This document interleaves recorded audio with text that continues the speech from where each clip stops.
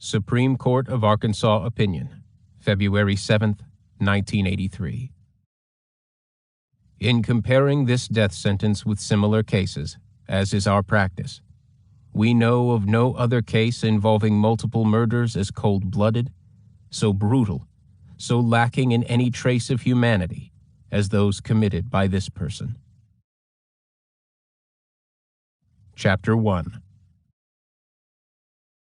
Joanna Price was feeling the blues on that cold January morning in 1981. Christmas was over. So was New Year's Day. Nursing school hadn't started again after the Christmas vacation that had begun with anticipation and excitement. Today was the 5th of January, which meant 5 more days until Joanna could leave her part-time secretarial job at Phoenix Village Mall and get back to the books and her classmates and actually having contact with patients. She was in her last semester of nursing at West Ark, Fort Smith's community college, not far from where they lived. Ever since she was a little girl, she dreamed of becoming a nurse. She looked around her apartment's 1-bedroom, proud of her new bedspread she'd gotten for Christmas. Larry said it was a little girlish for his taste, but if she liked it, it was okay with him. Her Siamese cat liked it also. In fact, Joanna had shooed her off it so many times that she had finally given up and just let her beloved cat sleep wherever she wanted. Joanna also loved her small aquarium, with a few guppies and goldfish. She especially loved her husband. She picked up the silver frame that held their wedding picture, taken in August of 1978. Larry had on his glasses, and she wished she had asked him to take them off before the photographer took the picture. She was saving for him to get contacts. He didn't know it, though. It was going to be a surprise. Joanna was eager to get back to school, where she would begin her nursing rotations in pediatrics, psychology, and ICU. She smiled, feeling elated over what she, a little country girl from Flat Rock, Arkansas, had accomplished.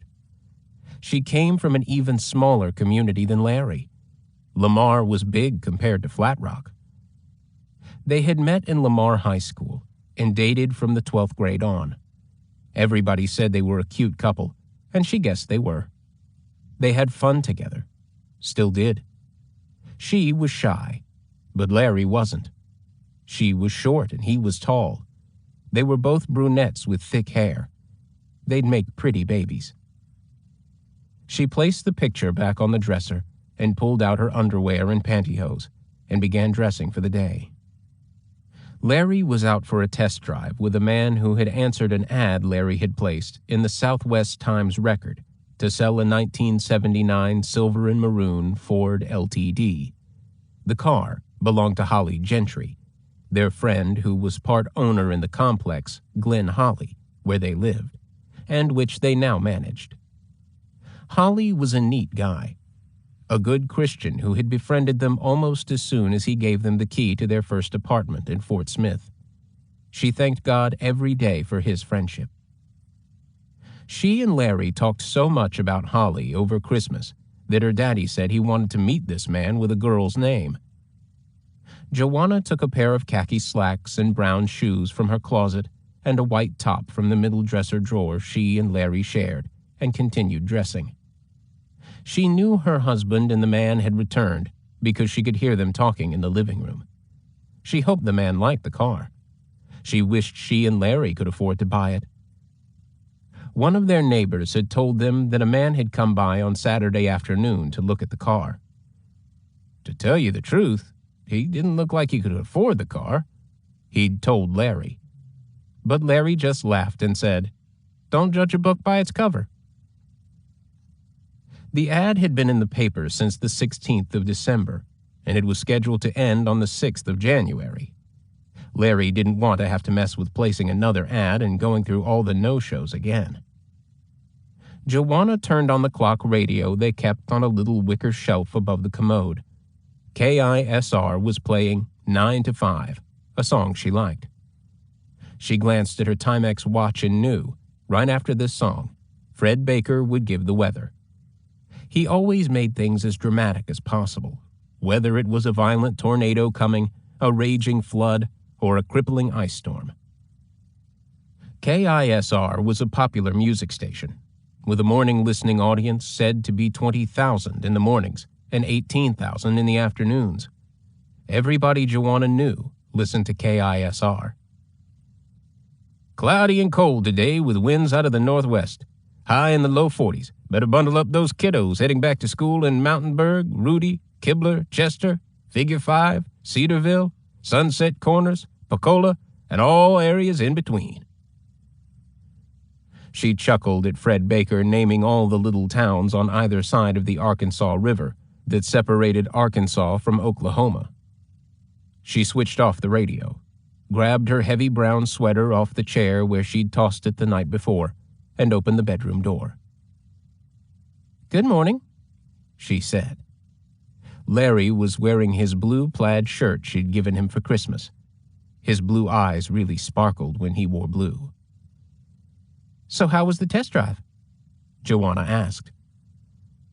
Larry stood up from where he was sitting on the living room couch. He walked over and put his arm around his wife. "This nice guy wants to buy the car." Joanna smiled at the man and told him hello. She noticed that Larry had made coffee because 2 cups sat on their coffee table. That was just like Larry. He never met a stranger, and here he was sitting in their apartment, drinking coffee with a man he'd only met 30 minutes earlier. The man nodded and offered a half smile. "Nice to meet you." Joanna thought the man looked a little scary. His blue jacket was frayed around the collar and sleeves, and under it, he wore a blue shirt with what looked like an insulated shirt under it. He had a mustache and long curly sideburns, and he swooped his brown hair over to one side to hide his growing baldness. His glasses were odd-looking, out of fashion, with thick lenses and black frames. He was thin with a sunken-looking chest, but he looked tough. And she detected a body odor. She didn't see how in the world he could come up with over $4,000 to buy the car, but she'd let Larry worry about that. She grabbed her purse off the kitchen counter and pulled on her brown sweater. She smiled at Larry and said, "I'll see you for lunch then, around noon?" Her husband kissed her cheek. "Want to try some Mexican?" "Sounds good." And then Joanna added, "Fred Baker says it's going to be cold today, so you better wear that heavy windbreaker." Neither Joanna nor Larry liked to wear coats. They felt constricted in them, especially while driving. They seemed to agree on nearly everything. Joanna opened the front door and checked her watch that read 8:40. "I'll see you about noon then." Larry said, "I'll walk you to your car." "And will you feed the cat and the fish today?" "Sure thing," Larry said. Then he turned to the man and said, "I have to do all the hard work around here." Larry Price thought it odd that the guy didn't laugh at his joke. His only response was a cold, hard stare. Then he asked Larry if he could use the phone. "I need to call my wife and tell her about the car. I'm buying it for her." Larry wanted to sell the car, so he said, "Sure, it's in the bedroom. I'll be right back." Larry held Joanna's hand as they walked to her car. She took her keys out of her purse and handed them to him, which was a ritual they usually followed each morning. He unlocked the door and held it for her while she slid under the wheel. Then he gave her back the keys, and she started it up and let the motor run for a few minutes. "I don't like you leaving that man in our house alone." "Don't worry, honey. I'll see you at noon."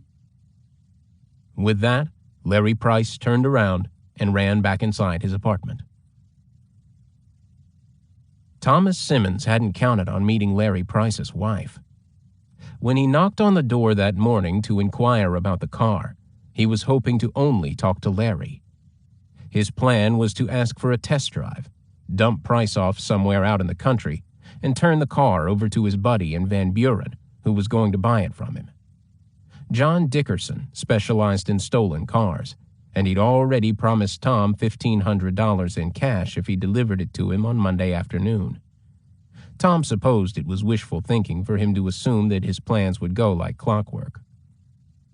While Larry walked his wife to her car, Tom snooped around the bedroom.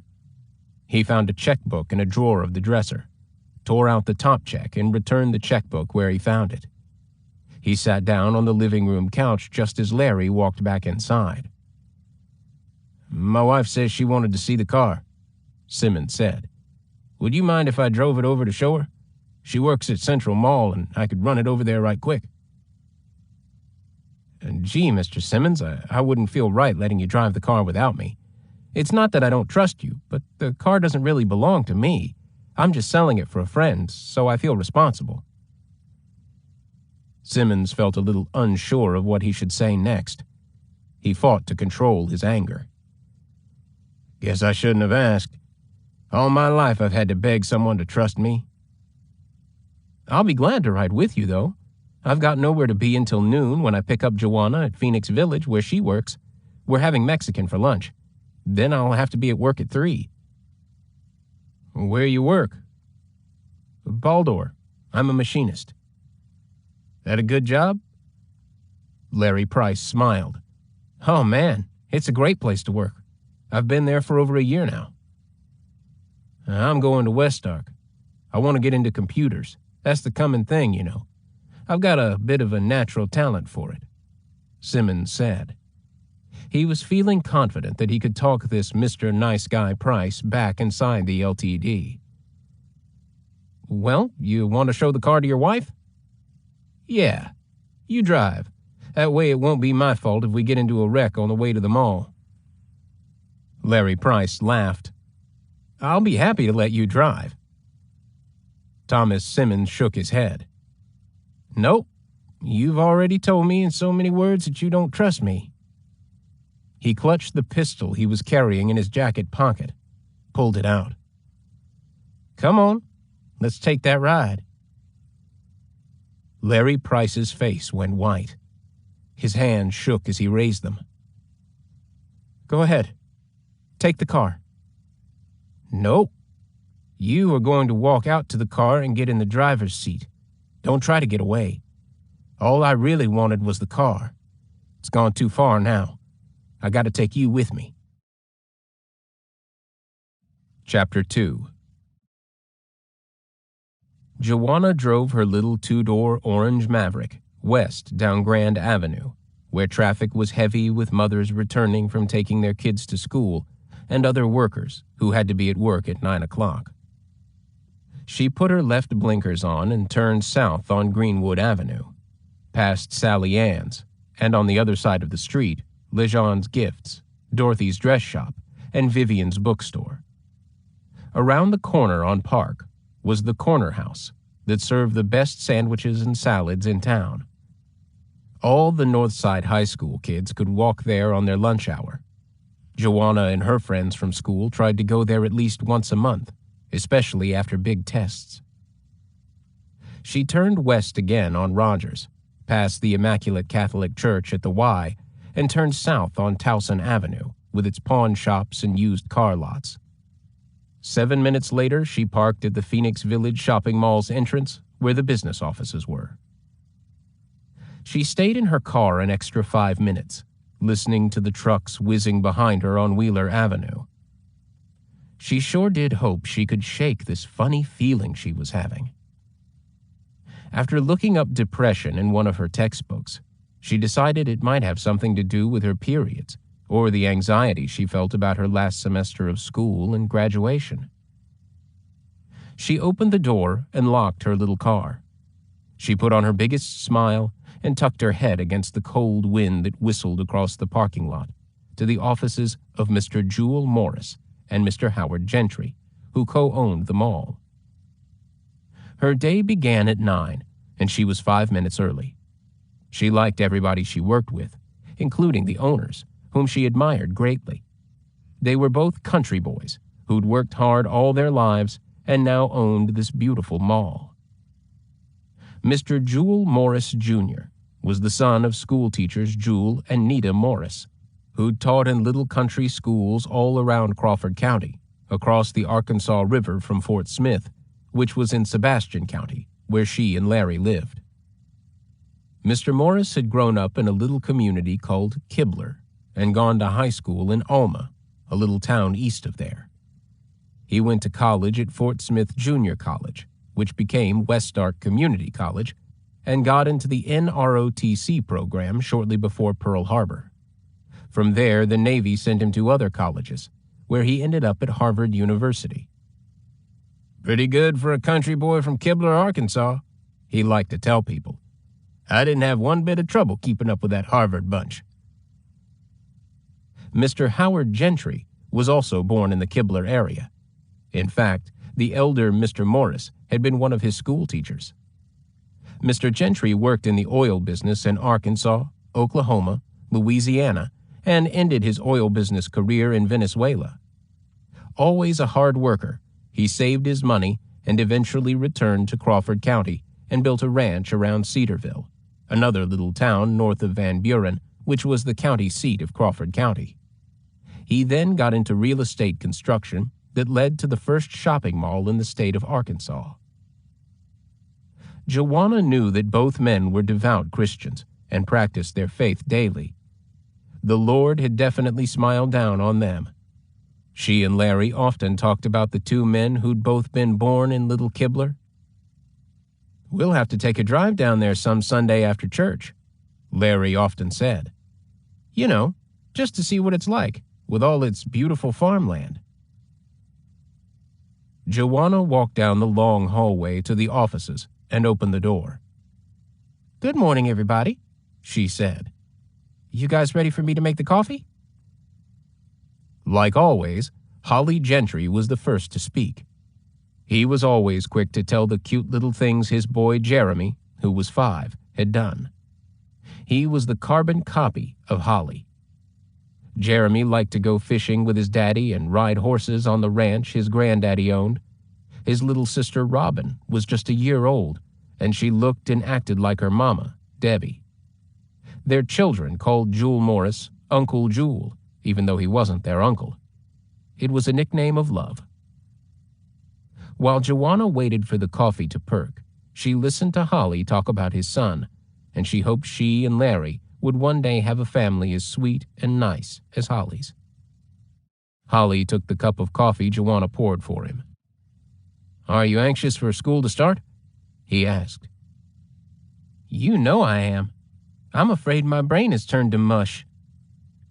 "I doubt that," Holly said while stirring a healthy spoonful of sugar in his coffee. "You're the best secretary we've ever had, and I know you'll be a fantastic nurse.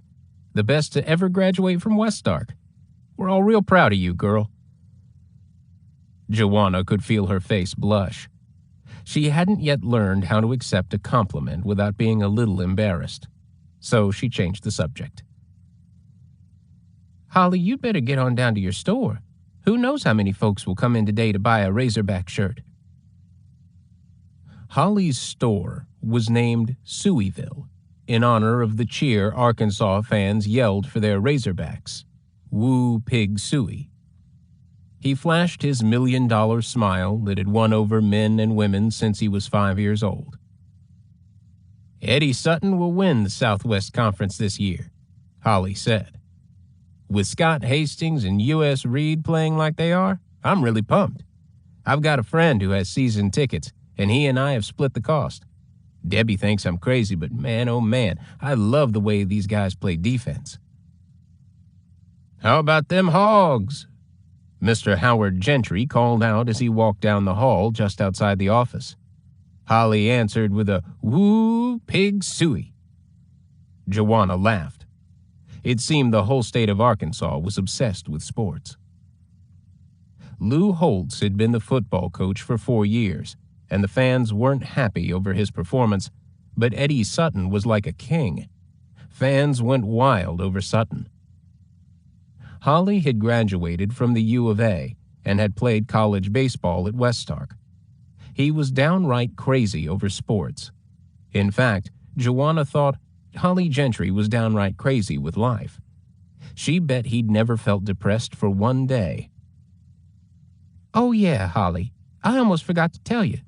Larry had a guy come by and look at your car this morning. He thinks he has it sold." Holly smiled and pumped his fist in the air. "That's great. This new year's starting off just fine. Yes, sirree, Bob, just fine and dandy." Chapter 3. Holly Kim Gentry felt optimistic about the new year. His plans for building a strip mall were on target. He and his big brother Mark, who was a minister and taught at Central Bible College in Springfield, Missouri, felt called to build the stores to finance Mark's mission work. They were both devoted to their church, Faith Assembly of God in Fort Smith, and it was through Holly's work with the youth of his church that he had seen the need to carry the gospel to young children in other parts of the world. He led a group of boys called the Royal Rangers, and he took them hiking and camping at his dad's place, White River Ranch. The year before, he'd taken them to the Rockies to camp out. Holly had often been asked where he got his name. "My sweet mama, Odessa Howard, loved cowboys," was his standard reply. "She saw a movie with Jimmy Stewart, and he played the hero whose name was Holly." Howard and Odessa often took their 2 boys and 1 girl to the drive-in movies to see westerns starring James Stewart, Gary Cooper, and John Wayne. Because the family owned a ranch with horses and cattle, it was only natural that westerns were their favorite. Mark was also an accomplished pilot and owned a Mooney Executive 21 with all the instruments available. Both his mother and father were pilots. The ranch had an airstrip, and Mark frequently flew from Springfield to the ranch. Over the past Christmas, the family had been all together for the holiday. The 2 brothers stood outside on the patio, away from the usual family noises of kids playing with their new toys and the television blaring with football games. It was cold, but both brothers were warmly dressed in suede jackets and felt cowboy hats. They stood without speaking, enjoying the quiet and comfort of being with each other. Soon, though, they began talking about the situation in Tehran, Iran, where 60 had been taken hostage at the American embassy. There was anti-American sentiment, led by the followers of Khomeini, who were angry because the United States had allowed the deposed Shah of Iran to come here for cancer treatment. President Carter had attempted a rescue, but it failed because of a sandstorm, and Americans were killed. Carter had lost the election, and Ronald Reagan had won and would take office in January. "I'd fight as hard as I could," Holly said, changing the subject of many being captured to one in a kidnapping or carjacking. "Nobody would take me alive." Mark agreed. "If you go with the kidnapper, you're as good as dead." He had spent years in the Crawford County Sheriff's Mounted Patrol, founded by then-Sheriff Bill Vickery. "I've had so much training over the years with FBI courses and spending time overseas that I know the rule is never be taken alive. Make them kill you where they've grabbed you." The brothers continued with their talk, each espousing the other's bravery and top-notch physical condition. Although Mark was taller and played sports, Holly was the better athlete. He'd played shortstop in college before transferring to the University at Fayetteville. Everyone said he was a great little athlete. As the sun slid from the horizon in rays of pinks and golds, Mark reached his arm over his brother's back. "Sunsets are the prettiest in the winter, I think." Holly agreed. "Who could not believe in our Creator?" he asked while tears filled his eyes. "We're lucky, Mark. Jesus loves us, and he knows we love him. His grace has covered us with his blessings." Amen. Neither brother knew that they would never again watch another winter sunset together at their father's ranch. Chapter 4. On Monday morning, the 5th of January, Jim Pence, the foreman of the Jenny Lind Quarry, owned by Arcola Sand and Gravel Company, was notified that Thomas Simmons would not be at work that day. It was the first day the plant had reopened since they'd shut down for Christmas. Pence sat in his chair, already working at his desk. He looked up. What was his reason? His secretary raised her eyebrows, hinting at her skepticism. He said he had a car wreck and wouldn't be in until Tuesday. Pence lit his second cigarette of the morning. Was he hurt? Guess not. Pence didn't want to have to replace Simmons. He was proving to be a good employee, and he was one of the hardest workers he'd ever had at the job of shovel boy. Simmons had only been employed since Thanksgiving, and he already had a reputation for being tough. Once, when he was cleaning out from under the primary crusher, a large rock fell off and hit him in the back, causing him to fall to the ground.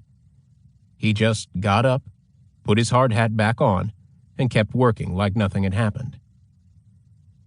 Jim Pence smiled, remembering the recent Christmas party the company had held at the Holiday Inn in Fort Smith. He had found himself standing next to Bill Scarborough, the personal manager of Arcola. How's the new guy working out? Scarborough had asked. Tough as nails, Pence replied, and regaled Scarborough with the story of the shovel boy getting up immediately after a boulder fell on his back. Any other guy would be in shock. The other men couldn't believe it. They said he hopped up like nothing had happened. A lesser man wouldn't have been able to stand up for days.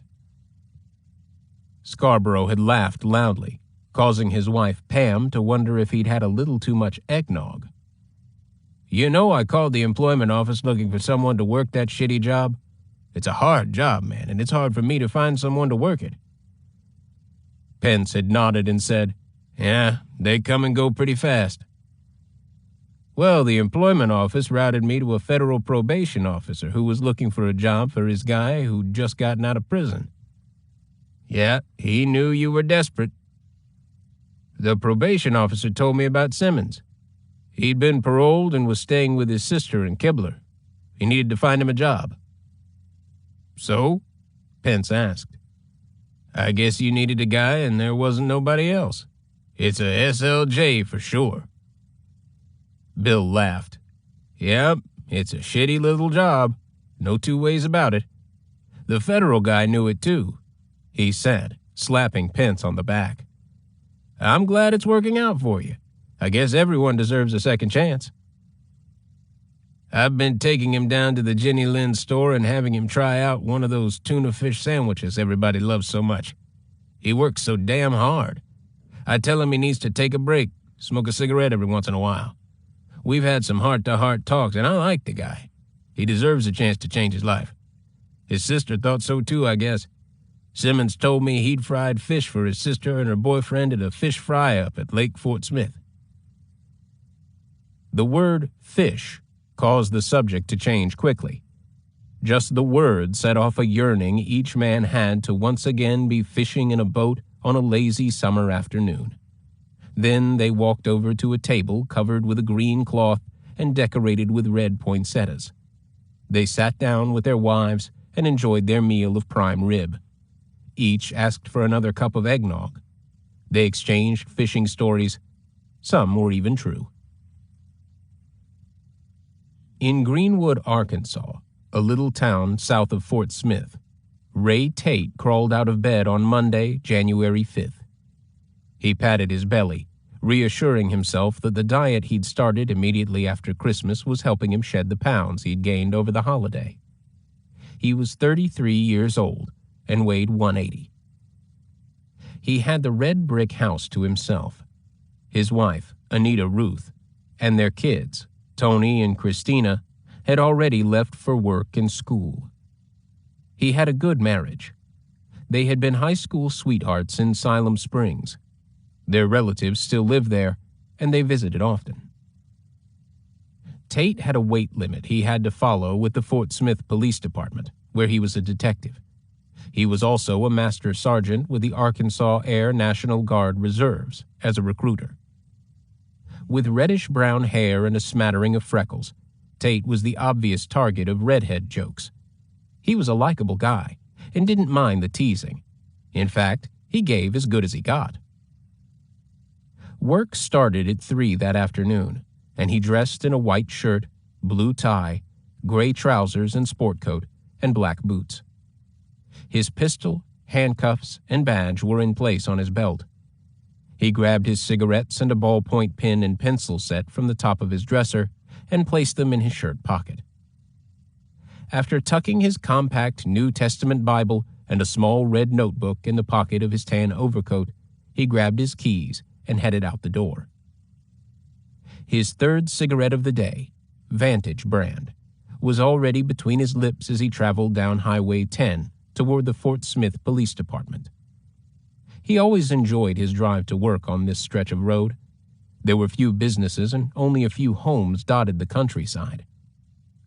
Although the landscape was mostly a burnished gold with winter's dormancy, an occasional cedar tree added color.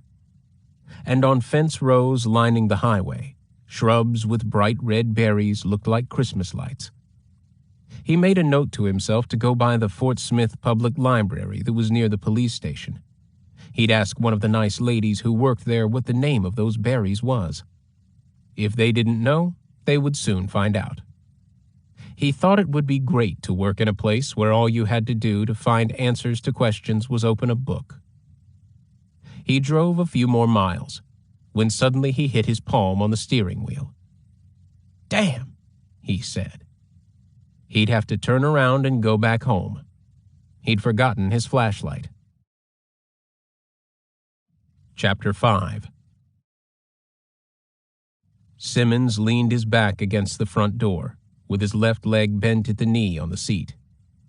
He was uncomfortable in that position, but it was the only way he could safely keep his eye on the driver. They were driving on the old highway between Van Buren and Alma, a route that Simmons thought would be less crowded. "Just keep it slow," he said.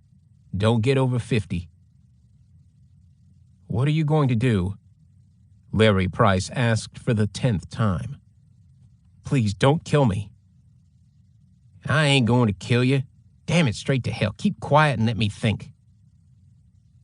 They drove down Highway 6471 until they came to Shibley Road. "Turn here to the right." They stayed on the road, which was paved but rife with holes, big and small, and full of muddy water. "Where are you taking me?" Larry asked. "Where are we? I'm not familiar with the country around here." "Just keep driving. We'll turn at the next crossroads." After 10 more minutes of driving, Simmons directed Larry to turn into an area marked with a sign that read Clear Creek Park. Larry saw that the park was deserted, which made his heart sink. "You don't have a clue where you are, do you?" Simmons asked. "You see the river, don't you? I could shoot you and throw you into the damn river. Maybe a duck hunter will see your body. But I'm not. I'm just going to leave you here. You can get back however the hell you can." "Why are you doing this? You're going to kill me so you can have this car? That's insane. Why kill someone over a car?" "Jesus, man, shut the fuck up. I said I wasn't going to kill you. Stop here at this picnic table." Larry turned off the ignition. He left both hands on the wheel, and he refused to get out of the car when Simmons told him to. He rammed the pistol into his side. "Get out," I said. "Sit down at that table." Larry did as he was told. "Hold your hands out." With a heavy cord he carried in his pants pocket, he tied Larry's wrists together. Tight. "Now start walking that way toward the trees." Simmons followed. "I'm not going to kill you. I'm just going to leave you here. You'll be able to see your cute little wife again." He reached for the collar of Larry's jacket. He pulled it up over his neck and halfway up his head. placed the pistol against the cloth, and fired one shot into the back of Larry's head. He then walked back to the stolen car, wiped off all fingerprints, and drove toward Industrial Park Road to a Citizens Bank. After setting the stage to throw off law enforcement, he went inside and deposited a forged check for $350, signed by Larry. "I'd like to have 2 20s and a 10 back in cash." Chapter 6. Joanna Price stood inside the entrance of Phoenix Village Mall at noon, January 5th, waiting for her husband. She was hungry, and she'd been thinking about a burrito smothered in cheese and red sauce. Larry teased her because she never ordered anything but a burrito. Just one, never two. She looked at her Timex watch, realizing Larry was close to 20 minutes late. It worried her, and she began to fear that he'd had a wreck or had suddenly gotten sick. She stepped outside into the cold wind and looked all around the parking lot, hoping she'd see him. "Oh, Larry, honey, come on. I'm hungry." At 12:45, she gave up and went back into the office, where Holly was finishing a sandwich he'd brought from home. He always left his shop at noon so he could eat with his daddy, but today his dad and his partner, Jewel Morris, had gone to Rotary Club. "You already back?" he said, looking at his Seiko watch.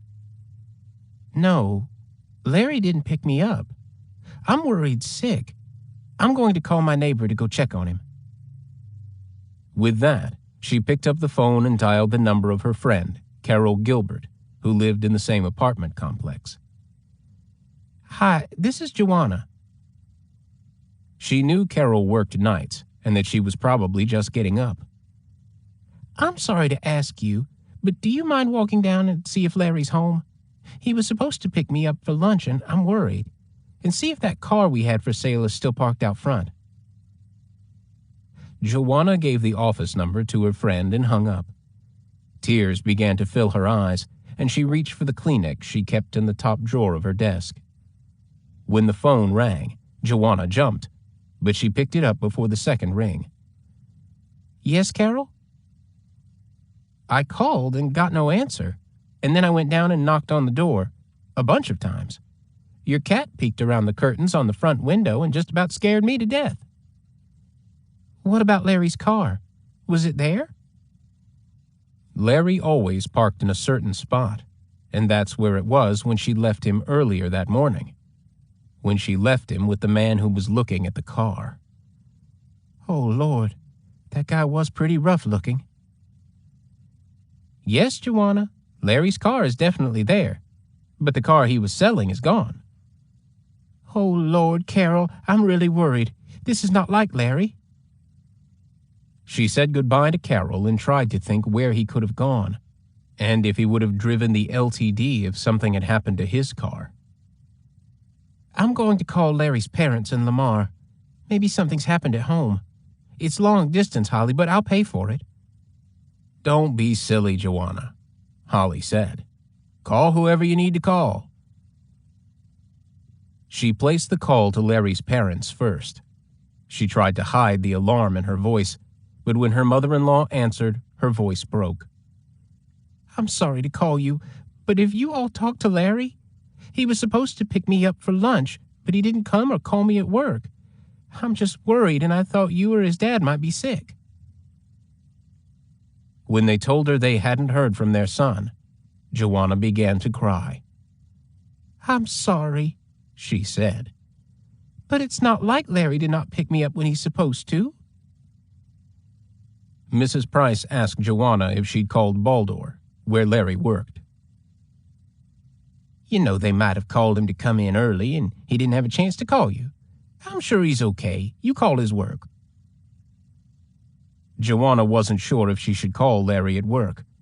A big company like that probably didn't like wives calling up and asking if their husband was there. "What do you think, Holly? Should I call his work?"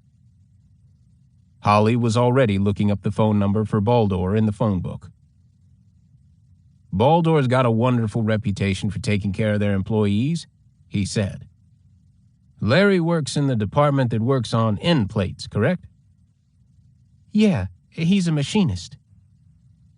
Holly jotted down the number on a pad and handed it to Joanna. "You call right now," he said. "We need to put your mind at ease." A woman who worked in the office told Joanna that a man had called earlier and said that Larry Price wouldn't be at work. "I asked him if Mr. Price would be in on the next day, but he told me he didn't know," the lady at the desk said. That chilled Joanna to her core. Who would have called and said that about Larry? Something was definitely wrong. Then Joanna did what any young woman scared to death would do if she had the chance. She called her mama and daddy, Mr. and Mrs. Claude Parker of Flat Rock, Arkansas. Maybe her little brother, Ronnie, had gotten into some kind of trouble at school, and he'd called Larry for help. But Ronnie was the best kid she knew, and he never got in trouble anywhere, anytime. When her mother answered the phone, Joanna could hear the television playing in the living room. She knew her mom was watching her favorite soap opera, As the World Turns. But like her mother-in-law, Joanna's mom had not heard from Larry. "Now try not to worry. Larry's okay, I'm sure of it. He just let the time get away from him. And maybe he had car trouble and he had to get a ride with a friend. You never know about these guys." Joanna felt a little better talking to her mother. Then her mom chuckled. "Why, your daddy has made me worry for no good reason lots of times. I'm sure everything is just fine. Yes, I'm sure of it. Everything will be just fine. You'll see, daughter." Holly Gentry was a handsome guy everyone wanted as their friend. He smiled all the time, loved his Lord, loved his wife, loved his kids. Athletic and ambitious. Few people could find a single fault in Holly. Maybe his mama knew something, but she wasn't talking. "Let me drive over to the apartments, Joanna," Holly said. "I'd feel better to see for myself." He walked to the front of the mall, the side that faced Towson Avenue, and climbed into his brown four-wheel drive Ford truck. He was as worried as Joanna was, but he tried not to show it. He said his prayers on the way to the apartments, but when he got there, Larry's old Ford Galaxy was still parked in his usual spot. The LTD was gone, as the neighbor had said. Puzzled for sure, and now a little frightened, Holly walked over to the Price apartment and knocked several times. Joanna's Siamese cat poked its head out between the curtains and looked at him, and then, just as quick, exited the window. Holly walked down to the mailboxes to see if Larry had left a note there, but he saw nothing. In fact, he didn't think the mail had even been delivered yet. Discouraged, he drove back to Phoenix Village Mall. In Lamar, the Price family worried. In Flat Rock, the Parker family fretted. After Holly returned to the offices at Phoenix Village, he made up his mind that his friend's disappearance was beyond troubling. It was downright scary, and he resolved to tell Joanna that they should go and talk to the police. Not only was his friend missing, but the LTD that was worth close to $5,000 was missing also. He checked in at his store, Sueyville, to see if he needed to stay there with his employee who'd come in at noon. But business was slow, so he went on to the office. There he found his dad, Howard, and Jewel Morris, the other owner of the mall, who had returned from their luncheon meeting. Jewel Morris was his dad's best friend, and together they were trying to make Phoenix Village Mall into a viable business operation. There had been some low periods, but neither man was willing to throw in the towel. They were doing their best to console Joanna, but their furrowed brows and restless bodies told Holly that the whole bunch of them were approaching a near panic mode. Mr. Morris said he'd go down to the police station, but Holly insisted he should be the one to go. "I'm the one who asked Larry to sell the car," Holly said. "It's only right that I go with her." It's getting cold out there, Joanna. Get your coat and let's go down to the police station. It's settled. Everyone thinks we should, so let's go. The quicker we act, the better off Larry will be. Joanna grabbed her brown sweater and pulled it on, buttoning the wooden buttons. Lord, girl, Holly said. Don't you have a coat? This is all I've got, she said. I'm not used to wearing coats. I'll be okay. Well, I'm wearing mine. Let me get it out of Dad's office and we'll get going. When he returned, he had his overcoat on. Well, at least one of us will be warm, Holly said. He was trying to ease the tension in the room, but it was impossible. Larry Price was missing. So was the car. Something had happened. Something very terrible had happened. He was certain of it. Should I take my car? Joanna asked. No, we'll go in my truck. It's already warm. Let's go. Chapter 7. The Fort Smith police station was on South 10th, 10 blocks off Garrison Avenue, which ended at the bridge that crossed the Arkansas River into Oklahoma. Moffett, Oklahoma, was a rough little spot that sat almost under the bridge along the riverbanks. During World War II, the Army soldiers stationed at Camp Chaffee in Barling, Arkansas, were barred from going to Moffett, where beer joints that promoted gambling and prostitution thrived. Fertile river bottoms could also be seen from the bridge, where soybeans, corn, spinach, wheat, tomatoes, and watermelons grew. The bottoms, whether on the Arkansas side or the Oklahoma side, were where farmers made or lost a fortune, mainly because of the weather. The bottoms were also places where nobody but farmers and their families needed to be. Actions by unsavory people sometimes occurred down in the bottoms, not the least of which involved sexual activities spurred by alcoholic beverages. Oftentimes, high school boys were warned by their parents, "Don't you dare go down into those river bottoms at night. You can duck hunt there during the day, but that's all." Neither Joanna nor Holly was thinking about the river bottoms when they parked in front of the police station. They were directed to an office where Detective Ray Tate and Detective James Poncho Davis listened as they explained the situation. Joanna spoke first. My husband, Larry Price, was supposed to pick me up today at the Phoenix Village Mall where I work. We made plans for noon. We meet for lunch a lot, especially when I don't have class. I'm in nursing school at Westark, but during Christmas break I work as a secretary for Holly and his family. Joanna paused, waiting for the detectives to lay down their pens. I start classes next Monday, so this was going to be our last day to have lunch together before school started. He works the 3 to 11 shift, so we really never have supper together. Detective Tate was the first to speak. How old is Larry? Joanna's voice broke, but she was able to answer. We're both 21. Where does Larry work? Baldor. He's a machinist. I've already called there, but the secretary or someone told me a man, not Larry, had called and said he wouldn't be in for work that day. We're so concerned, detectives, because Larry was selling a car for me, an LTD Ford, Holly said. A sharp-looking 1978 model, maroon with a gray top. And a man came to look at it this morning just as I was headed to work, Joanna added.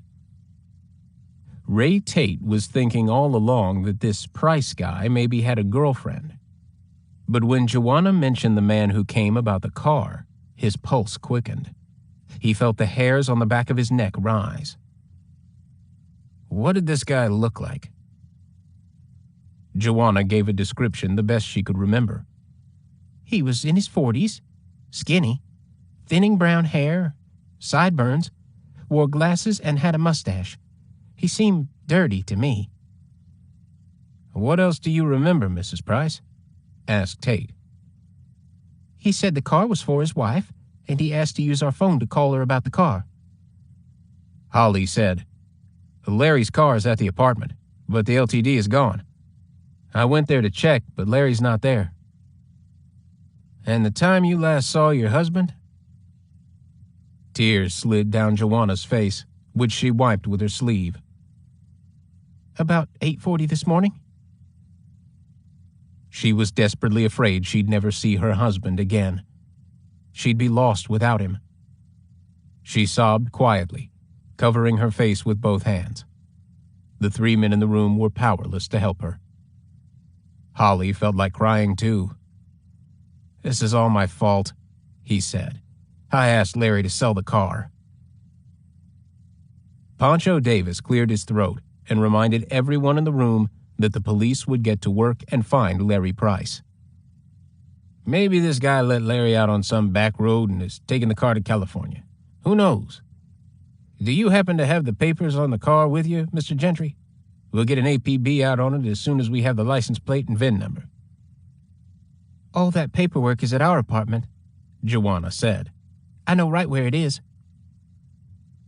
Ray Tate couldn't help but think about his wife and how frightened she would be if he went missing.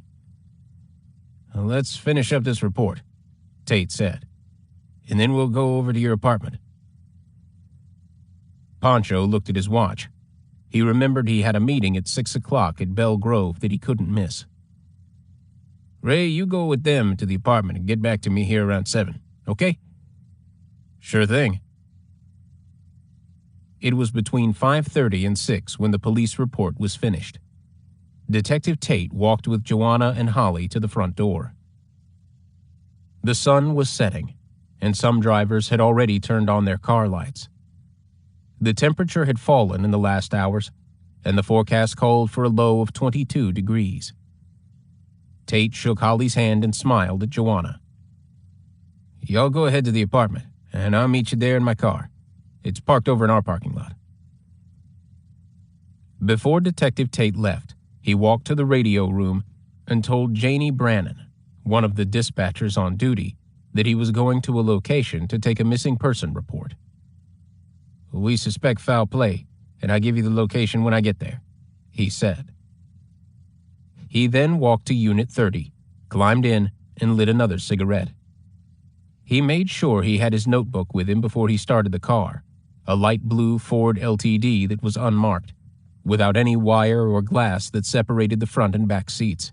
There were no special locks. It looked like any family sedan. "All set," he said aloud, his fingers sliding across the seat, making sure his flashlight was right where it was supposed to be, and patting his Smith & Wesson stainless steel .38 Special in his holster. As he passed the public library on 8th Street, he remembered he had forgotten to inquire about those red berries that grew on bushes along the fence rows between Greenwood and Fort Smith. It wasn't a big deal. He'd stop by tomorrow, for sure. He drove east on Rogers Avenue, turned north on Greenwood, and then right on Grand Avenue. The streets were not busy. It was Monday night, and most people were tucked inside their warm houses, getting ready to sit down for supper, either at the kitchen table or in front of the television. As much as Ray Tate loved his job, it was on nights like this that he wished he could be home with his family. The holiday rush was over, and there was no money left in anybody's pockets. Just a bunch of credit card receipts or sales slips, reminders they had gone overboard again this year on presents. He found the apartment complex with no trouble and parked close by the Gentry truck. He called into the station, talked to Janie, the dispatcher, and told her he was at 710 North 48th. "Will you check and make sure Larry Price has not been brought into the detention center, and also check at the desk in the basement?" "What time are we talking about?" "Start at 8 this morning." While he waited on the dispatcher, he glanced around the parking lot. It was fairly dark, with only the lights from individual apartments casting yellow shadows along the sidewalks. He looked up toward the second floor and saw light shining only in a few of the apartments. He decided he'd take his flashlight with him. The dispatcher returned on the radio a few minutes later. "Nope, nothing." Okay. Thanks for checking. 10-6 then. I'm out of here. He climbed out of his car, flipped his newly lit cigarette in an arc of red, and pulled his coat tighter around his sports jacket. The only sounds he heard were the vague conversations and music coming from televisions inside various apartments and the traffic from Grand Avenue. With his flashlight turned on, he walked first to the metal box that held all the individual mailboxes for the tenants. He glanced at the names and noted the prices box, thinking a message of some sort might have been left there. Seeing nothing, he turned, and with quick steps he headed to the Price apartment. If anyone saw the detective, he or she would have seen a seriously determined look on his face. Detective Tate was worried that Larry Price had been murdered because he'd put an ad in the newspaper to sell a car.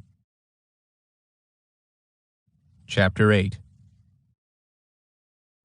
Tate tucked his flashlight under his arm and knocked on the apartment door. He knocked again. Still no answer.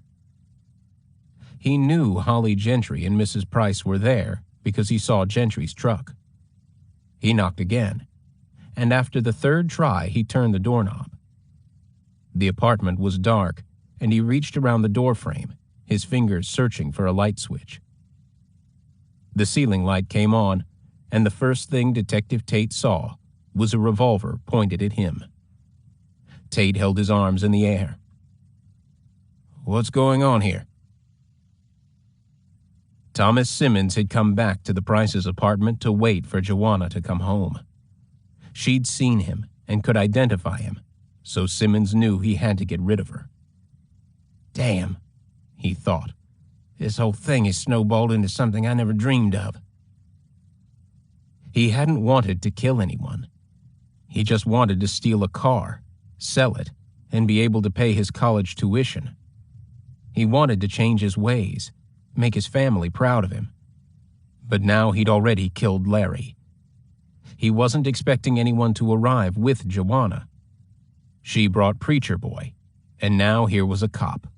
Who else was going to show up?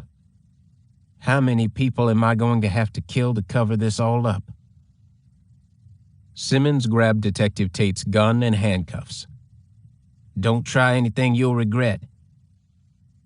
Holly Gentry sat on the couch with his arms tied behind his back. Joanna sat next to him, her head bent low, shoulders shaking. Ray Tate was a good Christian man, and he trusted that the Lord would guide him in this dangerous situation he'd walked into. He had often told his fellow detectives that he felt like he could talk anyone out of shooting him if given half a chance. Here was his chance. "You don't want to do this, man," Tate said. "My partner will be here any minute. The station knows where I am. If I don't report back, they'll know something's wrong." "Shut up," Tate pleaded. "Let these people walk out of here. They've done nothing to you. This girl here is studying to be a nurse. This young man works hard and loves the Lord. He's probably got young kids. I've got young kids. Those kids need their daddies. I said shut the fuck up. Turn around with your hands behind your back." "No, I won't do that," Tate yelled. "I'm not going to do that." Simmons shoved the gun into Tate's neck. "Shut up and put your hands behind you." Tate did as the man said. He saw no alternative but to comply. He knew Pancho was waiting for him. He'd show up soon. Tate just needed to keep them all here, alive in this apartment until Pancho arrived. The man wasn't going to kill anyone while they were here in the living room. If he was, he'd have already done it. "You need to just leave us here and go. Go while you have the chance," Tate said, while Simmons placed his own handcuffs around his wrists. "Jesus is watching this," Holly Gentry said. "He loves you just as much as he loves the rest of us. He died on the cross for your sins and my sins. He doesn't want you to break his commandments. Thou shalt not kill, the Bible tells us. "You," Simmons said. "Preacher boy, stand up and shut up. You've been talking about Jesus since the minute I tied you up." "What are you going to do?" Tate asked. "Why don't you just walk out of here right now, before the cops get here? Leave us here." The man grabbed Joanna and pulled her off the couch. He held the gun to her head. "I'll kill her first if you don't do what I say." Joanna's face was splotchy red, and her body quivered with fright. "Where's Larry?" she asked between sobs. "Where's my husband?" "We're all going to walk out of here, single file," Simmons said. He slid a look to Tate and said very quietly, "We're going to get in that Ford you're driving. Cop goes first, preacher boy second. The girl and I right behind you. Don't try to run. If you do, I'll shoot her first and then I'll kill you bastards."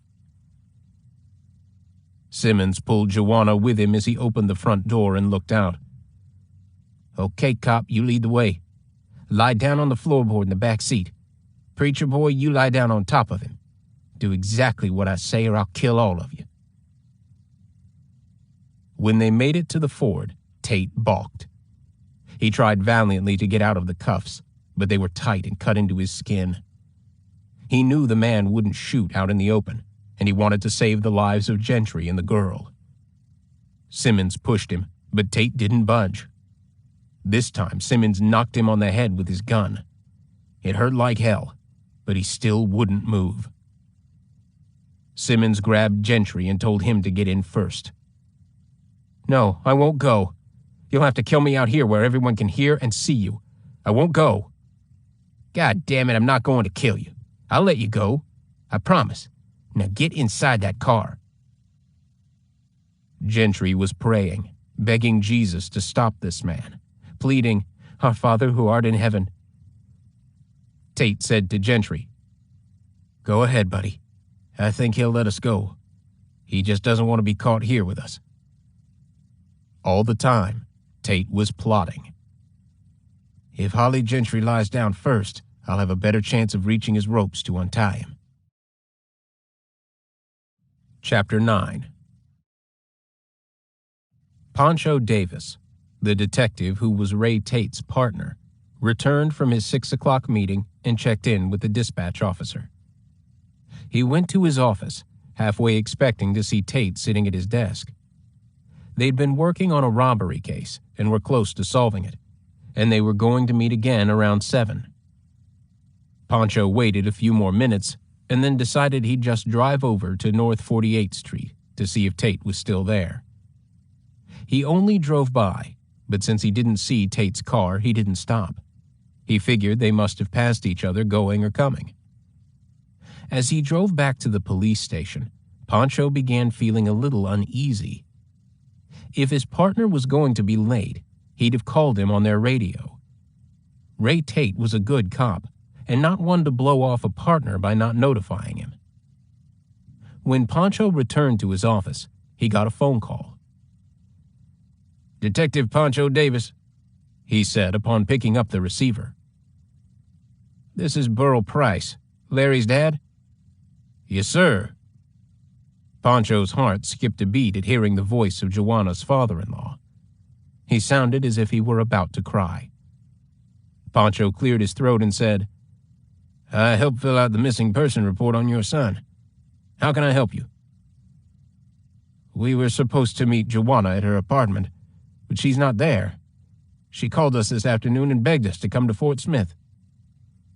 "What time was this, Mr. Price, when you got to the apartment?" "We got here about 6:30, but the place was empty and the lights were on. We went over to Tom Gilbert's apartment and he called the police station for me, but the lady, whoever she was, told us that Detective Tate and Joanna and Holly had left there earlier." "Where are you now?" "We're at Tom Gilbert's apartment, and we waited, but then we went over to the state police headquarters to see if they could help us. But we're back here at Tom's now. We're scared to death. Joanna's parents are here with me and my wife." "I'll be right there. It'll take me about 10 minutes. Pancho grabbed his jacket and quickly exited the police station. He radioed the dispatcher that he was going to 710 North 48th Street. The streetlights cast a white, ominous glow that reaffirmed what Pancho was already thinking. Something really bad had happened. When he arrived at the apartment complex around 7:30, he picked up his radio and called in his 10-6. He noticed a brown four-wheel drive truck with big tires, which he later found out was Holly Gentry's, parked horizontally in front of two vertical empty spaces, which he considered odd. The front door of apartment number 1 was slightly ajar, so he hesitatingly walked inside. The front door led directly into the living room. He saw the 2 cups of coffee Joanna had mentioned earlier sitting on the coffee table in front of the couch. And next to the cups was a large flashlight, standing face down. It looked like his partner's flashlight. Pancho Davis could feel his adrenaline pumping through his arms, his legs, his shoulders. He investigated farther into the apartment, looking around, noticing that it was clean and tidy, with no dirty dishes on the kitchen counter or dirty clothes tossed around on chairs or in corners. As a policeman, Pancho saw the insides of lots of homes, and this was immaculate, which told him a lot about the couple who lived there. They were a hard-working man and wife who obviously loved each other and took care of their home. They were just starting out to make a place for themselves in this world. In the bedroom, where the bed was made and the room in perfect order, the phone was still plugged into the wall, but the wires to the phone itself had been jerked out.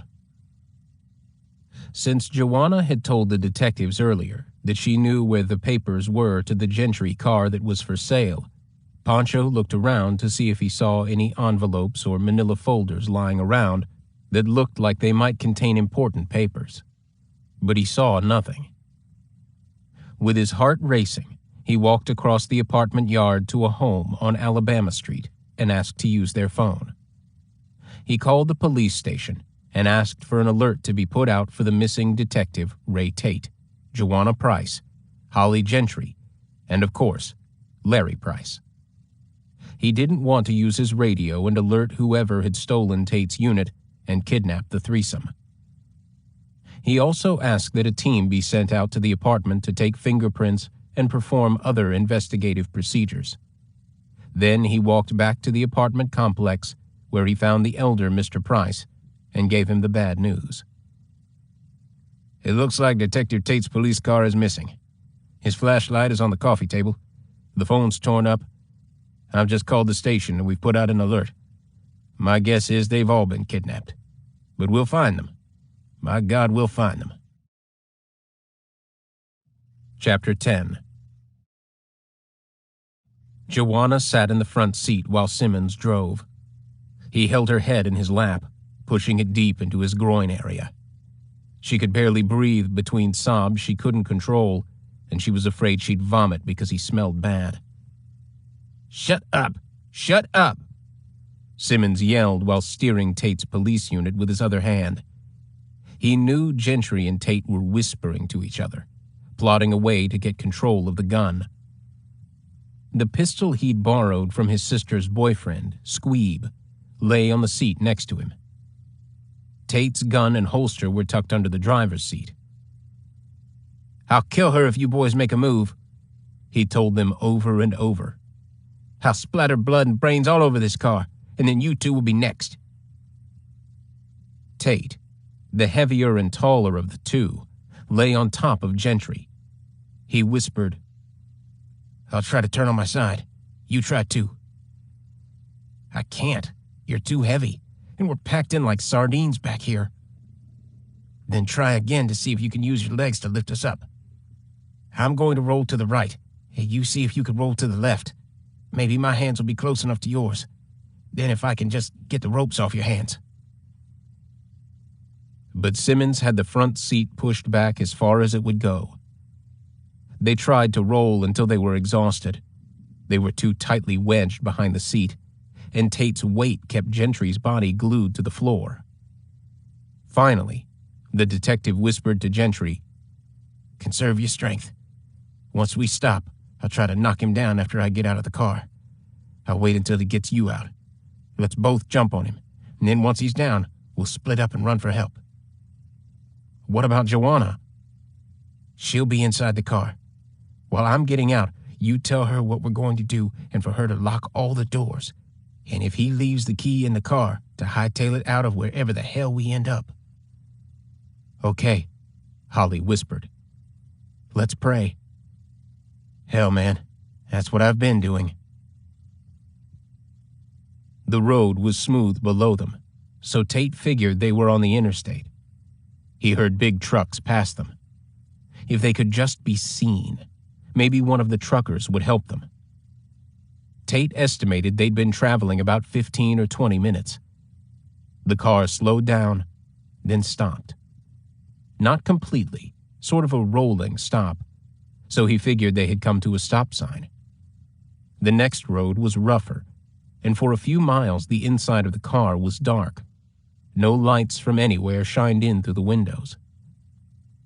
The car bumped along for a half-mile or so, then hit a gravel road.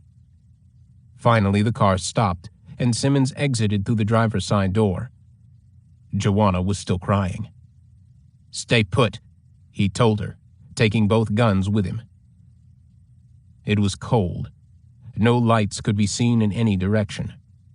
There was a sliver of a moon, and a few stars peeked out between the clouds. It took a while for Simmons' eyes to get used to the dark. He opened the back door, grabbed Tate by his feet, and pulled him out onto the ground.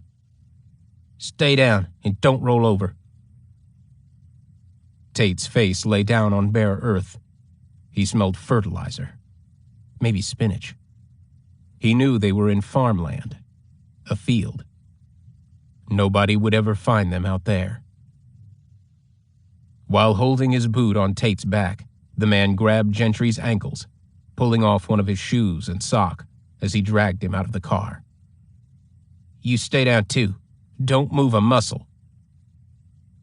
While both men were on their stomachs, Simmons reached for their collars and pulled them up over the back of their heads. He shot each one in the back of his head. Bang! Bang! Just that quick. Simmons opened the passenger side door. "Get out, Mrs. Price." "No, please no." He grabbed her arm and jerked her out of the front seat. "Come on. I'm not going to kill you. Not yet." "Yes, you will. I know it. You'll kill me."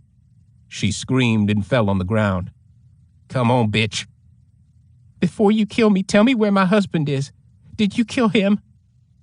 "Nah, he's waiting on you at my house. Be nice and I'll take you to him. But first, take off your pants." Chapter 11. All hell broke loose when the law enforcement communities of Fort Smith, Van Buren, and all the neighboring police departments, including eastern Oklahoma, got the word that Detective Ray Tate, one of their own, had been kidnapped in his own detective unit, along with Joanna Price and Holly Gentry.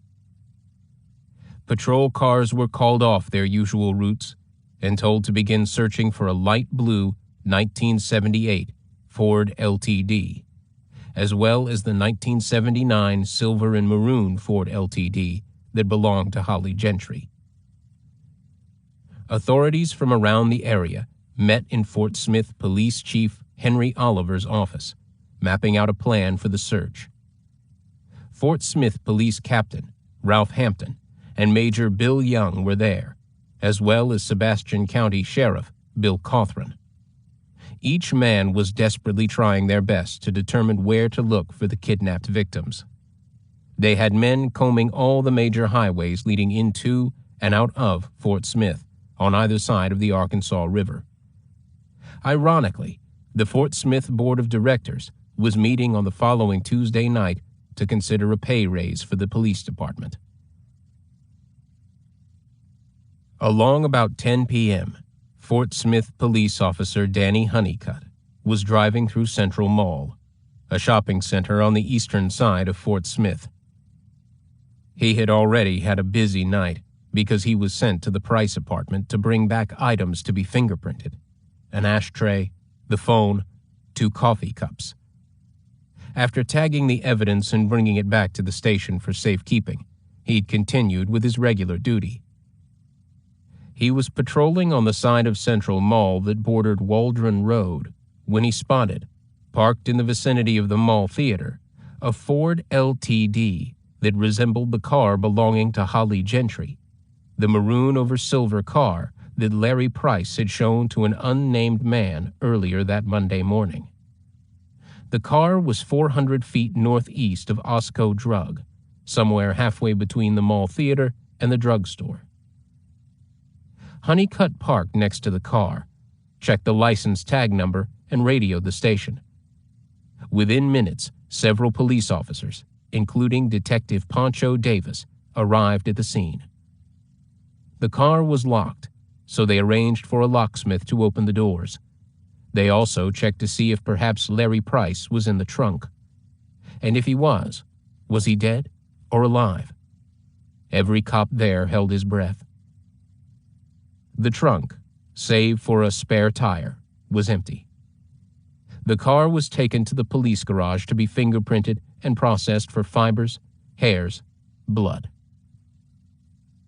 The officers were elated to have found the missing LTD, but were concerned that the car was a stone's throw away from Interstate 540, which connected to Interstate 40.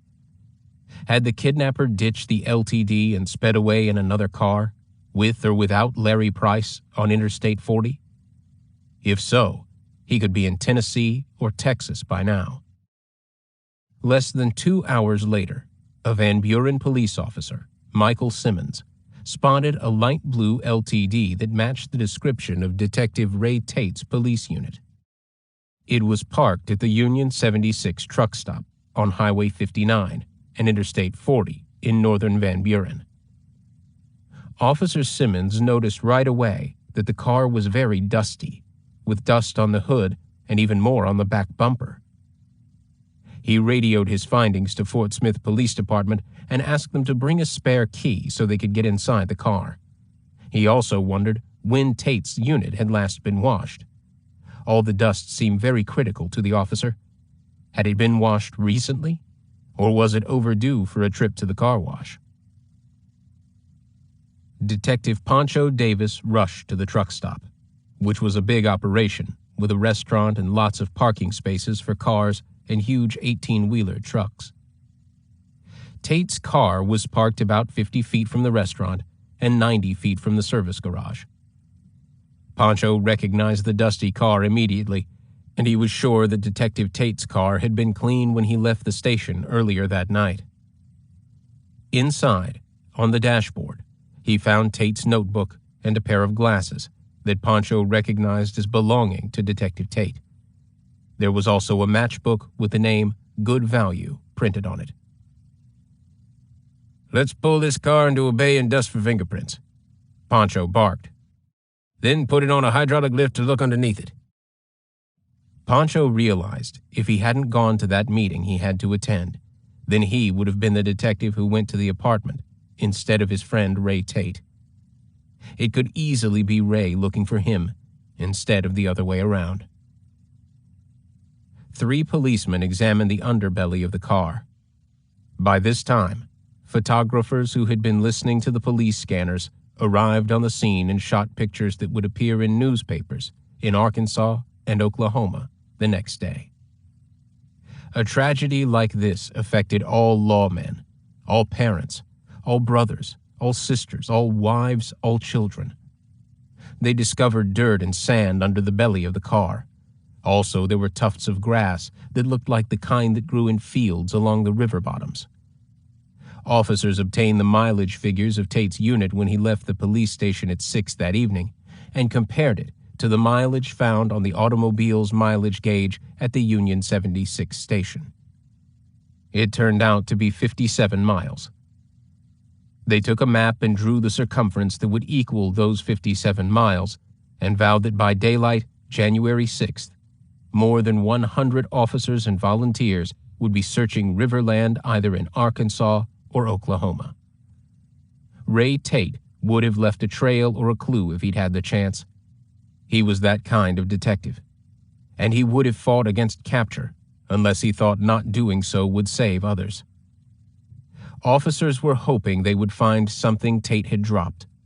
They may have been remembering the Grimm's fairy tale of Hansel and Gretel, leaving pieces of bread as a trail to find their way home. It took time, but eventually all the relatives of the 4 missing people had been notified. Unfortunately, Howard and Odessa Gentry heard about their son's kidnapping on a police radio. Near Cedarville, Arkansas, in the early morning hours before the sun had risen over Whitewater Ranch, Holly Gentry's mama called her other son in Springfield, Missouri. "Son, they think Holly's been kidnapped. Can you come home?"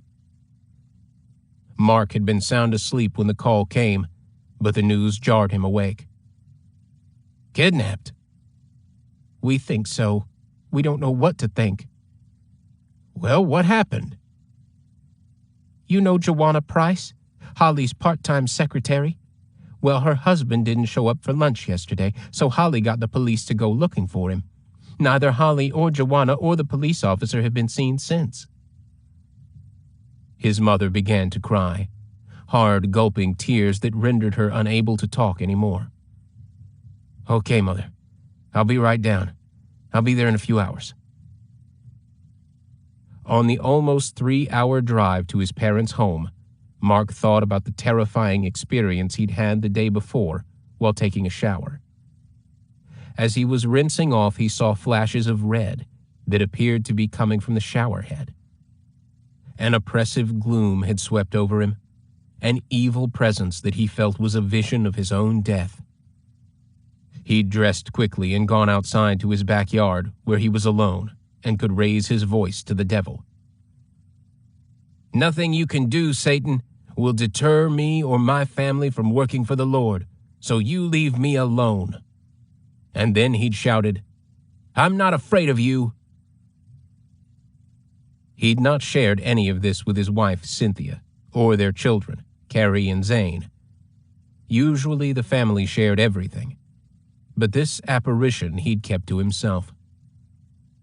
Now, on the way home with the news that his brother had been kidnapped, Mark realized that this dream, or whatever, was not a vision of his death, but it was a vision of Holly's death. When he arrived at his parents' ranch, he was briefed on what all had transpired since Holly's disappearance. It was a whirlwind of explanations and suppositions tossed wildly around. Later, after a fog had lifted shortly before noon, Mark rode with Jewel Morris, his dad's good friend and business partner, in his Cessna to search from the air for the missing victims. They flew over all points, north, east, south, and west of Fort Smith. They circled Ben Garin Park, Lock and Dam 13 on the Arkansas River, the Moffat River bottoms, and the Kibler bottoms. They didn't even know what they were looking for. They just knew they had to do something. They prayed unceasingly for Holly and his friends and the detective who tried to help. Chapter 12. Just before Danny Honeycutt discovered the Ford LTD parked not far from the mall theater, another scene was playing out in Van Buren, Arkansas. At the Speedy Mart convenience store, Thomas Simmons was making a phone call to his sister, Leona Powell, in Kibler, Arkansas. As he stood at the counter, dialing the number, he looked out on the Union 76 truck stop, which was located close by. Only the Waffle House separated the two. The clerk chatted with Simmons, who had first inquired if Van Buren had any taxi services running that time of night, which was around 9:30. She told him she wasn't sure, but probably not. He thanked her politely and asked to use the phone. When Leona answered, her brother asked if she could come to the Speedy Mart and pick him up. She asked him why he needed a ride. He told her it was a long story. Thomas Simmons, or Tommy, or Daddy Tom, as his relatives called him, had been released on parole from prison to live with his sister and her 5 daughters in a little green frame house surrounded by a chain-link fence in Kibler, a little farming community east of Van Buren and west of Alma. He'd arrived at the end of October and had gotten a job at Arcola Sand and Gravel. He'd bought a little orange Toyota at Owens Used Cars in Lavaca, Arkansas, and was making payments on it. All in all, the situation was working out all right. Tommy helped with the children and some of the bills, and he got to be with the youngest girl, Vicky, who was his natural daughter, but had been adopted by Leona. He often took Vicky and her little friend from next door, Tina Willis, to get ice cream cones and for drives around the fields of Kibler. The other girls were distinguishing themselves.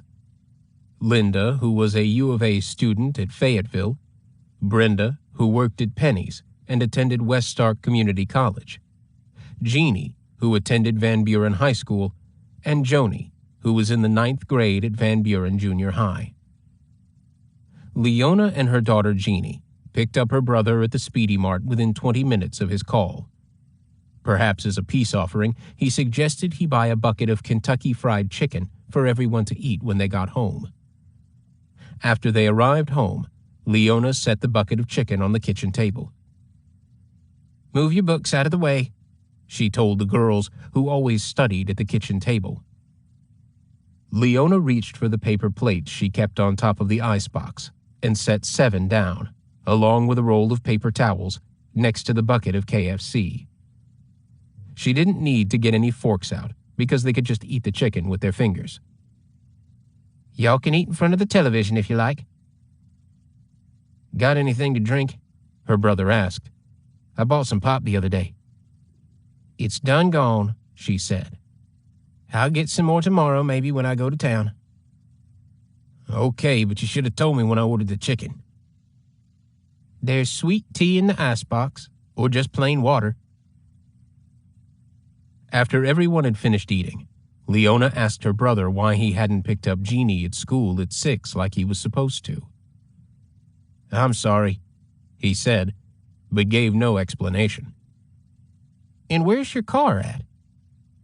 "In Fort Smith, parked close to the mall theater. I left it there for Brenda to drive home from work. I got a ride with some friends of mine." "Huh," Leona said in a tone that might have indicated she didn't believe him. "Brenda didn't work tonight." "Well, I thought she did," he said in a snippy kind of way.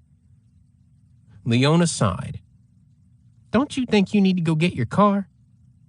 "Yeah, I'll need it to get to work tomorrow, but I've got a hell of a headache. Will you go get it for me?" Leona was tired, but she didn't want to upset her brother, whom she constantly made excuses for. It was getting late, and her kids needed to get their homework done and get in bed. "Okay, I'll get Jeannie to go with me." Leona and Jeannie, who was an excellent student at Van Buren High School and was the editor of the school paper and yearbook, went over to Fort Smith in their old pickup and drove the little Toyota home. Tommy was asleep when they got back. The next morning, Leona made breakfast for her brother and packed him 2 bologna sandwiches for lunch. He thanked her for the breakfast and left out the front door. Thomas Simmons reported to work at 6 at the gravel yard at Jenny Lind. He didn't mention the wreck he'd supposedly had the previous day, and his boss didn't ask about it. Along about 9 a.m., he asked permission to go into town to check on something concerning the insurance on his car. He left soon after and headed to Van Buren, where he stopped at Citizens Bank in the Cloverleaf Shopping Center. The bank had just opened its doors when Simmons came in, covered with sand and grit. He leaned in at the teller's window, getting sand all over the sparkling clean marble counter. "My name's Thomas Simmons. I deposited a check yesterday, but I found out it was no good. I'd like to get that check. I don't want to have to pay no fee on no return check." Elizabeth Arnold, the teller, asked for his address, bank account number, and phone number. She jotted it down and then asked for the name of the person who wrote the check, and he told her. Larry Price. It was on a Clarksville bank. The teller recognized the name from hearing it on the late news the night before and reading about the kidnappings in the morning paper.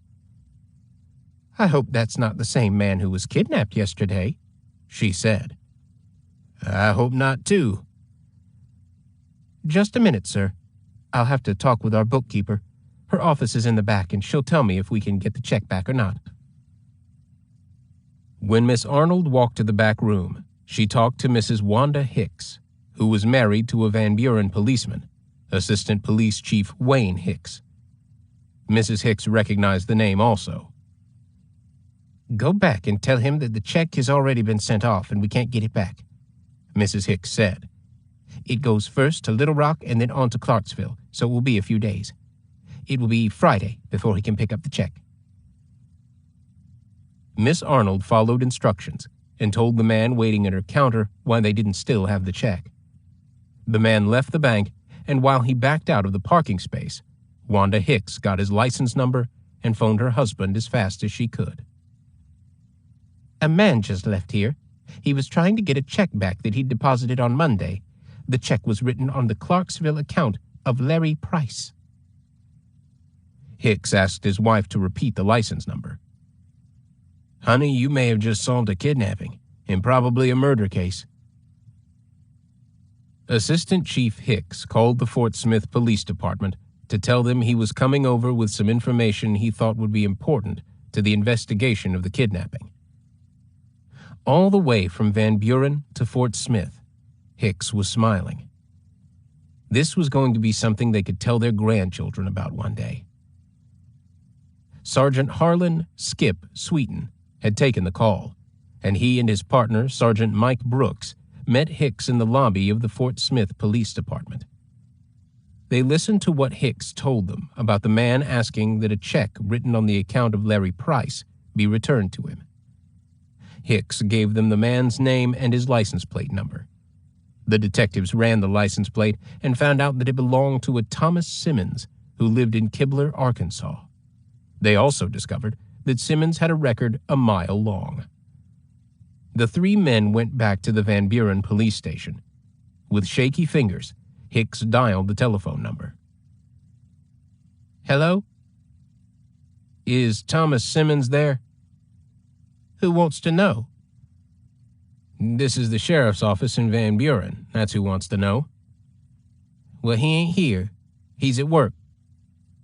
Where's that, ma'am? Arcola Sand and Gravel. Very well, ma'am. And just who are you? You his wife? Not hardly. I'm his sister. And is your name Simmons also?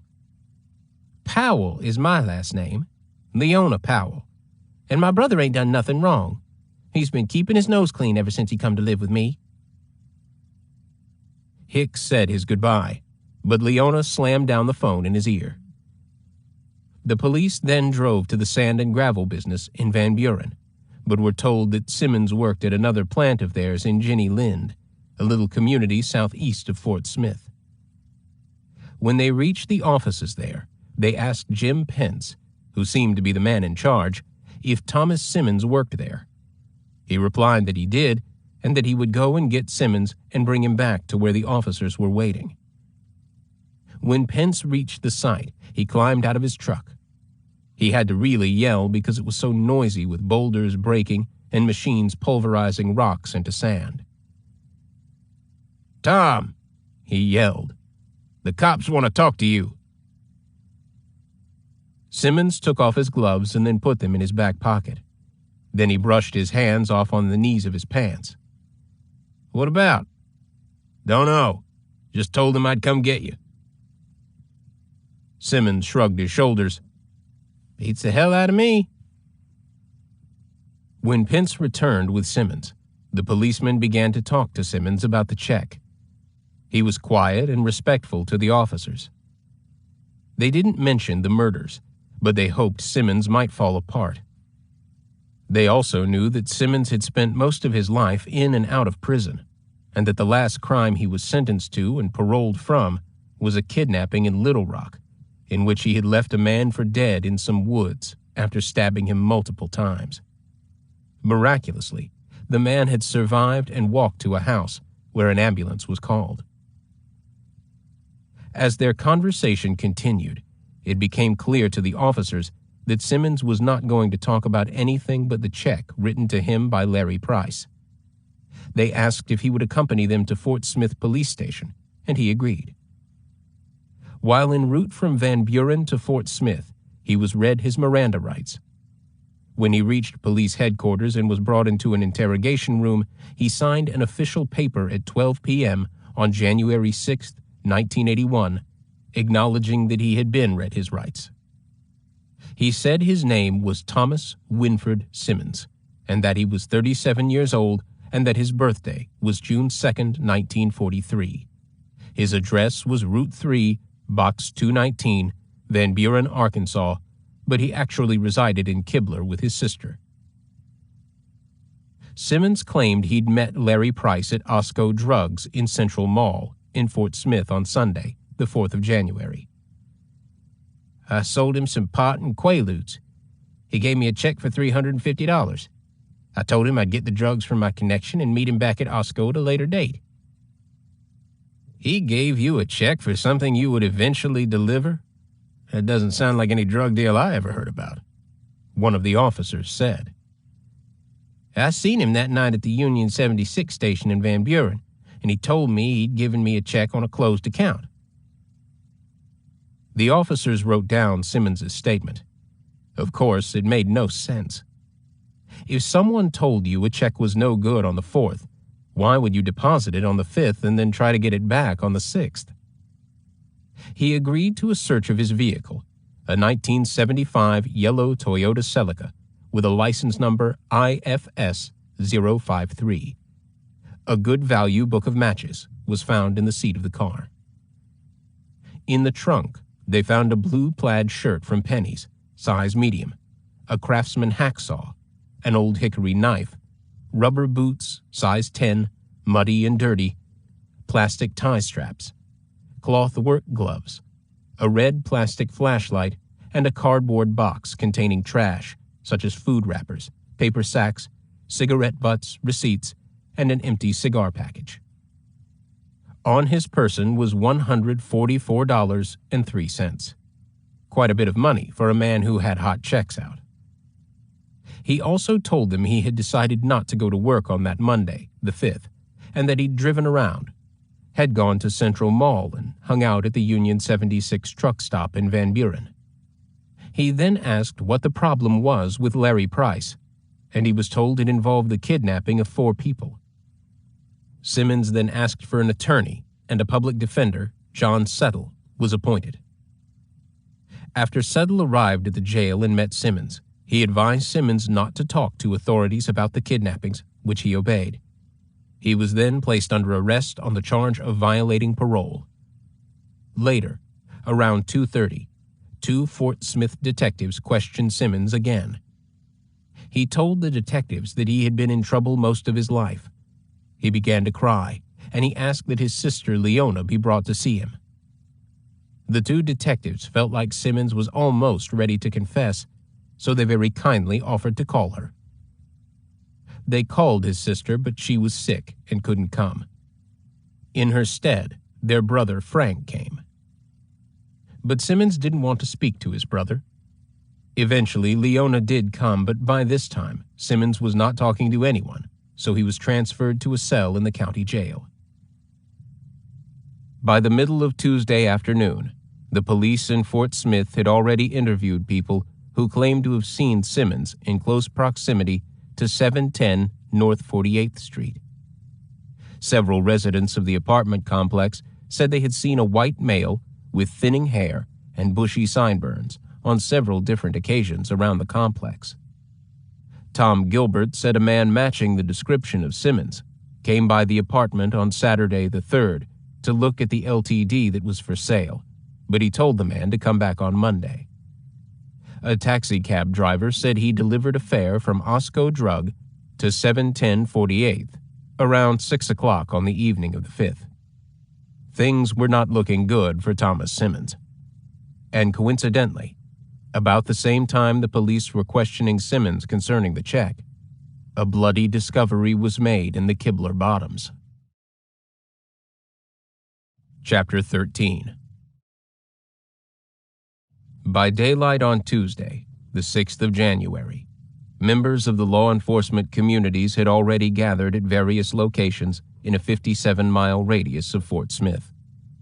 Along roads that led to the rich bottom lands along the Arkansas River, in both Arkansas and Oklahoma, policemen had stopped cars and asked drivers if they had seen any sign of 3, possibly 4 people. Volunteers from the 188th Air National Guard Unit, of which Ray Tate was a member, traipsed through muddy fields and frozen puddles of water, kicked apart dirt clods, and searched for any clues that would help. At designated centers, volunteers and policemen could check in and get a cup of hot coffee and a donut before heading back out. Low-flying planes flew overhead, searching for what they weren't sure. Long about midday, Clyde McClure and his nephews were checking on some equipment on their farmland in Kibler. They were working on a plow, and Clyde returned to his pickup, which was parked at the end of the road that led to his farmland. On his way past a garbage heap of sorts, where he dumped old equipment, such as used tractor tires, irrigation pipes, and empty oil drums, he saw blood. He figured some dogs must have caught a rabbit or something. He knew there was a pack of 3 or 4 that lived in an old shed he had on his land. He continued on to his truck, found the pin he needed to fix the plow, and returned the same way he'd walked before. As he walked back by the trash heap that was next to a tall diesel fuel platform, he again saw the blood, and upon a closer look, something white in the midst of all the old junk. He realized what he saw was a wrist of a person's hand all bent over. He hollered to his nephews, who came running over, afraid that something had happened to their uncle. Clyde pointed to the pit.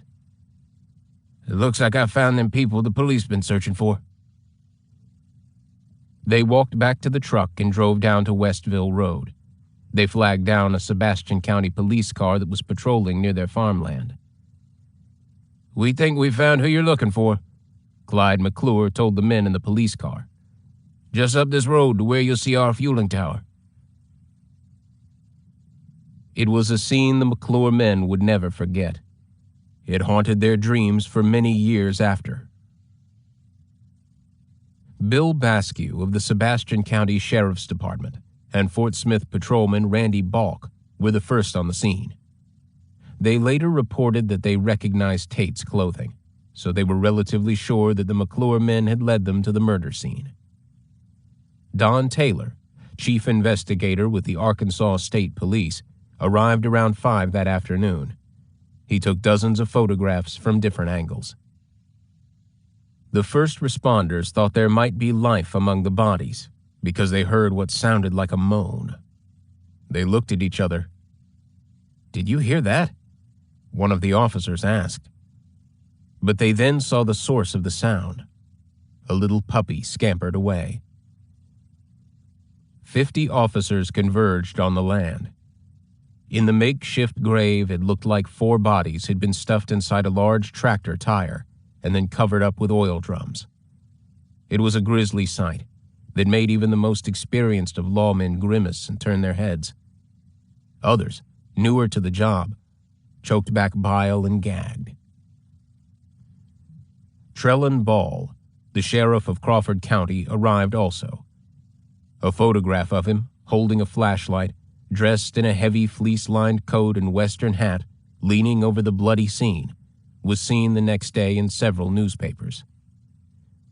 Since the bodies were found in Crawford County, this was now a Crawford County investigation. The kidnapping had happened in Sebastian County. While Holly Gentry's brother, Mark, and his dad's dear friend, Jewel Morris, were flying over Bottomland, looking for signs of the 3 people, they got a message from Grady Stone, a local flying instructor at the Fort Smith Airport, telling them to come on back.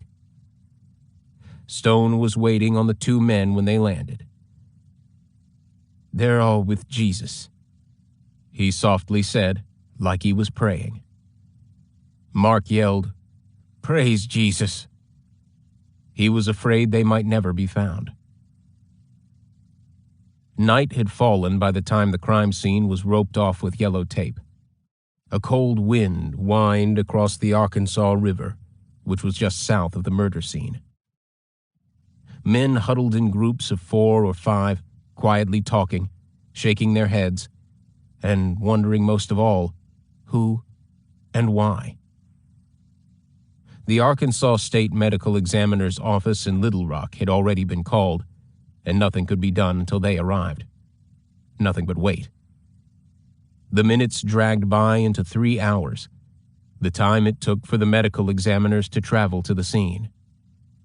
The Kibler Fire Department drove a fire truck over to shine light on the murder scene, and later the Sebastian County Red Cross brought over a generator to supplement the power. A farmer delivered an empty barrel and a load of firewood in the back of his pickup so a fire could be built to warm those who waited. The news media was there also. Newspaper and television reporters jockeyed for positions, while the lawmen tried their best to keep them at bay. Some of the locals, who had farmed in this community for generations, arrived with the feeling that their farmland was somehow desecrated. They raised soybeans here, and spinach and seed corn.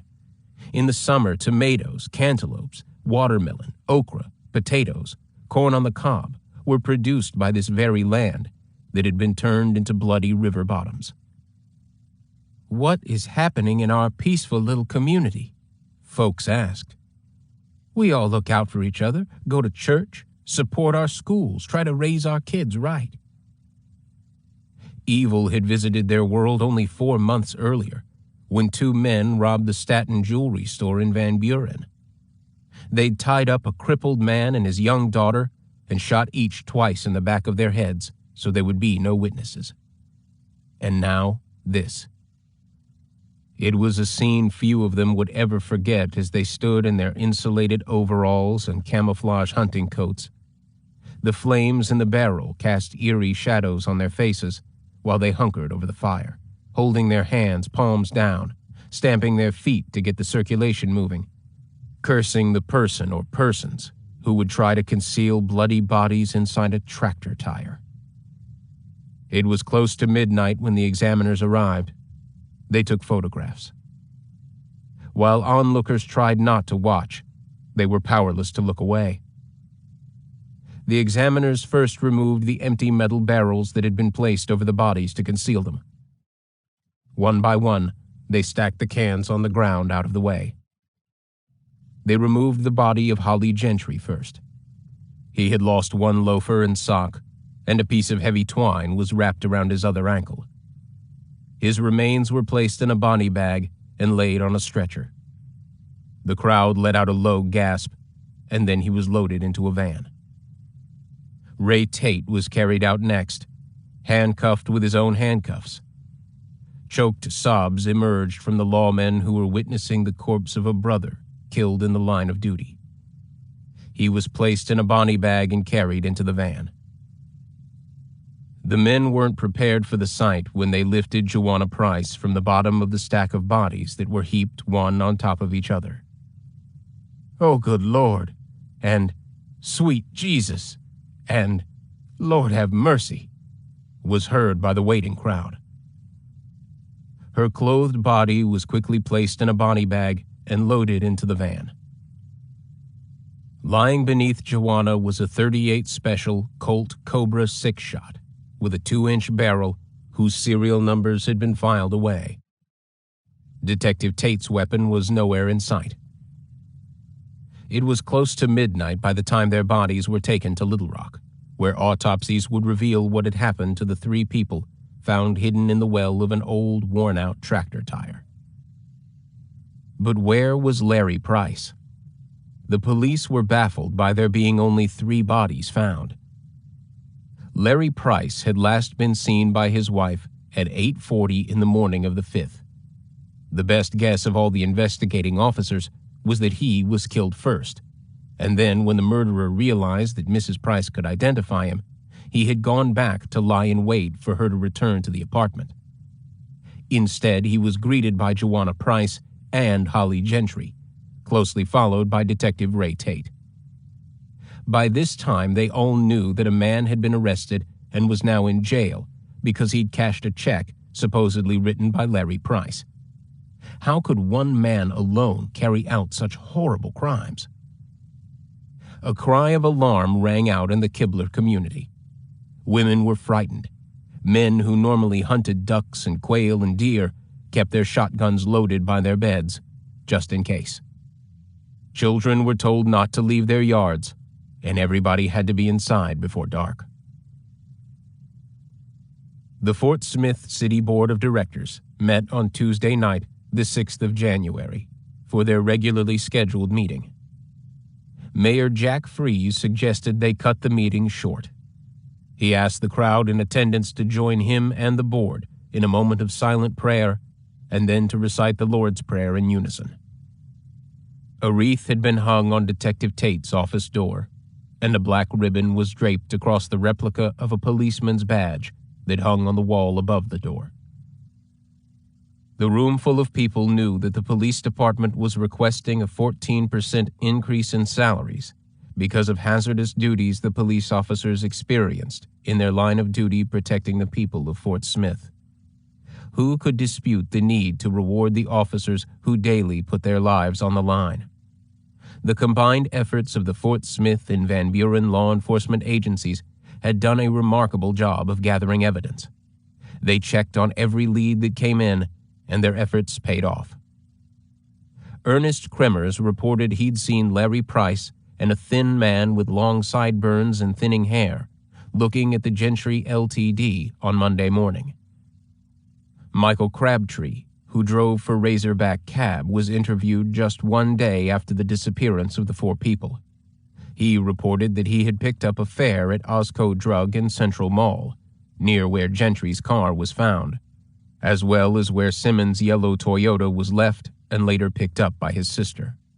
At 5:15, and taken him to the Glen Holly apartment complex on 48th Street. In the cab was an older couple he'd picked up in front of Sambo's, a restaurant also in Central Mall. The couple rode in the back seat, so Simmons, who was wearing a stocking cap, sat in the passenger seat next to the driver. Crabtree thought the man looked familiar, and that he'd picked him up and a woman with a baby the Friday night before. The passenger said yes, he'd ridden with him before, but he didn't elaborate. He asked to be taken to 710 North 48th Street, so the cab driver dropped him off first before going on to Dodson Avenue, where he dropped off the couple at their apartment building. He had last seen the man knocking on the door of apartment 1. Donald Seaton, who worked at Phoenix Village Mall as a custodian and maintenance man, was out picking up trash around 4:30 on January 5th. He noticed a yellow Celica parked a couple of cars away from where Joanna Price's car was parked. A man sitting in the driver's seat, who had long sideburns, appeared to be watching the car. Seaton was so concerned that when he finished his rounds and saw the car was still there, he took down the license number of the car. It was IFS 053. He told Mr. Jewel Morris about it, and he reported to Seaton that Holly and Joanna had gone to the police station to report Joanna's husband, Larry, as missing. They waited for Holly to check in, and when he hadn't called as he had promised, Jewel Morris went over to the apartments. It wasn't until 10:30 that night that Seaton heard about the kidnappings from the apartment.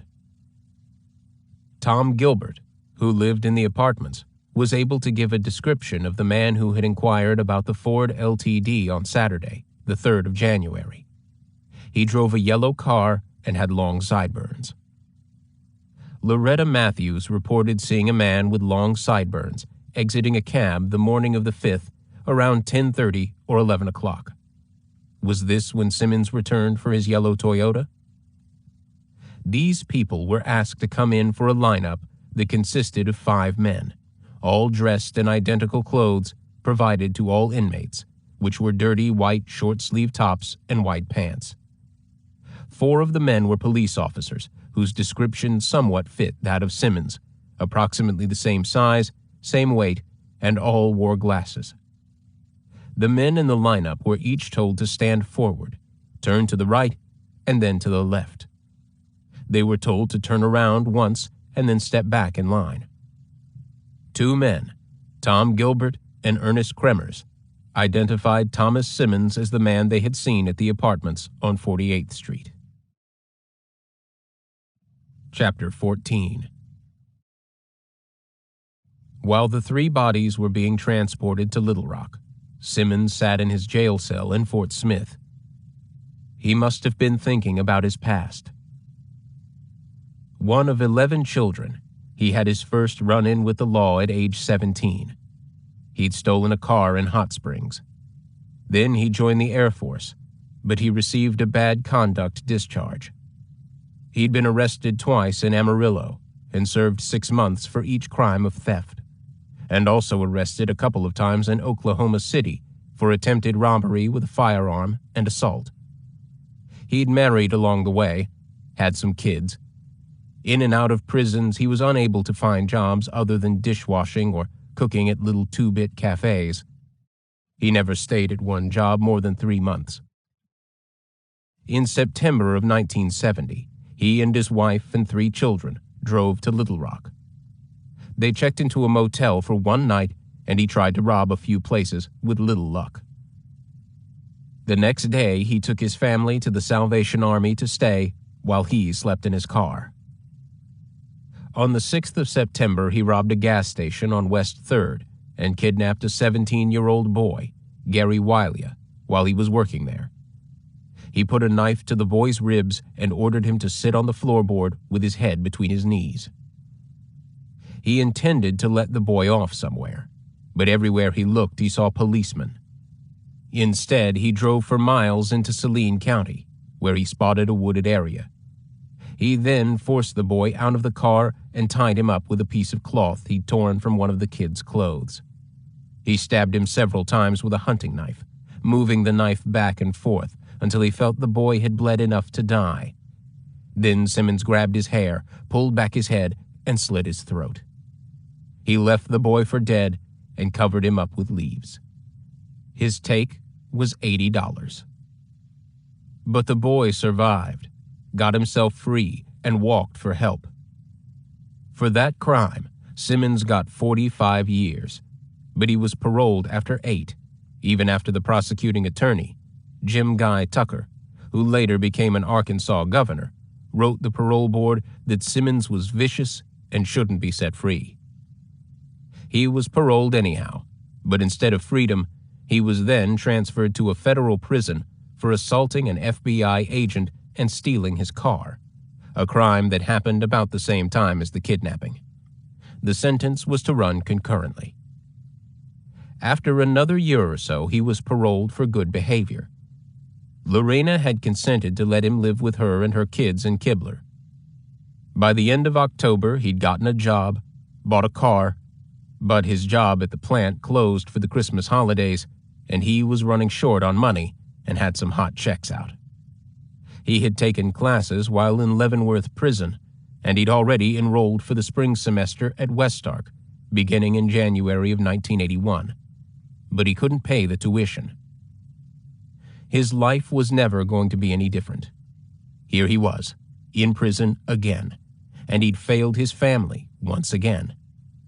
He wept, thinking how he'd disappointed his little girl, Vicky, who had been adopted by his sister, Leona. Vicky liked to read, and she loved school.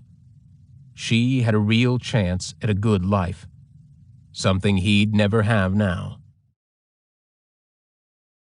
Chapter 15. In Little Rock, Egyptian-born and educated Dr. F.A. Malik, chief medical examiner, was in charge of performing the autopsies on Joanna Price, Ray Tate, and Holly Gentry.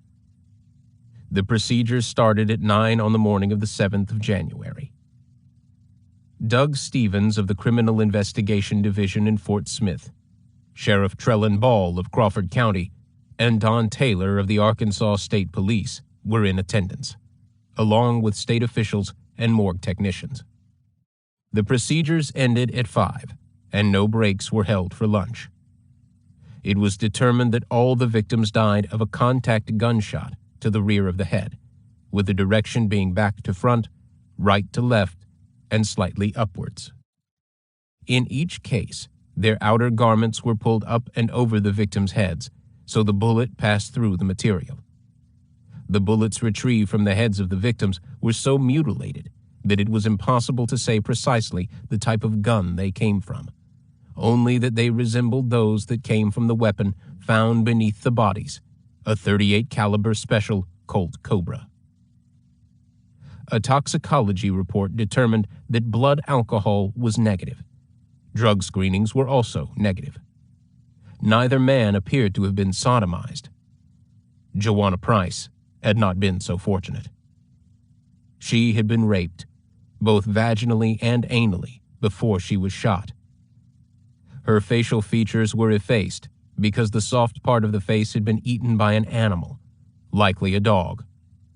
The eroded area included the eyelids, the nose with its cartilaginous portion, the lips, and the buccinator muscles. The hands of all the victims showed bruising on the palms and around the wrists. Ray Tate had a large amount of bruising on his hands, indicative that he put up a valiant effort to escape his bondage. The knuckles of his left hand were colored with yellow and orange bruises, as well as the fingers and palms of his right hand. Deep blackish-purple bruises showed on his wrists, where his handcuffs had been placed. Holly Gentry's right palm was covered in bluish-purple bruises, and his right thumb was heavily bruised.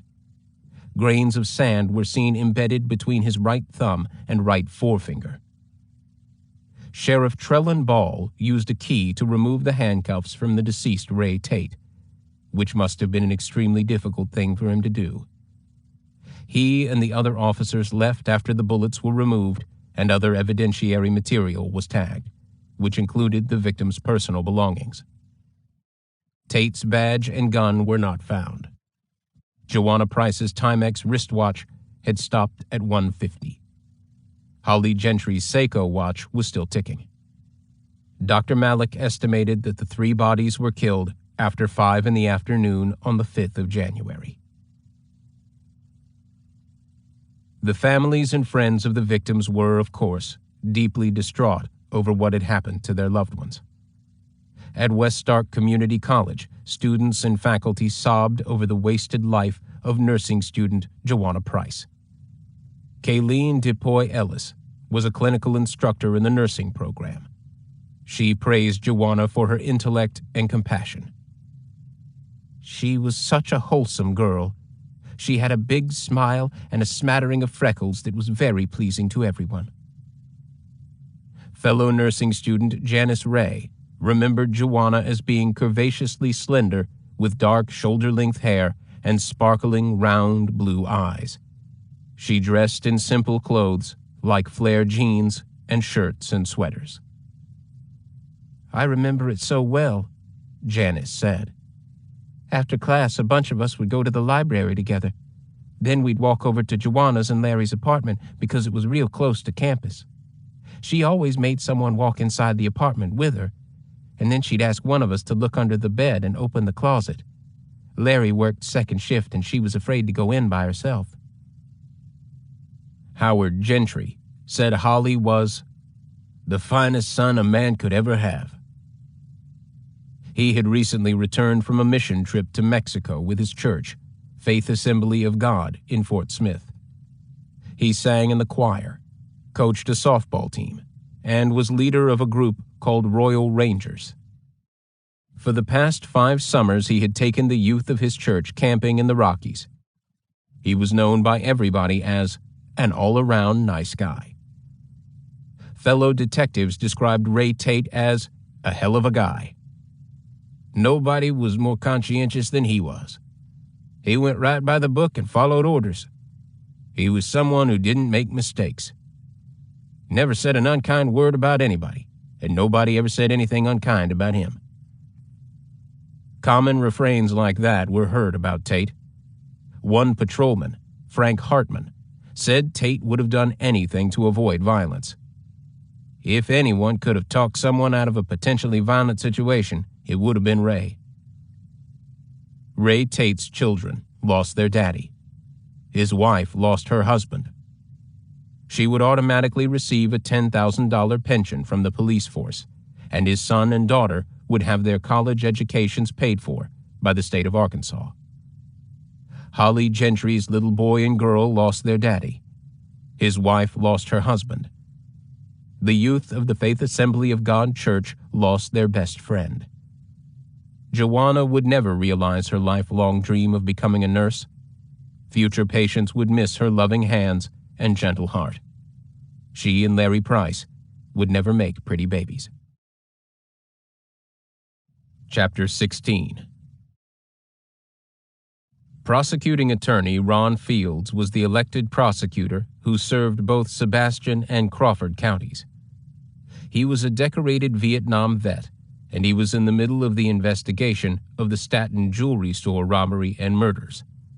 That case had taken its toll on Fields because he had come to admire the Staten family, who had spent the last 25 years making a success of their jewelry store, the only one in Van Buren. Mr. Staten was crippled with arthritis, and he and his youngest of 4 daughters were closing their jewelry store when 2 men robbed and killed them. That had happened in September of 1980, and now this multiple murder in January of 1981. Fields was weary of bad things happening to good people. He would be charging Thomas Simmons with kidnapping and murder. He was fairly certain that Larry Price was dead, but until they found his body, they could only accuse Simmons of 3 murders. And surely more than one person would have been necessary to overpower a detective with a gun, plus a strong young man like Holly Gentry, and then load them up in a car, along with Joanna Price.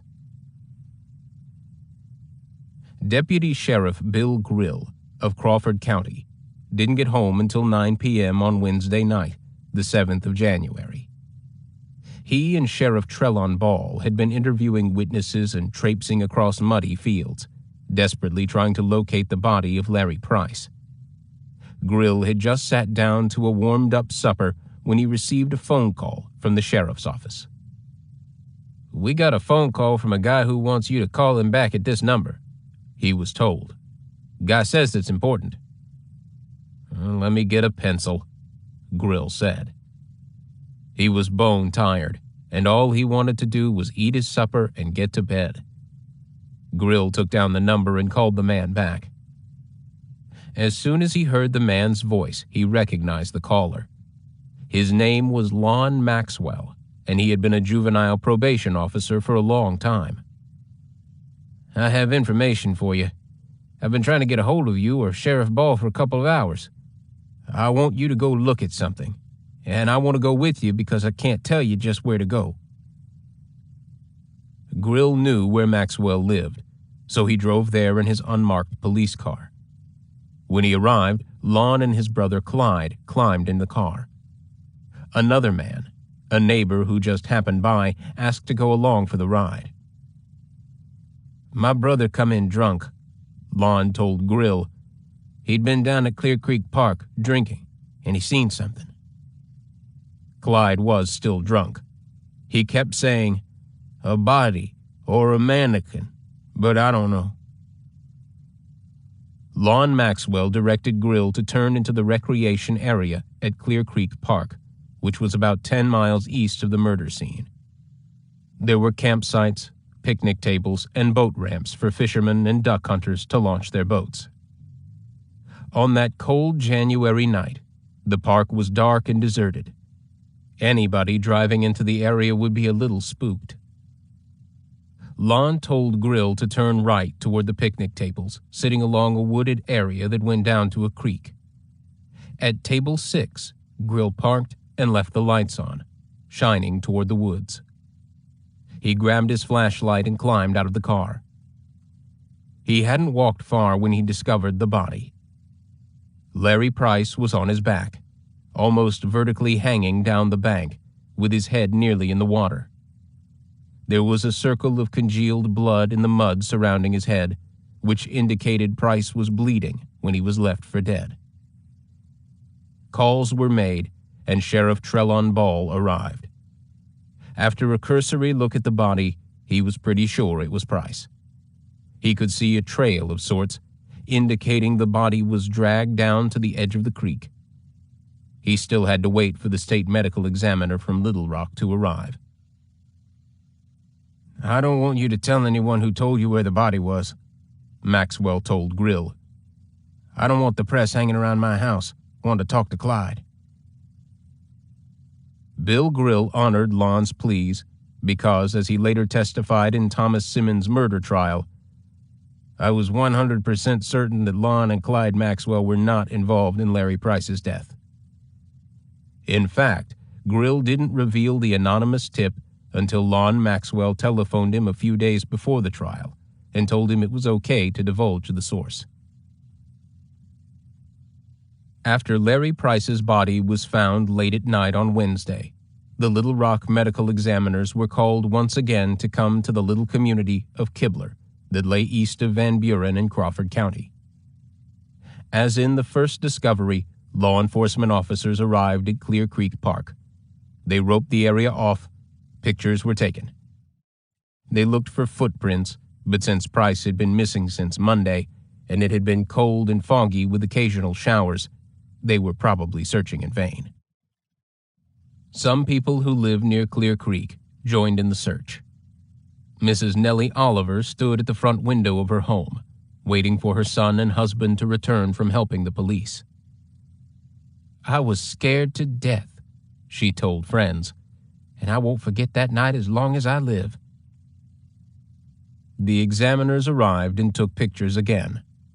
From the description of clothing given in the missing persons report by Joanna, they knew what to look for. Larry was wearing tennis shoes, dark jeans, a plaid shirt, and a heavy windbreaker. As with the other three victims, it had been pulled over his head, and he was shot once in the back of his head at tight contact. Farmers in the area brought in their tractors and made an earthen dam around the slough. Then the Kibler Volunteer Fire Department brought their hoses and drained the water. They were hoping to find more evidence or personal items of the victims. Nothing, however, was found. Dr. Malik again performed the autopsy. Larry Price was 72.5 inches tall and weighed 175 pounds. He wore a silver wedding band and a Timex watch that had stopped at 11:39. He also carried 2 ballpoint pens and 1 pencil, both made by Cross. Malik thought Price had been murdered somewhere else, and his body moved to the position where his head was down and his feet upwards. All the toxicology reports were negative for alcohol or drugs. Yellow and orange abrasions were found on the inside of his left fingertips. Around his left wrist, where his watch was, blackish purple bruises covered his wrist where his watch band had burrowed into his wrist from tightly tied ropes. His personal effects were released to the authorities to hold as evidence. Each item was bagged and labeled, following exact procedure. When the newspapers and television stations reported the finding of Larry Price, they also reported that the body was found because of an anonymous tip. That added to the mystery, and everyone wondered how someone could have possibly known the whereabouts of the body unless he or she had some prior knowledge. Would this mystery be explained when the trial came about? Chapter 17. As in all murder investigations, clues were coming in right and left. Witnesses came forward, and it seemed that everything was happening at once. On the day that Larry Price's body was found, an eyewitness came forth with some shocking and damaging evidence. James Davis, age 31, was checking on a friend's apartment at the Glen Holly Apartments. The friend, who attended West Stark, was in Huntsville, Arkansas for the holidays. Davis told police that he had witnessed an event that took place on Monday evening, the 5th of January, at his friend's apartment complex. He explained that he had waited a few days to come in because he was in some trouble with the police, and that John Settle was his attorney, and that John Settle was also the court-appointed attorney for Thomas Simmons. Davis told police that before coming into the station to make his statement, he had first checked with his attorney, and another attorney told him to contact the police, that it was the right thing to do. Davis said he and his wife were checking on his friend's mail, turning the heat up and down in his apartment, depending on the weather, and just generally making sure the apartment hadn't been broken into or disturbed. Davis said his friend had a weight set, and his friend had given him permission to use it, which he often did. He went to his friend's apartment on Monday night, about 6 o'clock. He heard loud music, so he walked outside on the second-floor deck to see where the music was coming from. By the time he got outside, the loud music had stopped. But he noticed a pickup truck parked in front of apartment 1, and a second later he saw a blue car driving up and parking behind the truck. He watched a man get out of the car and walk toward the mailboxes. He paid no more attention and went back into the apartment he was watching. Davis stayed inside the apartment for about 15 minutes, working out on the weights, before he left to go home to his apartment complex, which was a short distance away. The following is his sworn statement. It was at this time I saw 2 males cutting across the grassy area, heading for the blue car. The first man's hands looked like they were behind him, and he was being pushed toward the car. When they got to the car, the man behind opened the door and pushed the guy into the back seat. Then he ran back to the apartment and got a stocky man. This guy resists, turns, and twisted from side to side. This man's hands are also behind him, and when he was pushing this man toward the car, I came down off the apartment and got behind a large tree. It didn't take long to get behind the tree. I saw the second man pushed into the car and the car door was closed. When the man closed the door, he rushed back to the apartment and then seconds later came back out holding a girl who was crying, with his left hand under her chin. Her hands were not behind her.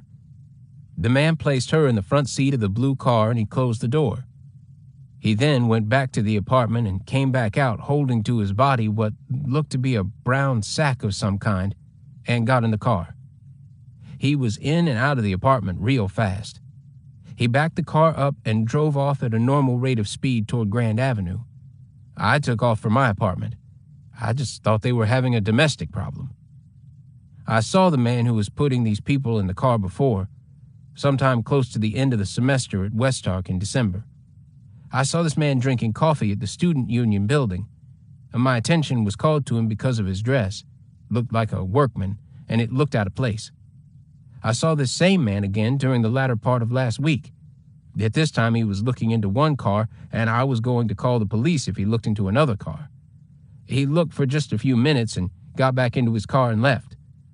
His car was a light or dented yellow car. It was a little car. At the time the people were being put into the car, I did not see a gun, but the people were facing me as they came out of the apartment. Davis ends his report by saying he had received no promises, deals, or anything like that. He was telling the story because it made him feel better. This was, of course, valuable information to the police. Except for one problem. Davis had quite a long record, dating back to 1968 in Jonesboro, Arkansas, and he had a history of mental illness, which probably accounted for his trouble with the police. He also had been in the military and stationed in Vietnam. He was involved in the massacre of a village and had received a court-martial. Many interviews were carried out, some in the police stations and some in people's homes.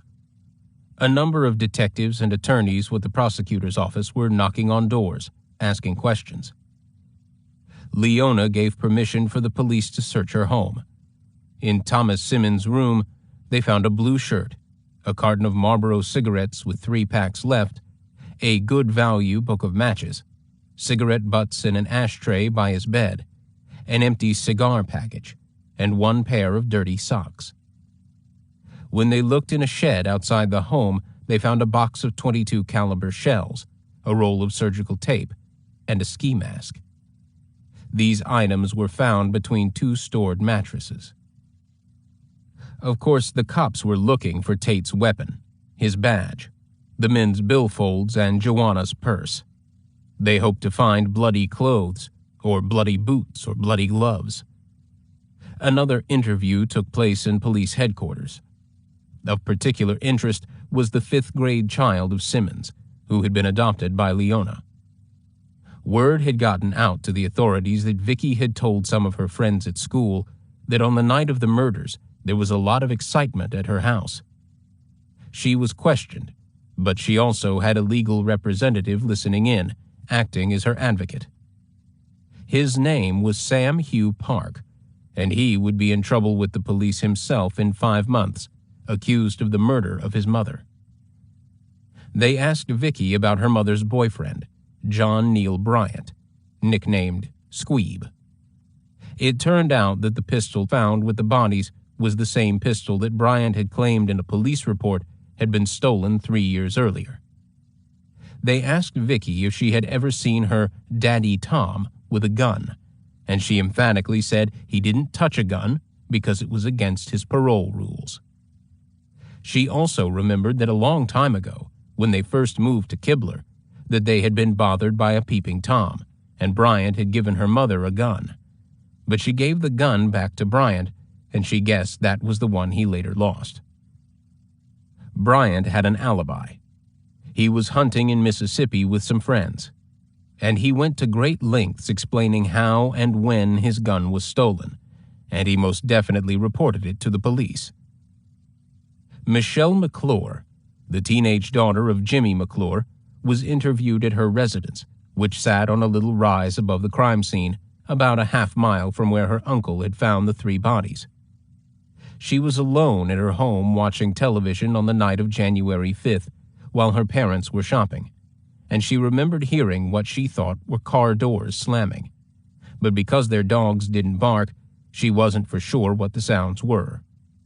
But they happened in 2 quick bangs, and then several minutes later another bang. She got scared and called her boyfriend and retreated into her bedroom until her parents came home. She guessed the time was about 7 or 7:30. Eldon Richards, who lived on Route 3 in Kibler, claimed that on Monday evening, the 5th of January, between 7 and 8 o'clock, he saw a car drive by his house going south at a slow rate of speed, occasionally stopping as if looking for something or someone. 15 minutes later, he saw the car go by again, only this time going the opposite direction. He walked out on his porch and saw 3 people in the front seat and 1 in the back. He watched it drive by his mother's house. The car was a regular-sized sedan, and he thought its color was gray. Chapter 18. The funeral for Ray Tate was held at Grand Avenue Baptist Church in Fort Smith on Friday, the 9th of January. His burial followed the service at Oak Hill Cemetery in Siloam Springs, Arkansas. 2 chartered buses and over 100 vehicles followed the funeral procession up Highway 59 to the cemetery, which was 70 miles away. Law enforcement officers from Arkansas, Oklahoma, and Texas were in the procession. He was 33 years old. The Gentry family was overwhelmed with a display of food, flowers, and phone calls. Nearly every man who came by the ranch to pay their respects insisted that Holly was his best friend. Dr. Torsten Siebold, who was a chiropractor, gave each member of the immediate family a much-needed relaxing massage. On Saturday, the 10th of January, Holly Gentry's funeral was held at Faith Assembly of God Church in Fort Smith. The sanctuary was filled with family and friends, and a closed-circuit television served the gymnasium that held 1,000 people. Others waited outside to show their respect. He was buried at the Morrison Cemetery next to his grandfather on his mother's side, Reeves Smith. Holly was only 27 years old. Several days later, his brother Mark flew home to Springfield in his Mooney. His wife and children had driven home in the family car. Mark took off from the runway at Whitewater Ranch, flew south for a ways, and then turned north to make a flyby at the ranch's home. He saw smoke rising from several sources that appeared to be campfires. All around the home, he saw what appeared to be a medieval military with tents and stacks of spears. He flew on to where he crossed a meadow, where he usually wagged his wings to signal goodbye. He looked down and saw brilliant warriors, shining like the sun, standing guard all around his parents' home. Once again he looked down, and this time he saw brilliantly blazing angelic figures staving off a siege from the medieval warriors. Mark was not dreaming. He was wide awake. After all, he was piloting an expensive, high-performance airplane. The vision soon faded, and he eagerly turned his craft toward Springfield, Missouri. He had experienced a bloody vision about the time of his brother's death. Now he had seen a vision of angelic forms protecting his parents from barbaric demon forces. The friends of Joanna who were in her nursing school class were devastated by the news of their classmates' kidnapping and murder. They could only imagine her terror, especially because they knew how afraid she was to go into her apartment alone. Her friends and instructors wanted to honor her in some way, so eventually a lab room was named after her. They attended the combined funeral of Joanna and Larry Price at the Lamar Baptist Church on the 10th of January, a mere 5 days after the couple said their final goodbye to each other. Joanna and Larry Price were laid, side by side, at Brock Cemetery in Piney, Johnson County, Arkansas. Their tombstone was a beautiful marble monument that depicted two hearts joined together. Under one heart, Larry's name, birthday, and date of death was listed. The other heart listed Joanna's name, birthday, and date of death. On the back of the tombstone was engraved the copy of the letter Joanna read to Larry on the day of their wedding. I waited so long for your love. It seemed like 1,000 years, but you finally came along. You wiped away all my tears. Now today is the beginning of a life that we can share. Just take my hand and walk with me. Together we'll climb to touch the sky. We can have a home where love will be our guide. Together we're not separate. We'll be as one until the end, and God will be our leader as our new life begins. They were both only 21 years old. Chapter 19. The farming community of Kibler, between Van Buren and Alma, was noted for its rich farmland. Much of it was owned by farmers like the Kiblers, for whom the community was named: the McClures, the Arnolds, the Newtons, the Gooches, and the Parks. The Park brothers owned a huge operation growing beautiful plants like ferns, roses, zinnias, marigolds, lantana, columbine, daisies, petunias, and impatiens to ship to markets all over the South. Jim Bryant and his wife Judy raised poinsettias and shipped them to markets at Christmas time. Their neighbors were always amazed to see the rows of large greenhouses filled with red, pink, and white poinsettias. The sheer beauty of the flowers that represented the season was very impressive.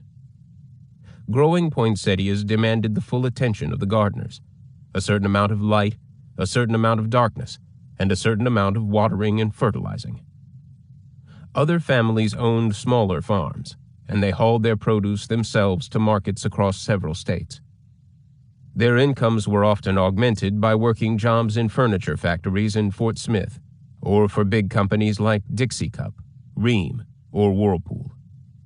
Missouri Pacific and Frisco Railroads had once employed lots of people, but truck lines like ABF Freight and Jones Truck Lines were taking over the job of delivering goods across the country over highways instead of railroads. Some lived in Kibler because it was peaceful and quiet.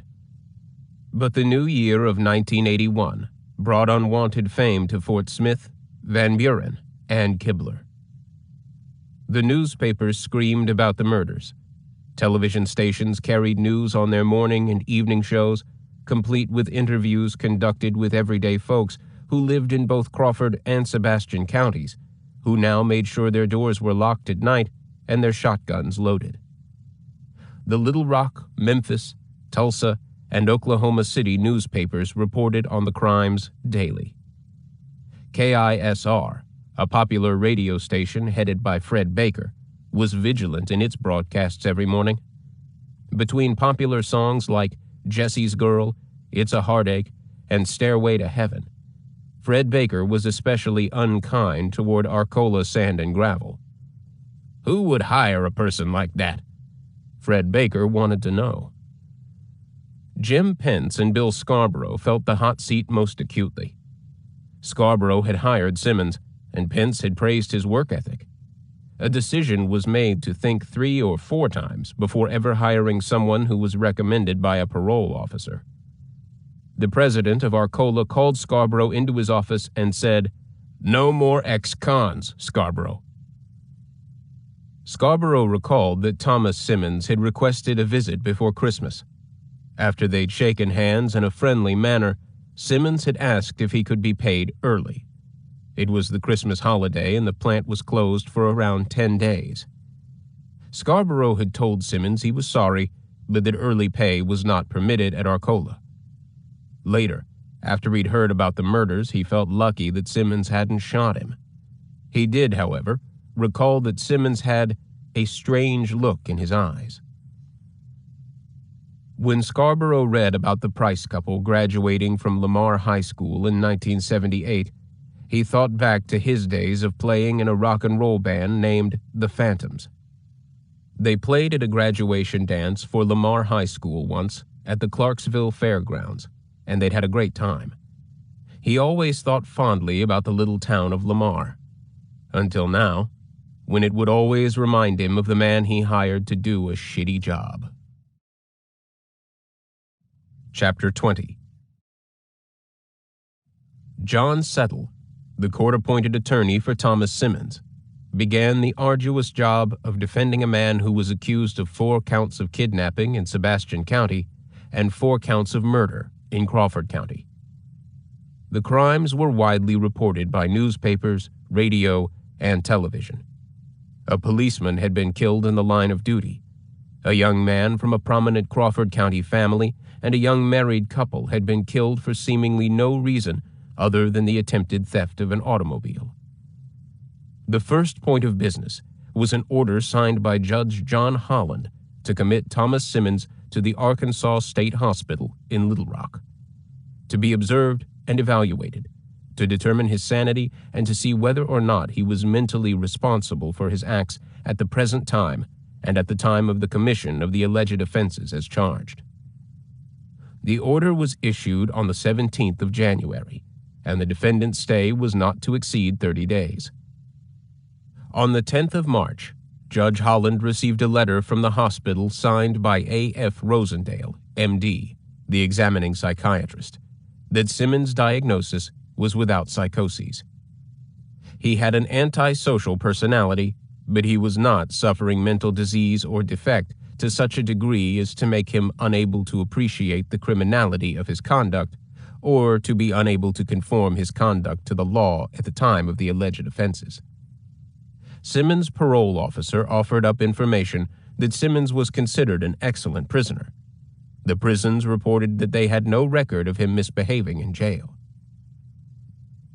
Settle sought a motion for change of venue. He asserted that the defendant was arrested on the 6th of January and charged with kidnapping in Sebastian County and capital murder in Crawford County. Since the defendant's arrest, the Arkansas Gazette-Democrat, Southwest Times-Record, Crawford County Courier, Crawford County Press-Argus, and other newspapers widely circulated had reported the circumstances surrounding the defendant's arrest and all subsequent proceedings in the case. Television stations, KFPW, KFSM, and KLMN of Fort Smith, KARK, KTHV, and KATV of Little Rock, and KTUL of Tulsa had extensive audiences in Sebastian and Crawford counties. Furthermore, radio stations KAYR, KFDF, KFPW, KFSA, KISR, and KTCS had all reported on the circumstances surrounding the defendant's arrest and subsequent proceedings. Settle said prejudicial publicity prevented Simmons from getting a fair trial due to the massive publicity the inhabitants of Crawford and Sebastian County had been inundated with, including details of Simmons' prior convictions, which would have been inadmissible in court. Prosecutor Ron Fields responded rather succinctly that the defendant was charged with capital murder in Crawford County and that the charge of kidnapping in Sebastian County wasn't under discussion for any trial setting or motion purposes. He added that the state prayed the court would schedule a hearing on the matter. The request to move the trial was denied. Settle also made a motion that the defendant's vehicle be returned to his family. He stated that the police had ample time to examine and photograph the vehicle, and that the vehicle was being held solely to harass and inconvenience the family of the defendant. Was that true? Would the police keep the car just to harass the family? Did the police think Leona Powell and her children weren't being truthful, and keeping the car would be a bargaining point? Simmons' family was reported to be in shock that this tragedy had happened, and that their uncle was accused of the murders. His sister Leona took to her bed, sick over it all. The girls were sometimes accosted at school. They were good students, and the teachers tried to intervene. Jeannie, in particular, was distraught over her uncle's arrest and the accompanying innuendo that was leveled at her and her sisters. Vicky Powell, the youngest, was teased the most. She was taunted with, "Your dad's a killer," and "Your daddy is a monster who killed 4 people." One teacher recalled having met Simmons at an open house held for parents and relatives in the early part of the school year. They'd had a long discussion over literature. "He seemed really smart, and we had a nice time talking about books and authors we both liked." Then she shook her head and laughed. "So much for my good judgment." Neighbors of the Powells were quoted saying that the Dixie Mafia was involved and that Thomas Simmons was taking the blame in order to shield his family from retribution. The Dixie Mafia was a crime organization that had its headquarters in Biloxi, Mississippi. In 1980, they killed a judge and his wife there, and their sinister dealings were exposed. They dealt in gun smuggling, bootlegging, all manner of thievery and murder. This organization was made up mainly of ex-cons, so it was possible that Thomas Simmons knew members of the Dixie Mafia. No link was ever proven, however, or their involvement in the kidnappings and murders.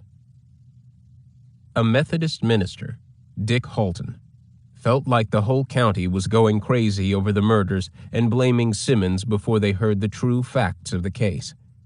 He didn't believe Simmons could possibly get a fair trial in Crawford or Sebastian counties. Later, at pre-trial testimony, he took the stand to declare his belief that there wasn't a single person in Crawford County who hadn't already made up his or her mind about the guilt of Simmons. It also became known that Thomas Simmons had made plans to attend West Stark Community College. He'd gotten his acceptance letter, but, and it was a big but, he had not paid his tuition. Perhaps Simmons had wanted to turn his life around. Perhaps he spent more money on Christmas gifts for his family than he should have. Perhaps he was going to steal the Ford LTD and sell it. With the money, he could pay the tuition, buy books, and get a part-time job. Or perhaps Simmons was involved with other disreputable characters who planned to steal the car and sell it. If Larry Price had to be killed, so be it. The psychiatric exam had stated he had an antisocial personality. A person who spent years in prison trying to stay out of the way of trouble with other prisoners might well have formed an antisocial personality for protection. When the authorities requested and received documents from various penal institutions that Simmons called home, they learned quite a bit about his life. Somehow, the newspapers found out about his record and made it front-page headlines. When he was 17, he had stole a car in Hot Springs. He joined the Air Force but was kicked out. He had committed crimes in Amarillo and Oklahoma City. He worked at odd jobs in two-bit cafes, but always quit after 2 or 3 months. He cut the throat of a 17-year-old boy and left him for dead. He was sent to prison for 45 years but was paroled after 8. He assaulted an FBI agent and stole his gun and served just under a year in Leavenworth. His father was dead and his mother, Eugene, had married Claude Bray. They lived in LaQuire, Oklahoma. He had 5 brothers whose occupations were listed as laborers or truck drivers. He had 4 living sisters whose occupations were listed as housewives. 1 sister was deceased. Prison records revealed he smoked and drank, but that he denied using drugs. Statistically, those who commit acts of violence have a common backstory. There are warning signs that often start in childhood. Most killers are male. In fact, 90% of them are. They tend to be intelligent but perform poorly in school. Often there is no father figure, and a domineering mother raises the children in a dysfunctional home with many siblings. Frequently, as a child, the killer wet the bed after the age of 12, had a fondness for harming small animals, and liked to play with matches. Thomas Winford Simmons possessed many of these traits, and he was accused of 4 murders. It was up to Ron Fields, the prosecuting attorney, to prove his guilt. It was up to John Settle, Simmons' court-appointed attorney, to prevent that from happening. Under the laws of the United States, Simmons was innocent until proven guilty. Chapter 21. Jewel Morris's widowed mother, Mrs. Nita Morris, still lived in Kibler. In fact, she lived very close to the home of Leona Powell. She was heartsick over the deaths of 4 people who were killed in the little village she loved. She and her husband, Jewel Morris Sr., had taught several generations of children who lived in this lush farmland community. Mrs. Nita Morris was very proud of her son. He'd excelled in college and business. He was a good Christian with good Christian friends, like Howard and Odessa Gentry. And when she went shopping in Fort Smith, she shopped at the stores inside Phoenix Village Mall that her son had built. Not a mother anywhere was prouder. Mrs. Nita Morris especially grieved over Holly Gentry. She and her husband had taught his daddy in school. She knew Howard Gentry would never get over the violent ending to his son's life. The irony that Howard's life began on this land and his son's life had ended on this land was not lost on Mrs. Nita Morris. As teachers, Mr. and Mrs. Morris had a pretty good idea of how their students would turn out. Their behavior in the classroom, whether they studied or not, how they treated their classmates, if they lied or stole pencils or others' lunch money, or got in fights for no good reason, was a good measuring stick for how their lives would turn out. Mrs. Nita Morris had Neil Bryant in school, but everyone called him Squeeb. Her prediction that he probably would not turn out to be a good citizen had proved true. Neil was around 50 years old, 5 feet 6 inches tall, and weighed 120 pounds. He liked to hunt and fish and travel around in his little makeshift trailer he pulled behind his old jalopy of a truck. He was considered the slacker of the family because his siblings were good, hard-working people. His sisters, twins Reva and Treva, were good high school basketball players. His girlfriend was Leona Powell, a single mother of 5 girls. Her wedding picture to her children's father depicted a beautiful brunette wearing glasses. Heavy and now 40 years old with graying brown hair, she had few prospects for boyfriends interested in a woman with 5 daughters. Leona had a limp and used a cane. She didn't have a job but collected a disability check. She was intelligent, and if she'd had half a chance in life, she might have made something of herself. Instead, she was determined to help her girls succeed. They were polite and courteous, and they all distinguished themselves in the schools they attended in the Van Buren School District.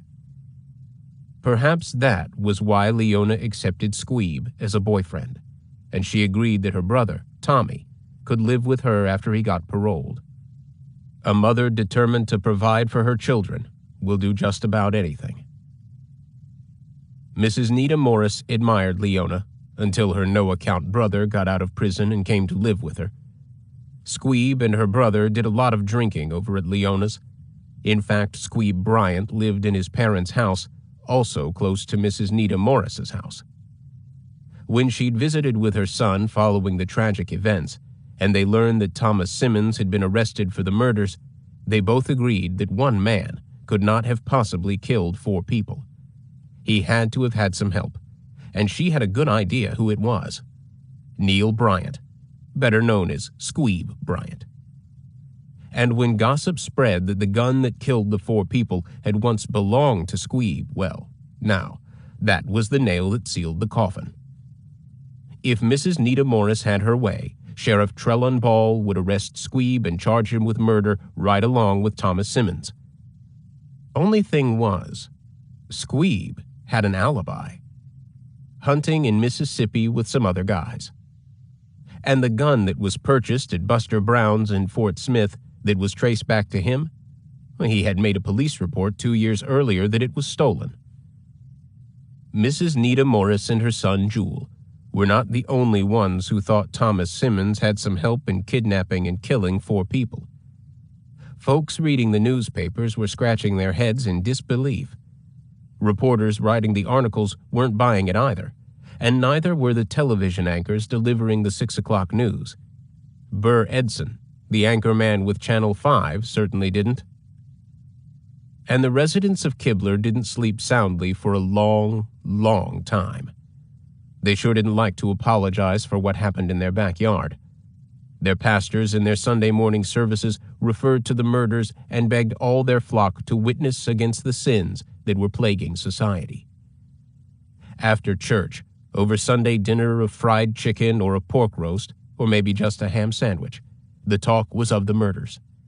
How could one man get from spot A to spot B to spot C to spot D to spot E to spot F? The newspaper said he took taxi cabs from one place to the other. No way could one person do everything they said he did without help from someone else. Becoming a court-appointed attorney from the public defender's office in a murder case was not easy. The client didn't have any money, or he or she would have hired an attorney. With an indigent client, there was no money to hire investigators or experts to prove your client innocent. And if his family was poor also, then they can't help either, or won't. John Settle, the court-appointed attorney for Thomas Simmons, asked the court for more than the usual $200 allotted for fees and expenses, to no avail. He asked for another lawyer to help him, saying his client would be denied his constitutional rights to a fair trial if help was not provided. He won that battle, and Garner Taylor joined Settle in trying to come up with a defense for Simmons. Settle and Taylor filed a lot of motions, only to have them overruled by Judge Holland, and they had to prepare for the pre-trial hearings that would be occurring in the spring, with the actual trial probably starting in late summer. In early May, John Settle received a list of witnesses prosecutor Ray Fields could call at any hearing or trial.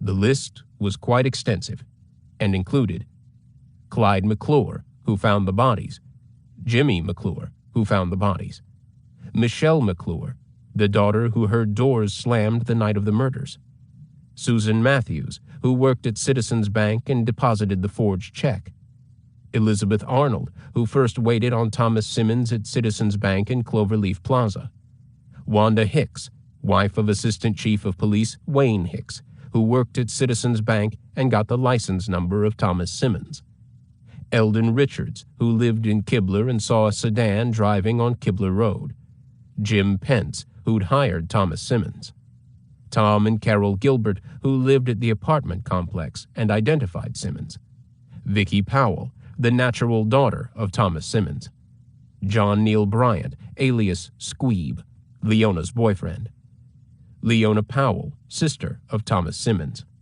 Mike Crabtree, a taxi driver in Fort Smith, James Davis, who claimed he saw Simmons kidnap 3 people, Bill Grill, who discovered the body of Larry Price, Pancho Davis, detective and partner of Ray Tate, Doug Stevens, detective with the Arkansas State Police, Bill Taylor, detective with the Arkansas State Police, Trellon Ball, sheriff of Crawford County. These names represented some of those who would be called to testify for the defense. Other lists included Dr. Malik, the state coroner, handwriting experts, blood specialists, and hair sample specialists. Any or all of these people could convince the jury that Thomas Simmons was guilty on 4 counts of capital murder. Settle had to interview each one. He also had to go through the prosecuting attorney's witness statements. Ron Fields had an open file policy, so Settle was able to start questioning the witnesses. John Settle went to the apartment complex and took Polaroid pictures of the apartments and the parking lot. He talked to residents and tried to find out if they were really and truly able to identify Simmons as being there either in daylight or nighttime. Being able to see who was in and out of a dark parking lot on a cold January night at 6 o'clock was deemed sketchy at best. But after the kidnapping, a bright street light was installed that illuminated the parking lot. Settle questioned whose idea that was, and he researched articles written by esteemed scholars that opined the unreliability of microscopic diagnoses in forensic pathology. He asked that these articles be admitted in evidence and suggested that Judge Holland read the material to better understand that there existed certain problems in having human hair, blood, semen, and bloodstains introduced in court as evidence. The pre-trial hearings were held on the 12th and 13th of May, 1981. Both sides would be able to find out just exactly what evidence would be introduced. The prosecutors said one man, Thomas Simmons, killed all 4 people. The defense said Thomas Simmons forged a check and nothing more. Chapter 22. The capital murder trial of Thomas Simmons began on the 5th of August at the Crawford County Courthouse in Van Buren. Judge Holland presided. Ron Fields, David Saxon, and Lee Kirkendall represented the 12th Judicial District of the state of Arkansas. John Settle and Garner Taylor represented the Public Defender's Office of Sebastian County. 200 potential jurors had been called. They had filled out information cards on their age, where they lived, where they worked, if they were married or single, widowed or divorced, and how many children they had. The attorneys pored over the information, trying to decide which would be a good juror who might be more inclined to agree with their side. Of course, they couldn't really tell until they were able to question the potential jurors who were called to fill the first pool of possible jurors. 6 people were called at one time. 1 was put on the stand to be questioned, while the other 5 were escorted by the court's bailiff to wait in another room. In legalese, that is called voir dire. Ron Fields began the process by introducing himself to the first possible juror.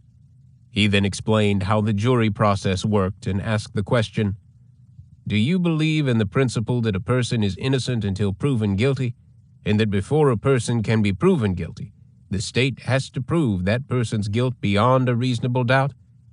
And in the event that state does not prove someone's guilt beyond a reasonable doubt, would you vote to acquit that person?" Right off the bat, the first potential juror answered no. Of course, he wasn't chosen to be a juror. Both sides realized at that moment that choosing 12 people to decide the fate of Thomas Simmons was going to take a lot of time. And so it did. One lady, after being questioned over and over by the defense about her opinion of the death penalty, said, "I feel like I'm the one on trial. We're just ordinary people who live out in the country and don't get out much." Another was questioned about her belief in the Bible that said, "An eye for an eye," and "live by the sword, die by the sword." If a potential juror answered a question about where he went to church with Assembly of God. Then he was asked if he knew the Gentry family, because they were big in the Assembly of God church. Voir dire took a long time. Judge Holland was understandably annoyed with the same questions, asked over and over again, particularly by the defense team of Settle and Taylor. They kept asking each juror if he or she read the papers, listened to television, or had already formed an opinion about the guilt of Thomas Simmons. For the spectators in the courtroom, the process of choosing a jury seemed to hinge on whether 12 people could be found in Crawford County who had no opinion whatsoever about the man accused of killing 4 people, or whether or not the death penalty should be the proper punishment for the murder. The defense team had asked the judge for a change of venue. It seemed they wanted to prove to the judge that he should have granted it.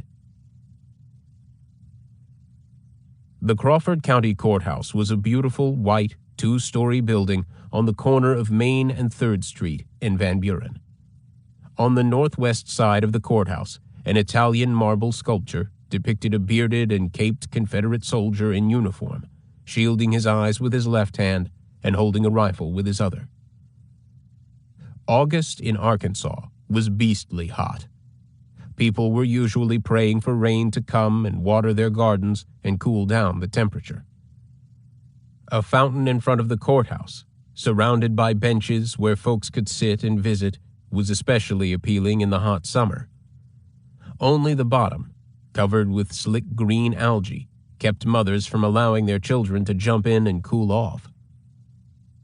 Inside the courtroom, the window air conditioners hummed loudly, trying to keep the big room cool.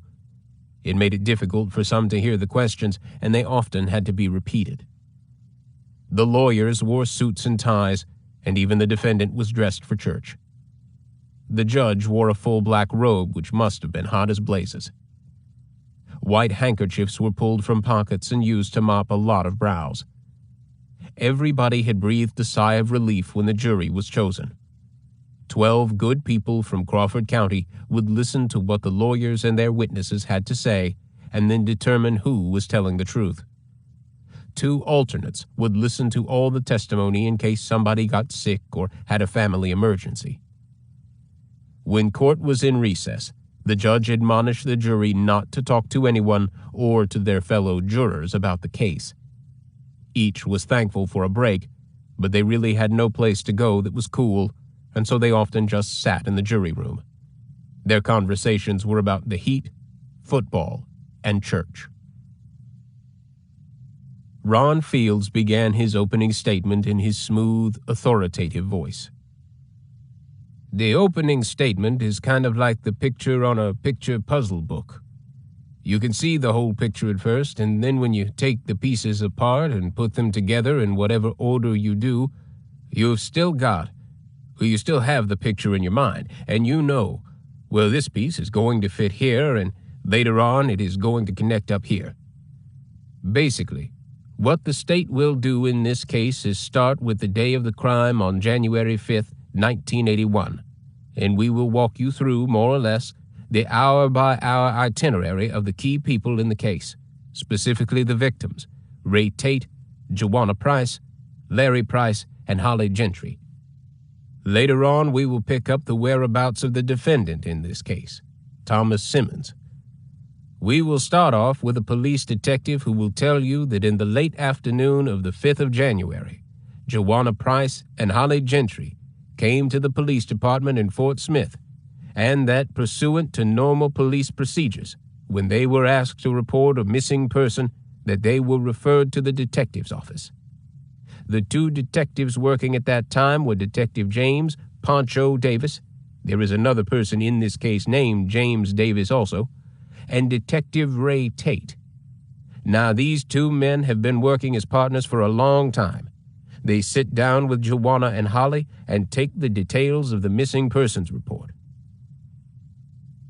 In present tense, as if his dialogue was showing on a movie screen, Fields continued to tell the jury that the Prices were selling a car for their friend Holly Gentry at the apartment complex where they lived and served as managers for the owner, who was also Holly Gentry. He told the story in present tense because he wanted the jury to feel like they were there with Joanna and Holly and Pancho and Ray Tate. And on that January Monday morning, a man, whom she describes as medium age, tall and thin, with long sideburns, comes to look at a car. When she leaves for work at Phoenix Village Mall as a part-time secretary for Mr. Jewel Morris and Howard Gentry, she makes plans to meet Larry for lunch. When Larry doesn't show up for lunch, Joanna becomes frightened because Larry isn't the kind of husband who won't show up for a lunch date with his wife. Because she is in nursing school at West Stark and is only working during Christmas break, they won't have many more times to have lunch together. Holly Gentry works for his dad at Phoenix Village Mall, sort of as a manager, and has a business there. And Joanna tells Holly about Larry missing the lunch date. She also tells Holly about the man who came to look at the car, and that bit of information is very alarming because Joanna has called a friend at the apartment complex and found out that Larry's personal car is parked where it always is, but the car for sale is gone. And Larry didn't answer the phone calls or come to the door when the neighbor knocked and knocked. So she calls Baldor, where her husband works second shift as a machinist, and finds out that someone called in for Larry and told the secretary that he won't be in. The secretary emphatically says the voice was not Larry's. By this time, everyone is upset, and Holly leaves to go look at the apartment for himself. When he comes back, he takes Joanna with him in his truck to the police department.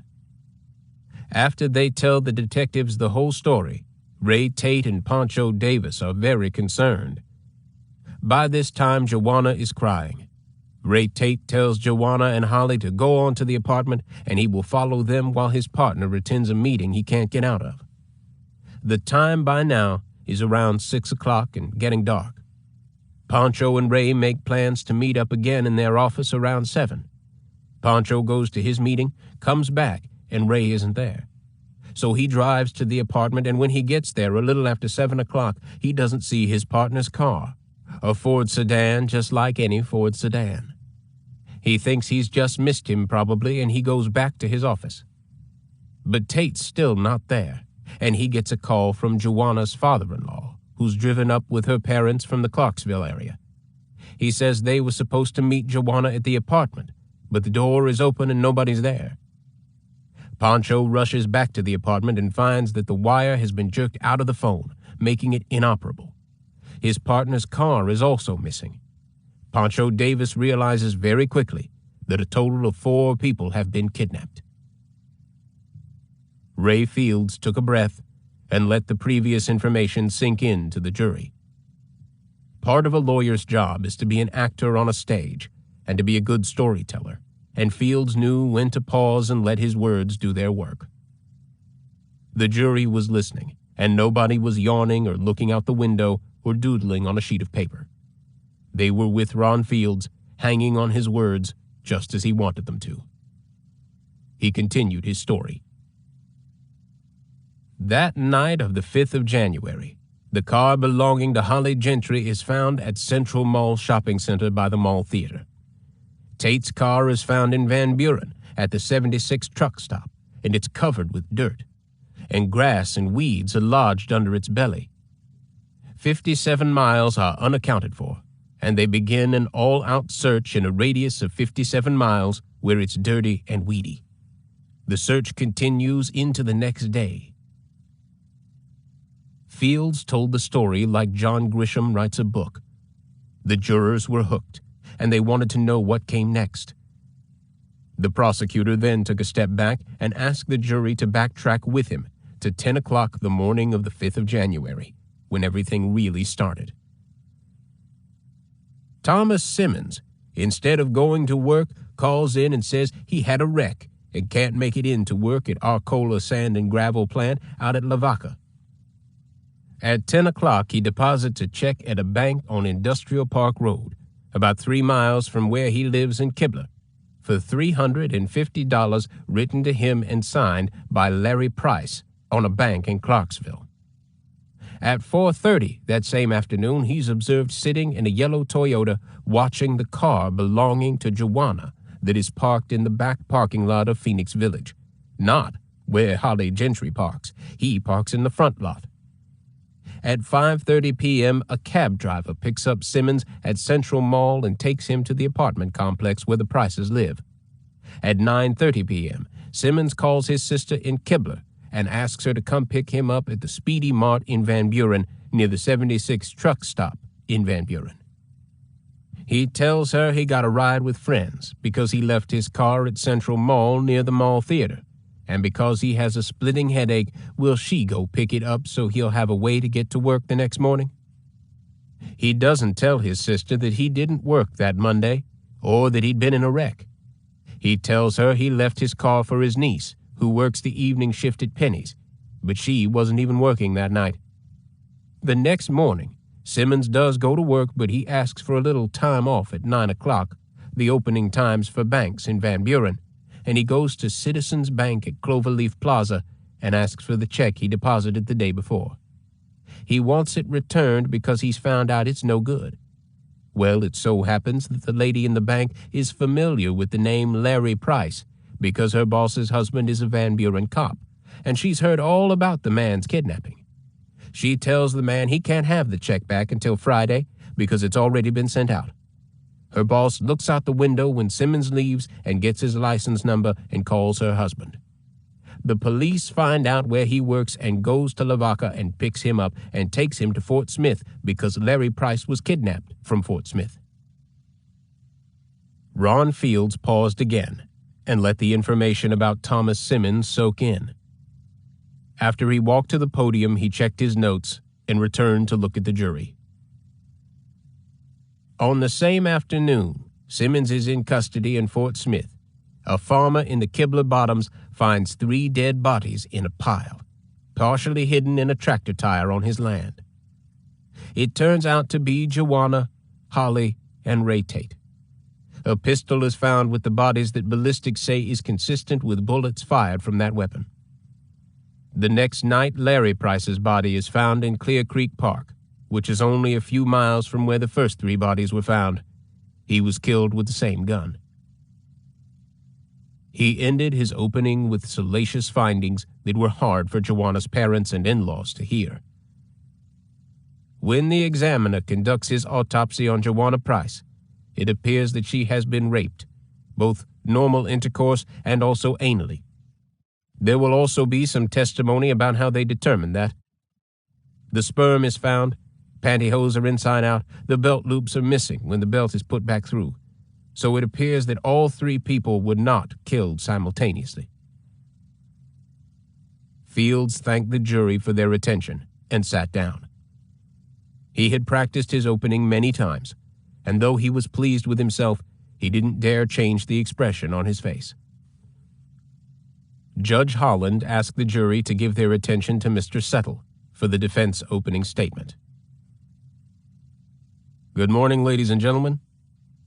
On January 6, 1981, Thomas Simmons got up at 4:30 in the morning. Your Honor, is the microphone on? Can you hear me? The jurors nod that they can. Okay. He was living with his sister Leona and his nieces, Linda, Jeannie, Brenda, Jamie, and his daughter Vicky. They lived in a little frame house near Kibler.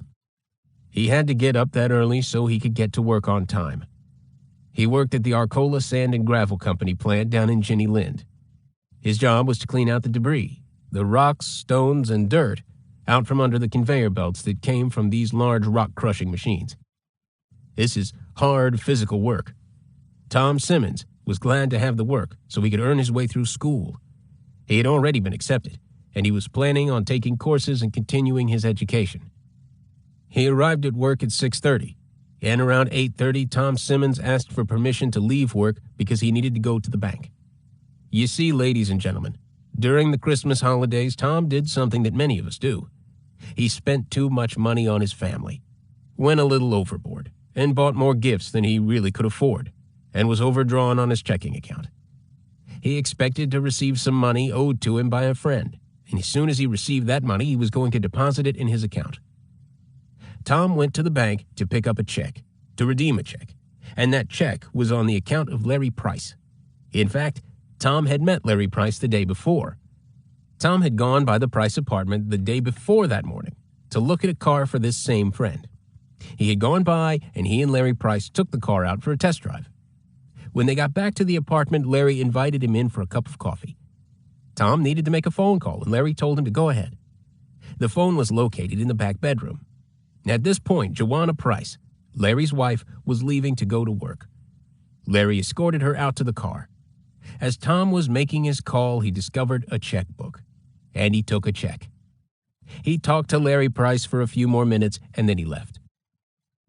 He went to the Citizens Bank in the Industrial Park area, and he made out the check for $350, and he deposited $300 in his account. So on this Tuesday morning, Tom went to redeem the check. He had been eating his breakfast that morning that his sister had prepared for him. He read about the people who were missing. He did not realize one of the people who was missing was the person he might have met the day before. He went, drove to work, and after he had been working a couple of hours, he remembered the check, and he realized that this might be the same person he had met. He went to the bank and he tried to redeem this check. When he was unable to do so, he drove back to work and went back to work on his job working under the conveyor belt. About 2 hours later, Tom saw 2 police cars drive up to the office at the plant. He continued working until he was interrupted by his foreman, who drove up in his pickup to the work site, and the foreman told Tom that the police wanted to talk to him about a check. Tom got in the pickup with his foreman and drove to the office. When he got to the office, the police told him they wanted to talk with him about a check. Tom got into the police car with the officers and they drove. He rode with them to the police station. Ladies and gentlemen, we do not know what actually happened to those people on January 5th, and we don't pretend to solve this crime. But we do know that Tom Simmons is not guilty of kidnapping and murdering these people, and we believe that when all the evidence is in, all of it, that you will agree with us. Thank you. Ron Fields was surprised at Settle's opening statement. In fact, he asked for a 15-minute recess. Settle had begun his opening with the day after the crimes happened. He told the jury that his client forged a check, deposited it, and then tried to get it back. And he always referred to his client as Tom. Perhaps he thought it a friendlier-sounding name. Fields must have thought, "What? That's it?" Chapter 23. Ron Fields called Pancho Davis to the stand next, and he asked him to go through the events of January 5th, 1981, when he and his partner Ray Tate first met Joanna Price and Holly Gentry. After his testimony, John Settle cross-examined Pancho Davis, mainly about how dark it was that evening when Tate left to go to the apartment. Davis said it was dusk, and that some people, but not all, had turned on their lights. Settle wanted Davis to say it was dark, because he knew there was another witness, a man named James Davis, who was going to testify that he saw 3 people led out of the Price apartment by a man, and that they got into a sedan and drove off. Fields then called Ernie Kremers and Tom Gilbert, who testified they'd seen Simmons looking at a 1979 Ford LTD, maroon over silver, at the apartment complex on North 48th Street. Settle's cross was perfunctory. Fields then called Carol Gilbert, who testified that she had received a phone call from Joanna Price, asking her to see if her husband was at their apartment by knocking on their door, and also if the Ford LTD was gone. Gilbert testified that Larry Price did not come to the door after she knocked many times. Price's car was parked where it usually was, but the car that was for sale was gone. Again, there wasn't much Settle could find out from Carol Gilbert. Fields called Michael Crabtree, who was the cab driver who picked up Simmons at Central Mall at 5:30 the Monday afternoon of the 5th of January, and took him to the apartment complex at North 48th Street.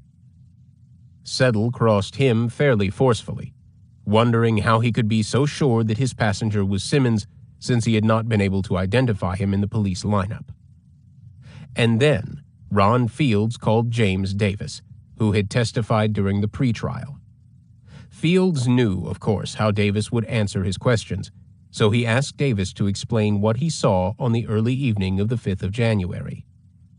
Davis explained that he was looking after an apartment for a college friend of his who was visiting his parents in Huntsville, Arkansas over Christmas break.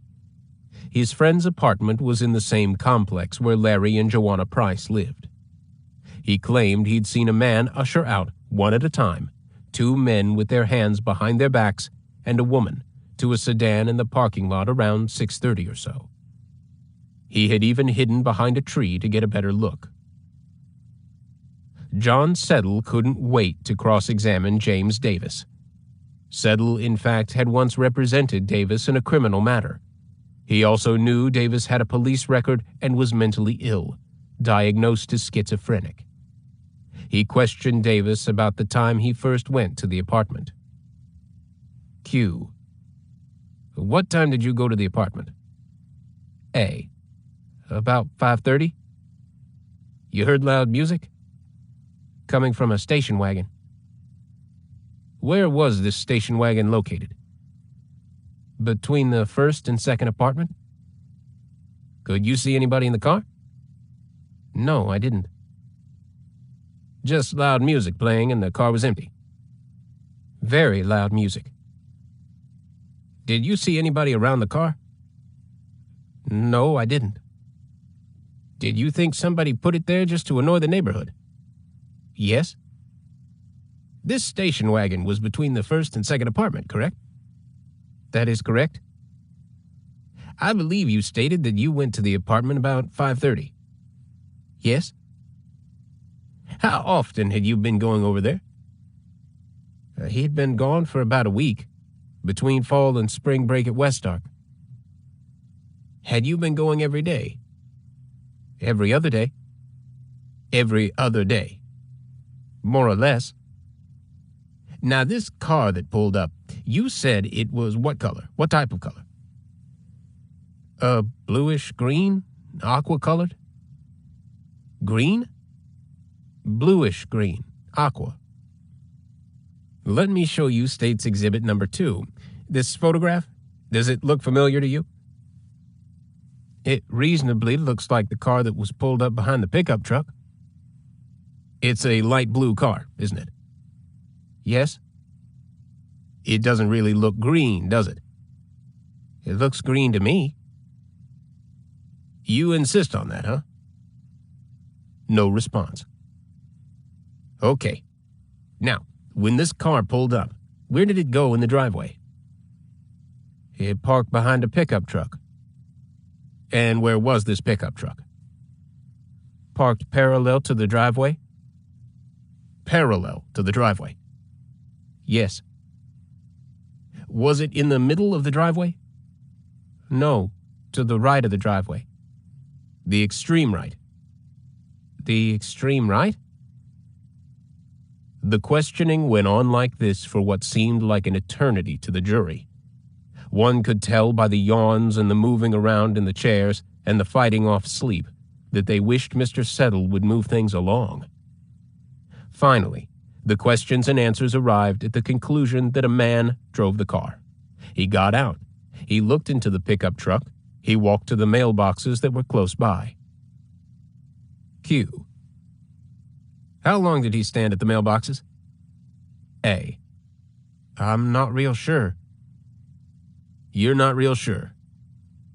I went back into the apartment. Okay. When he was in front of the mailboxes, you just left it there and went on upstairs. I was already upstairs. I was on the balcony when he pulled up in the car. The attorney and the witness continued to spar for another 5 minutes about whether or not the drapes were pulled on the window of the apartment the witness was watching, and if the lights were turned on or not. Finally, Q. Now this man that got out, what did he look like? A. Blank? Blank? Yeah, I don't have any recollection of what people look like. You have no recollection of what people look like? No. I see. So you can't tell the jury here what this first man looked like at all? I don't even know how tall you are. Could you tell anything about his features? No, I couldn't. Could you tell anything about his hair color? No, I couldn't. Could you tell if he had facial hair or sideburns? Didn't apply. Didn't look. Didn't look. No. What was he wearing? A suit? A dark brownish blue suit. A brownish blue? A brownish green. A brownish suit. A dark suit. What else was he wearing? A coat? Do you recall the color of the coat? No, I don't. This bizarre testimony continued. To the jurors, the judge, the attorneys present, even Mr. Settle, it seemed like an eternity. Q. After going back into the apartment, how long did you stay? A. About 15 minutes. And then you left the apartment? Yes, I did. About what time was this? It could have been about 6 o'clock. Could it have been earlier? It could have. Could it have been later? It could have. When these people were put into the car, did they walk to the car? Yes, they did. And this man, you say, walked each person to the car, is that correct? Yes, it is. Their feet were not bound in any way? No. Now, this first man, how would you describe his build? Medium. Medium. 5'9" or maybe 6 feet? I can't really judge size. I can't even judge your size. And this first man was put in the back seat of the car. He opened the passenger side on the rear side and pushed the first man into the car. Did he leave the car door open? He left the door open. The passenger door, in the rear seat. Yes. And then he went back into the apartment. Yes, he did. Could you tell if the apartment door was closed or not? I wasn't paying any attention. You weren't paying attention? Are you telling us that you were paying so much attention to other things? There was so much going on around the car that I didn't pay attention to the door. Did you see him go in the door? Yes, I did. And I saw him come out with another person. The second man that he got. What was his build? Medium build? A little shorter, a little shabbier. The questions continued. On and on with Mr. Settle repeating the witness's answers nearly every time. And then they argued about whether or not the witness described the second man as stocky in the preliminary hearing. In fact, Mr. Settle read the original statement aloud and added, etc., etc., etc. With that, Ron Field stood up and objected. Your Honor, make him read the whole thing. Mr. Settle glared at his opponent. The paper shook a little as he read aloud the rest of the statement. Then he run back into the apartment and got a stocky man. This guy resists and turns and twisted from side to side. The rest of the testimony was as testy as ever between Mr. Settle and the witness. At the end of the testimony, a newspaper reporter found it extremely difficult to transcribe for his articles just exactly what had been the testimony of the witness who claimed, in an exhausting amount of words exchanged between the defense counsel and witness for the prosecution, to have seen a man put two men into the back of a blue sedan. They appeared to have their hands behind their backs. A woman was led out of the apartment last, and she was crying, while the man had his arm around her neck. She was put in the front seat. The man ran back in the apartment and carried out a paper sack clutched under his arm. He put the sack between him and the girl in the front seat, and they drove off.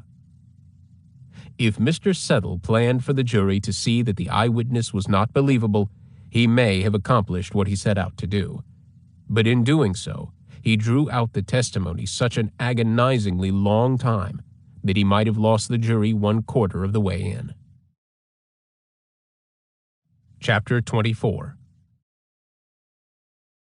Testimony continued with the arrest of Thomas Simmons, his trip to Fort Smith, the examination of his vehicle, and his subsequent arrest.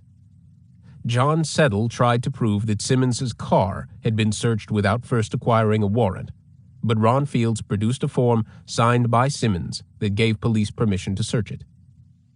The discovery of the bodies the evening that Simmons was arrested was handled with care by both the prosecutor and the defense attorney. Neither wanted to offend the victims' families or the members of the jury by getting too graphic with the details. Photographs were shown of the bodies in the tire, but they were not crystal clear and thus not too hard for people to look at. Fields and Settle had already agreed not to show the gruesome ones to the jury, so as not to inflame the jury toward either side. Prosecutor Fields called Don Taylor, an officer with the Arkansas State Police, to ask him questions about the discovery of Larry Price at Clear Creek Park. He held a topographical map of the area for Taylor to see and pointed to a certain spot when answering his questions. Q. Approximately where was Larry Price located? A. Pointing to the map. He was located in this picnic area, right down from a picnic table. Pointing to the map. Is this a close-up picture? Yes, just over on the creek bank, from the picnic table or from this drive here. How was Larry Price situated when you found him? He was lying on his back with his head down. He had one arm extended down toward the water. He was almost in the water. There was a root there that was holding his shoulder, but his head was resting. That was keeping him from going into the water. Also, his left foot had hung a vine that was holding him some. Okay. Was he, Mr. Price, visible from the road when you first pulled up? No.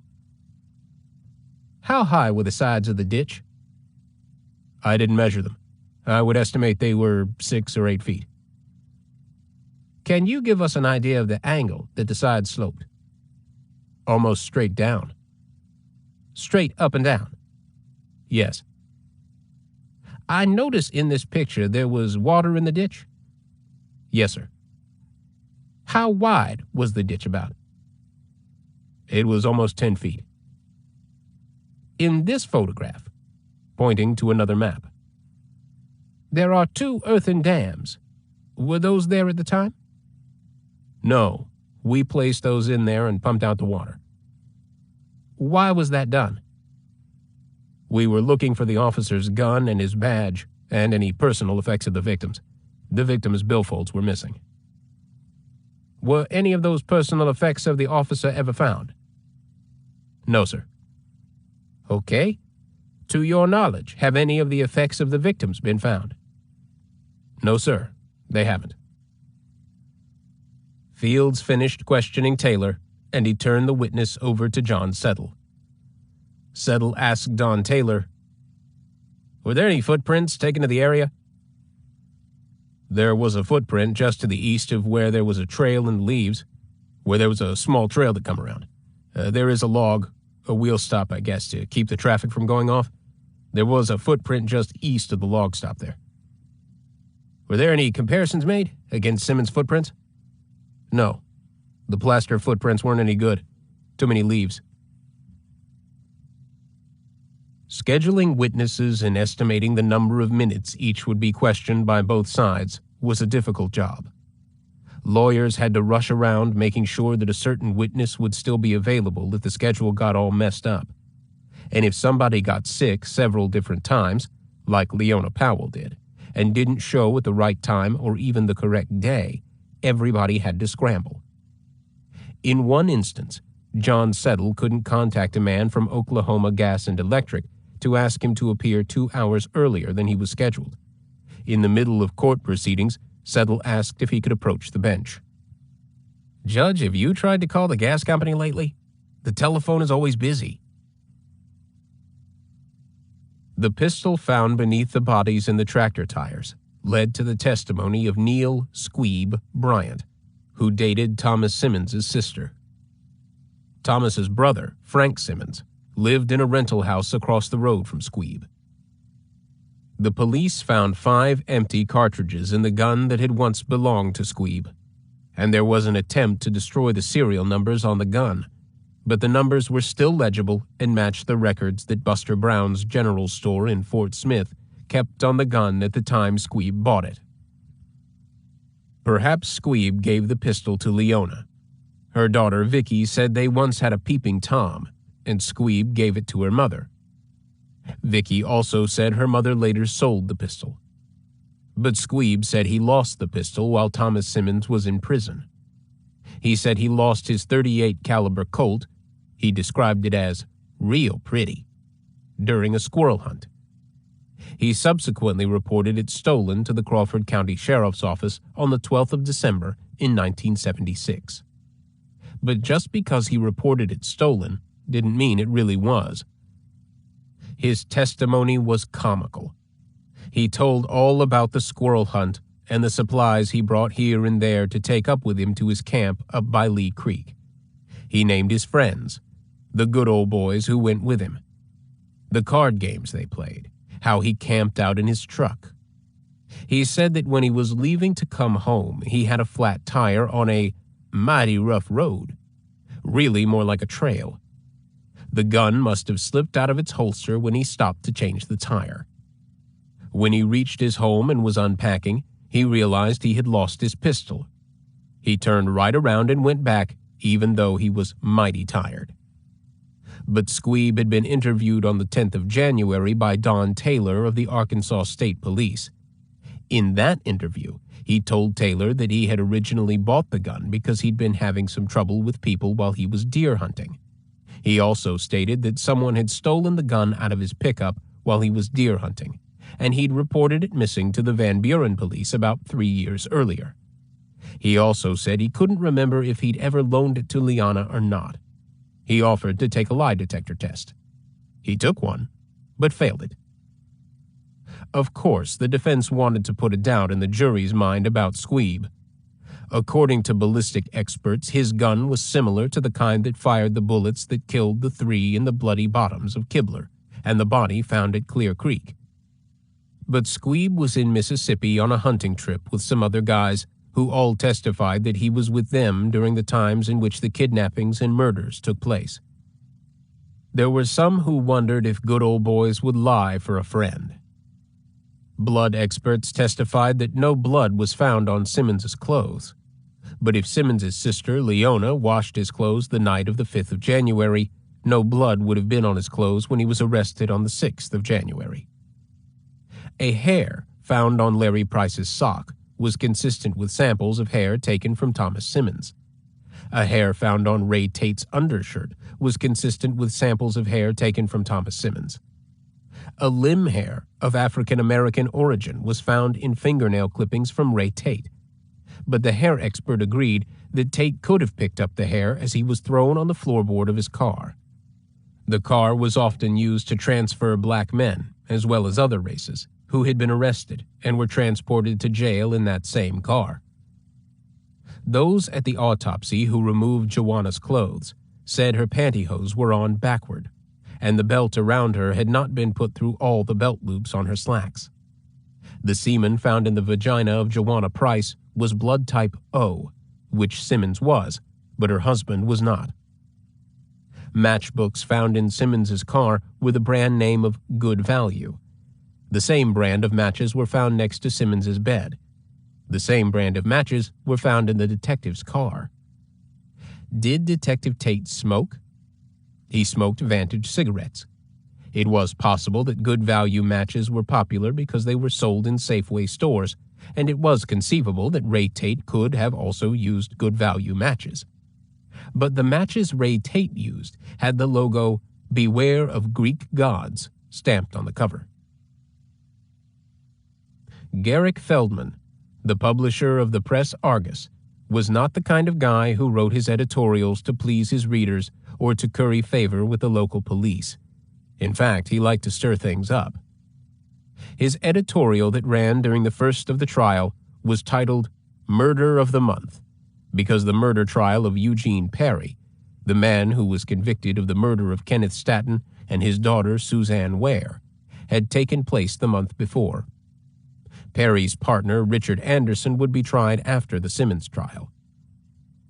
The murder trials were putting a huge dent in Crawford County's treasury. The sheriff had to ask for more money to run his department. He reported that the Perry trial had cost the county $10,000, counting everything and everyone involved with preparing for and conducting the actual trial. Jurors had to be paid and sometimes fed. Feldman wrote that some of the reporters who sat in on the trial were disappointed that they didn't feel any electricity or a crisp atmosphere in the courtroom. The murder trial of a man who killed a cop and 3 other people should be more exciting. Feldman explained, "The lawyers weren't that interesting." His column read, "This trial is not dazzling because neither of the lawyers involved are dazzling in the courtroom."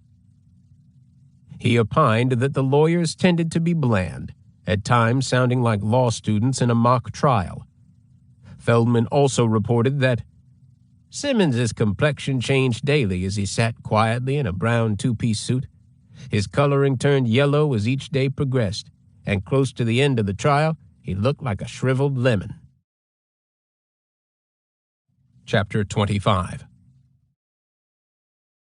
Character witnesses were called in Thomas Simmons's behalf. A neighbor, Larry Lynn, testified that he seemed like a good man and seemed to be of help to his sister and the children. A Methodist minister testified for him, even though he didn't know him well because Simmons had only attended his church a few times. The minister did not believe in the death penalty, which may have been the reason for his testimony. A college teacher, a Catholic nun who taught classes to prisoners at Leavenworth, came to testify for Simmons. Her testimony was deemed to be powerful by those who listened to the trial and later read the trial transcript. John Settle asked the following questions of his defense witness. Q. State your name, please. A. Sister Celine Kerrigan. And you're a sister? Yes, Benedictine. Are you employed at the present time? I am instructor of English at Benedictine College in Hutchinson, Kansas. What sort of courses do you teach? I teach writing, freshman composition, upper division English, British Romantic literature, and Shakespeare. Have you taught prior to teaching at Benedictine College? Yes, I taught 16 years in the upper metropolitan area of Kansas City. In the course of your employment at Benedictine College, did you also teach classes at Leavenworth Prison? I taught English classes for the college. Was Tom Simmons enrolled in some of those classes? Yes, he was enrolled in English, composition, and introduction to literature. Were those the only courses he was taking? I believe he took Spanish, an accounting class, and an econ class. Besides those classes? He was enrolled in a computer programming course. I believe that went during the day hours, and then it was customary that the men would take the college courses in the evening between 6 and 9 o'clock. I know that Thomas Simmons was enrolled in that computing course. I was there for their graduation when he won an award for excellence. Only 1 or 2 got that award for the spring semester. I also believe he was taking correspondence classes through the University of Kansas. Tell me about Tom as a student. I knew right away that he was going to make the highest grades. I don't think he missed a class. He was very interested and helpful to other students who were having difficulty in the class. Did he show a desire to learn and try to improve himself? That is my overall remembrance, that he definitely wanted to learn. He asked me a year ago when I was not teaching him if I would write a letter for him to the parole board. I told him I'd be happy to. When Ron Fields was given the chance to question Sister Celine, he was, of course, very respectful. He asked the sister if taking classes would be more interesting to prisoners than, say, working in the prison kitchen. And he asked, wouldn't a prisoner try to curry favors from his teacher, especially if the teacher rewarded his hard work with A's? He also asked Sister Celine if her letter to the parole board was successful. No, she answered. Not at that time. Thomas Simmons listened to his teacher with a huge lump in his throat. She had always been kind to him. In fact, it was compliments she gave him in class, in front of other students, that made him study harder and earn top grades. Nobody ever had been as kind to him as his dear friend, Sister Celine. When she left the stand, Sister Celine looked at Tom and smiled. He mouthed the words, "Thank you."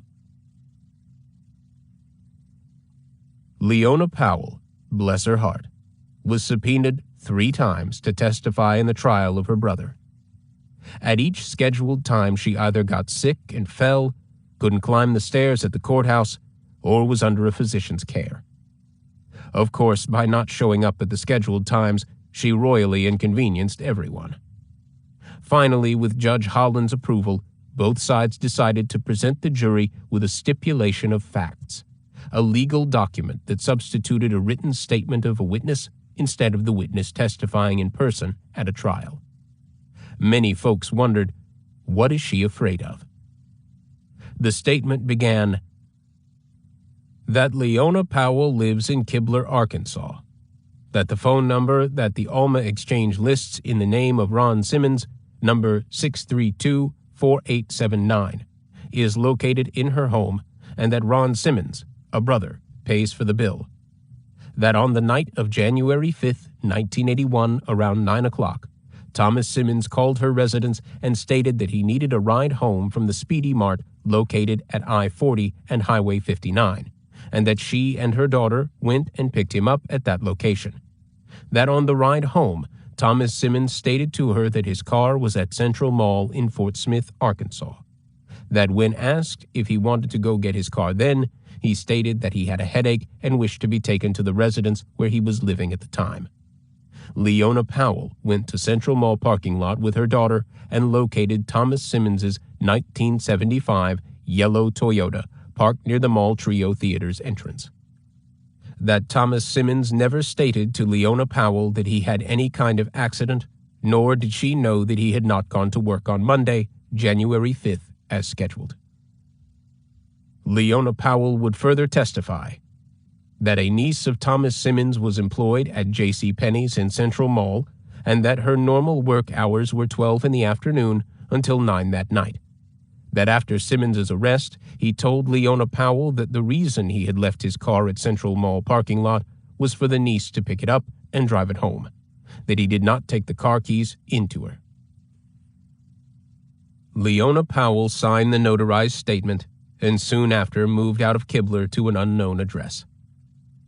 Obviously, skilled lawyers questioning a woman in the murder trial of her brother would rather have her sitting in a witness chair in front of a jury under the watchful eye of a judge sitting at a desk above her.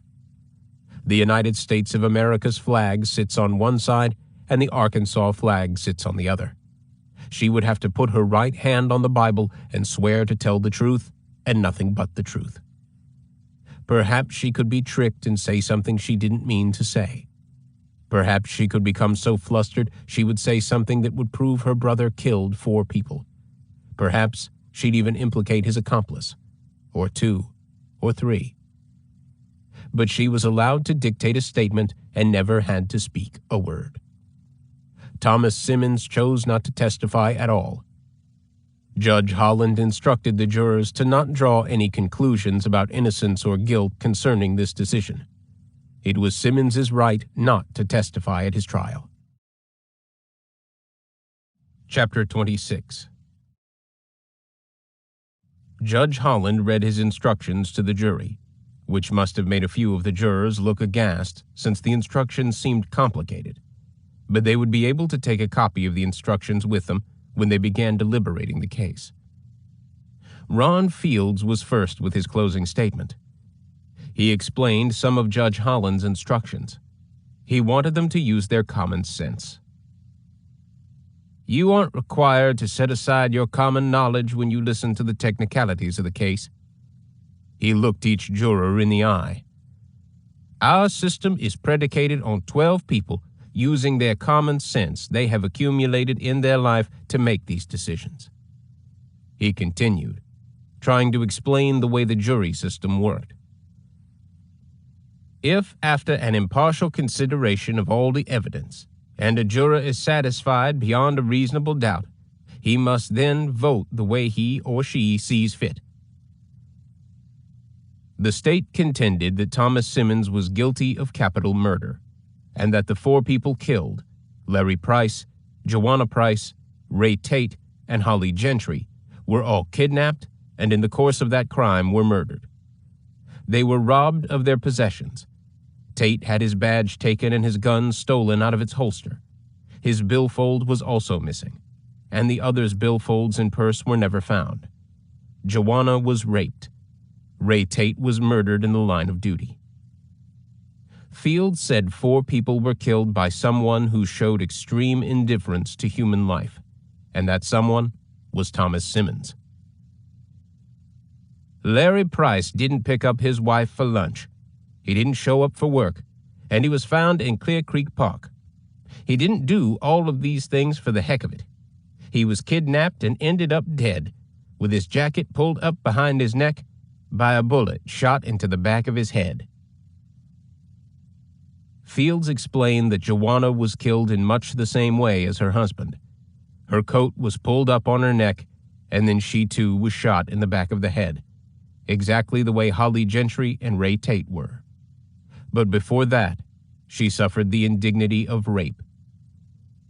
Fields went over the circumstantial evidence. Keep in mind that circumstantial evidence is very, very important.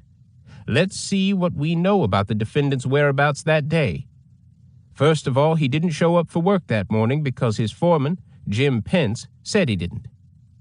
He said he'd had an accident, but he never mentioned an accident to his sister or anyone else. The second thing we know is that he was over here in Van Buren at the Industrial Park Branch Bank, which is right down the road that you go on to where the first murder site is at Clear Creek Park.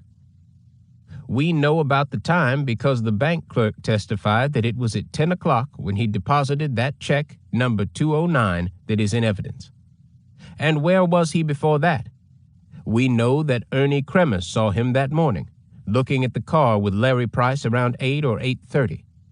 And we've got the statement that Joanna Price gave the detectives with a description of the man who was with her husband in their apartment when she left at 8:40 to go to work. The lady at Baldor said the man who called in said Larry Price wouldn't be at work that day. She said she recognized the voice as not belonging to Larry Price. The voice was somebody between 35 or 40 years old, and all of us know that we can usually judge a person's voice and tell how old they are. We don't have to be a voice expert to do that. Where is the next place we can place him? In the parking lot at Phoenix Village Mall around 4 or 4:30. He's sitting in his yellow 1975 Toyota that is parked so close to Joanna's car that it alarmed Don Seaton, the custodian, while he was out picking up trash. Seaton took down the license number IFS 053. And keep in mind, Simmons knew about the time she got off work, and he would have gotten her if she hadn't gone with Holly Gentry, who parked his truck on the opposite side of the mall. We've got a cab driver who can't positively say it was Simmons, but it was someone who fit his description that he picked up at Osco Drug in Central Mall and delivered him to 710 North 48th Street. And remember, the Ford LTD that was for sale was found at Central Mall near where Simmons left his yellow Toyota and asked his sister to get for him around 10 or 11 that night. He couldn't go, he said, because he had a headache. I bet he did have a headache. He'd killed 4 people that day. Back up a little bit to 9:30, when he entered the Speedy Mart that's almost next door to the Union 76 truck stop where Detective Tate's car was found. He asked the clerk if he could get a taxi that time of night. She told him she doubted it. So he is forced to call his sister to come and get him. He knows his little yellow car needs to be picked up, but he doesn't want to be seen anywhere near Central Mall, so he makes his sister go. Just like his teacher testified, he is very thorough in his work. Fields next talked about the significance of the testimony of James Davis, who testified that he saw 3 people ushered out of the Price apartment into a plain Ford sedan. One by one, 2 men with their hands behind their backs were pushed into the back seat of the car. Since he couldn't see their heads, he assumed they were on the floorboard. And a woman, who looked like she was crying, got into the passenger side of the car. Fields looked directly at each one of the jurors. Why didn't the woman try to run away? She was terrified, that's why. And maybe the man told her he would take her to her husband. We don't know. We can only surmise. Of course, Thomas Simmons made a huge mistake in trying to retrieve the check from the bank, and the prosecutor, minute by minute, went over that morning of the 6th of January. What were the odds, he asked, that the wife of a policeman who worked at Citizens Bank in the Cloverleaf Shopping Center would recognize the name of the man who signed the check as belonging to the person that was kidnapped? She was one smart policeman's wife to look out the window and get the license plate number on a little yellow Toyota. Next, Fields reminded the jury that when Simmons was arrested, he had $144 in his billfold. That was quite a lot of money for a man who was broke the day before. Fields suggested that the money, minus the $50 he took out of the bogus check he'd deposited, came from the victims, since their billfolds were never found. The jury was asked to consider the gun that was found under the bodies in the bloody Kibler bottoms. The bullets were so mangled from passing through the victims' heads that the experts could only say that they resembled ones that would come from the .38 Colt found in the grave, the very same gun that Squee Bryant claimed was stolen years earlier.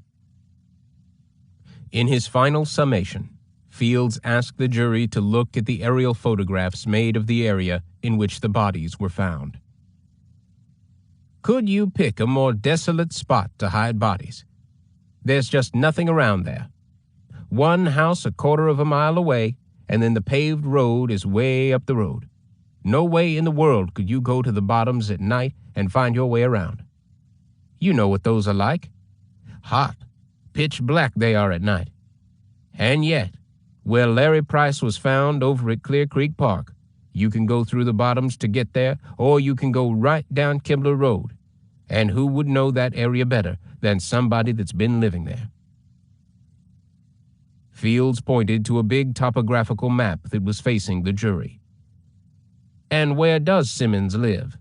He asked, pointing with a ruler. Right in the middle of where these 2 sites are. And keep in mind that the bodies were hid fairly well. With the intensive search, Larry Price wasn't found for 2 days, and then by someone who just stumbled onto him. The other 3 wouldn't have been found if the McClures hadn't happened to be out there by that tractor tire. Look at the photographs of the tractor tire and see how carefully they were hidden. You really can't tell that there are bodies hidden in that tractor tire in the big blow-up photograph unless you look very hard. The prosecutor paused, took a breath. His shoulders drooped like someone who's worked very hard plowing a field or digging ditches or laying concrete.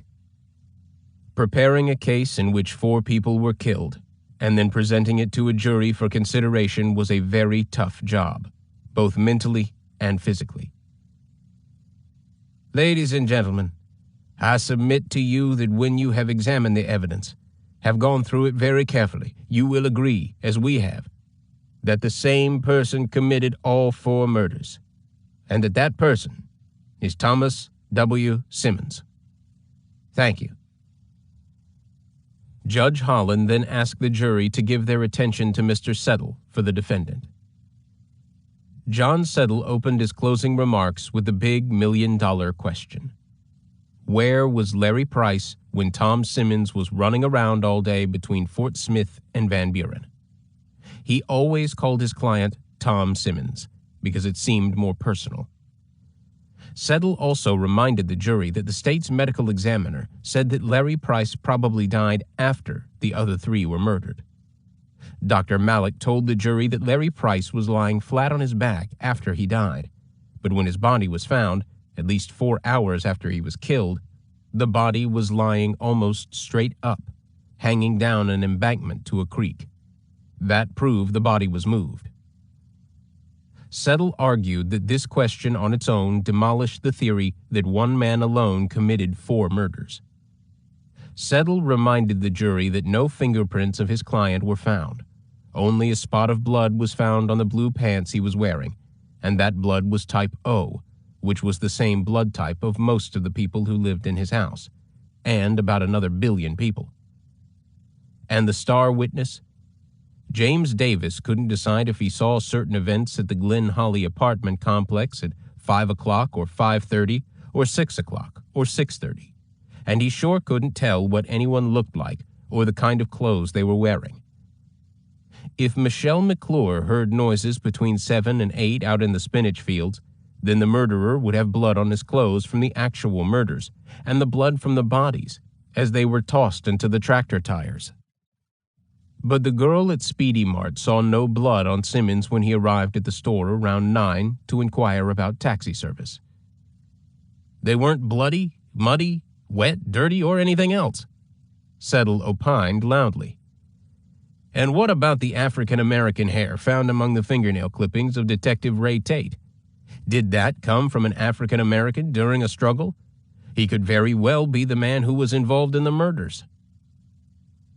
The state wanted the jury to think Joanna was raped because her pantyhose were inside out and her belt had missed a loop.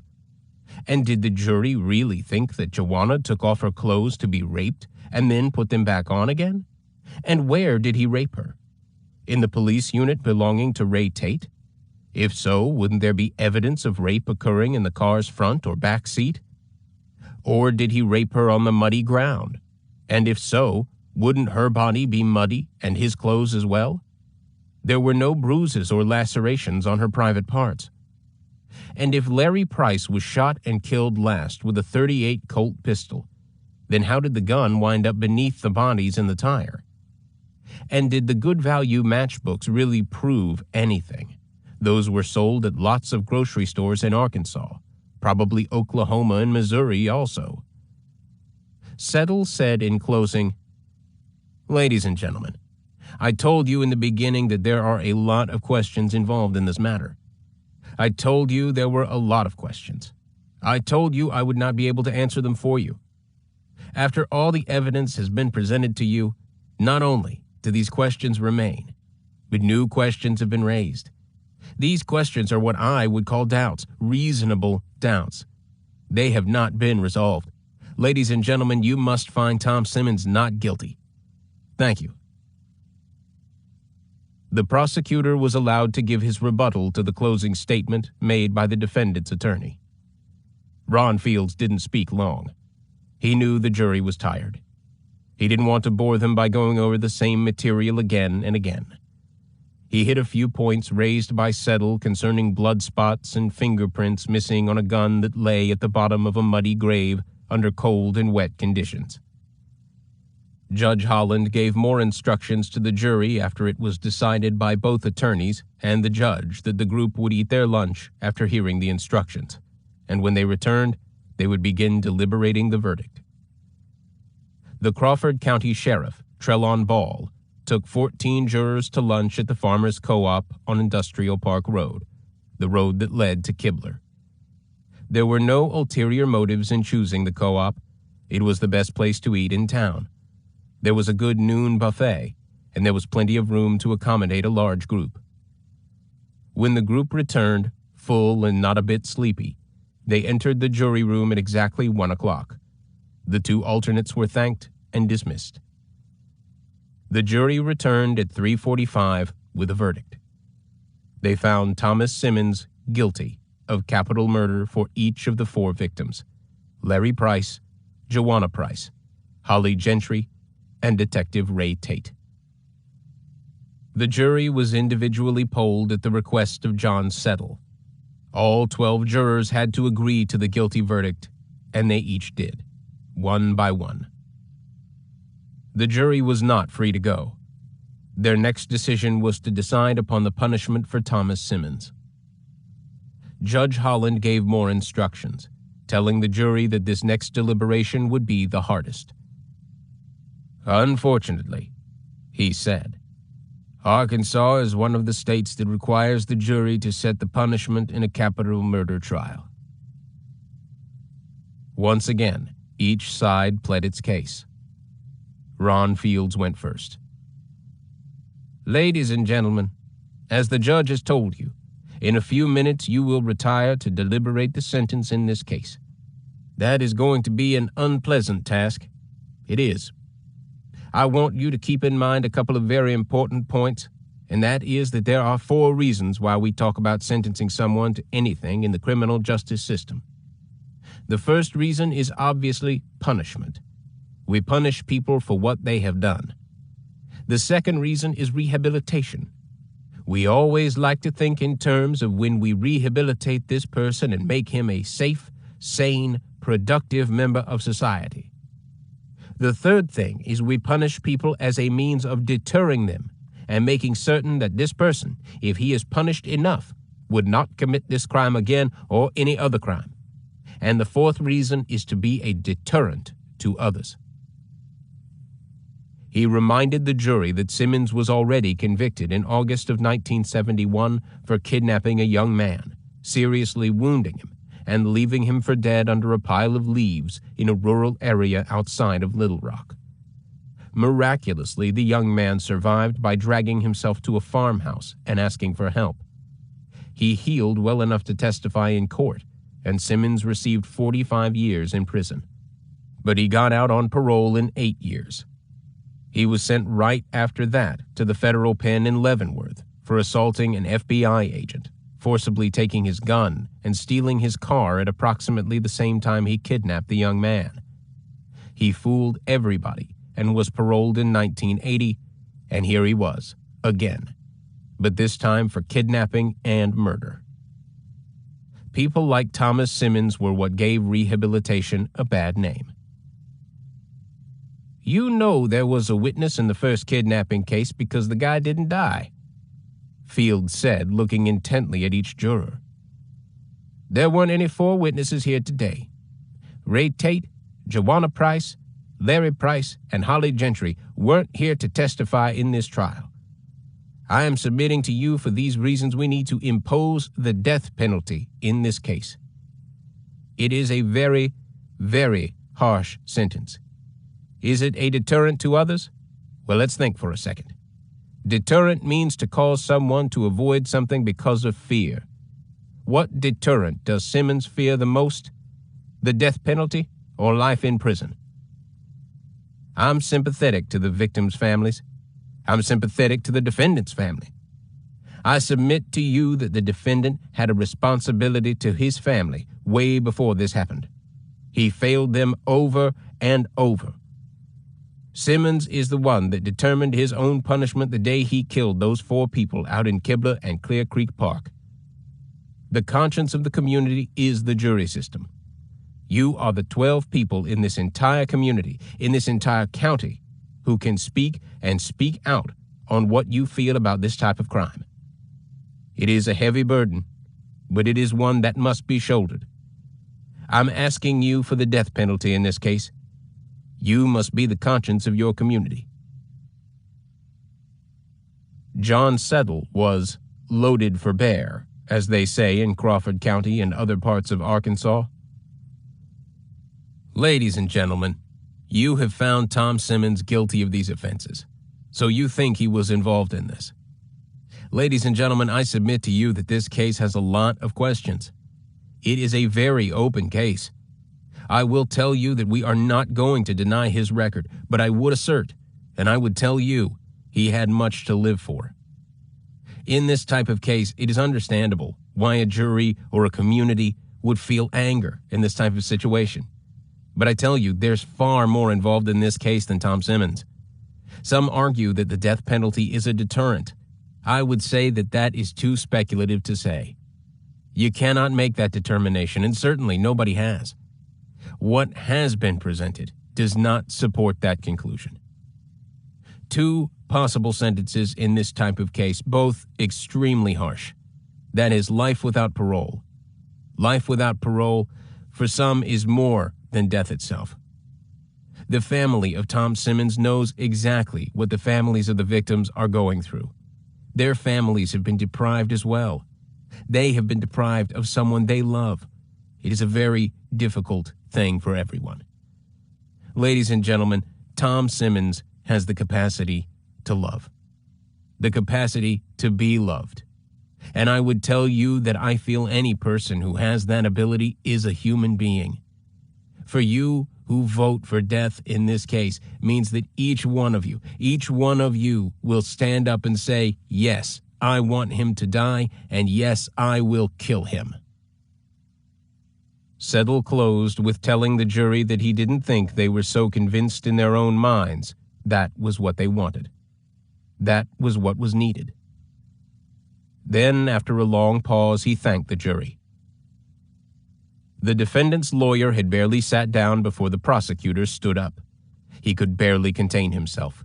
He was disgusted by John Settle laying a guilt trip on the jury members. Just a couple of comments on that, ladies and gentlemen.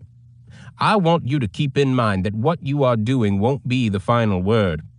The final word happened out there in that field with those three people and the one at Clear Creek. At that time, the defendant was the one that selected what he was going to do out there that day. None of us had that responsibility. There is not a one of you that wouldn't have done all you could to prevent this, just like all those four people would have. You know, the defendant in every case is entitled to a fair trial, and you know, I asked you that question myself every time in voir dire. Would you give the defendant a fair trial because he is entitled to one? But that is all he is entitled to. He is not entitled to have sympathy for him or his family or anything like that to sway you in this case. A fair trial in a capital murder case means that the state has got to have 24 votes. 24 votes. There has to be 12 on guilty or innocent. There's got to be 12 on the capital penalty phase. 24-0. What can be more fair to the defendant? Chapter 27.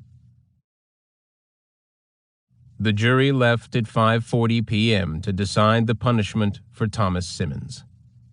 They returned at 7:10. Their unanimous verdict was death by electrocution. The judge asked Simmons if he had anything to say. I do, he said. I came here in this very courtroom on August 8th and said I was innocent. I am still innocent. The judge thanked the jury and said they were free to go.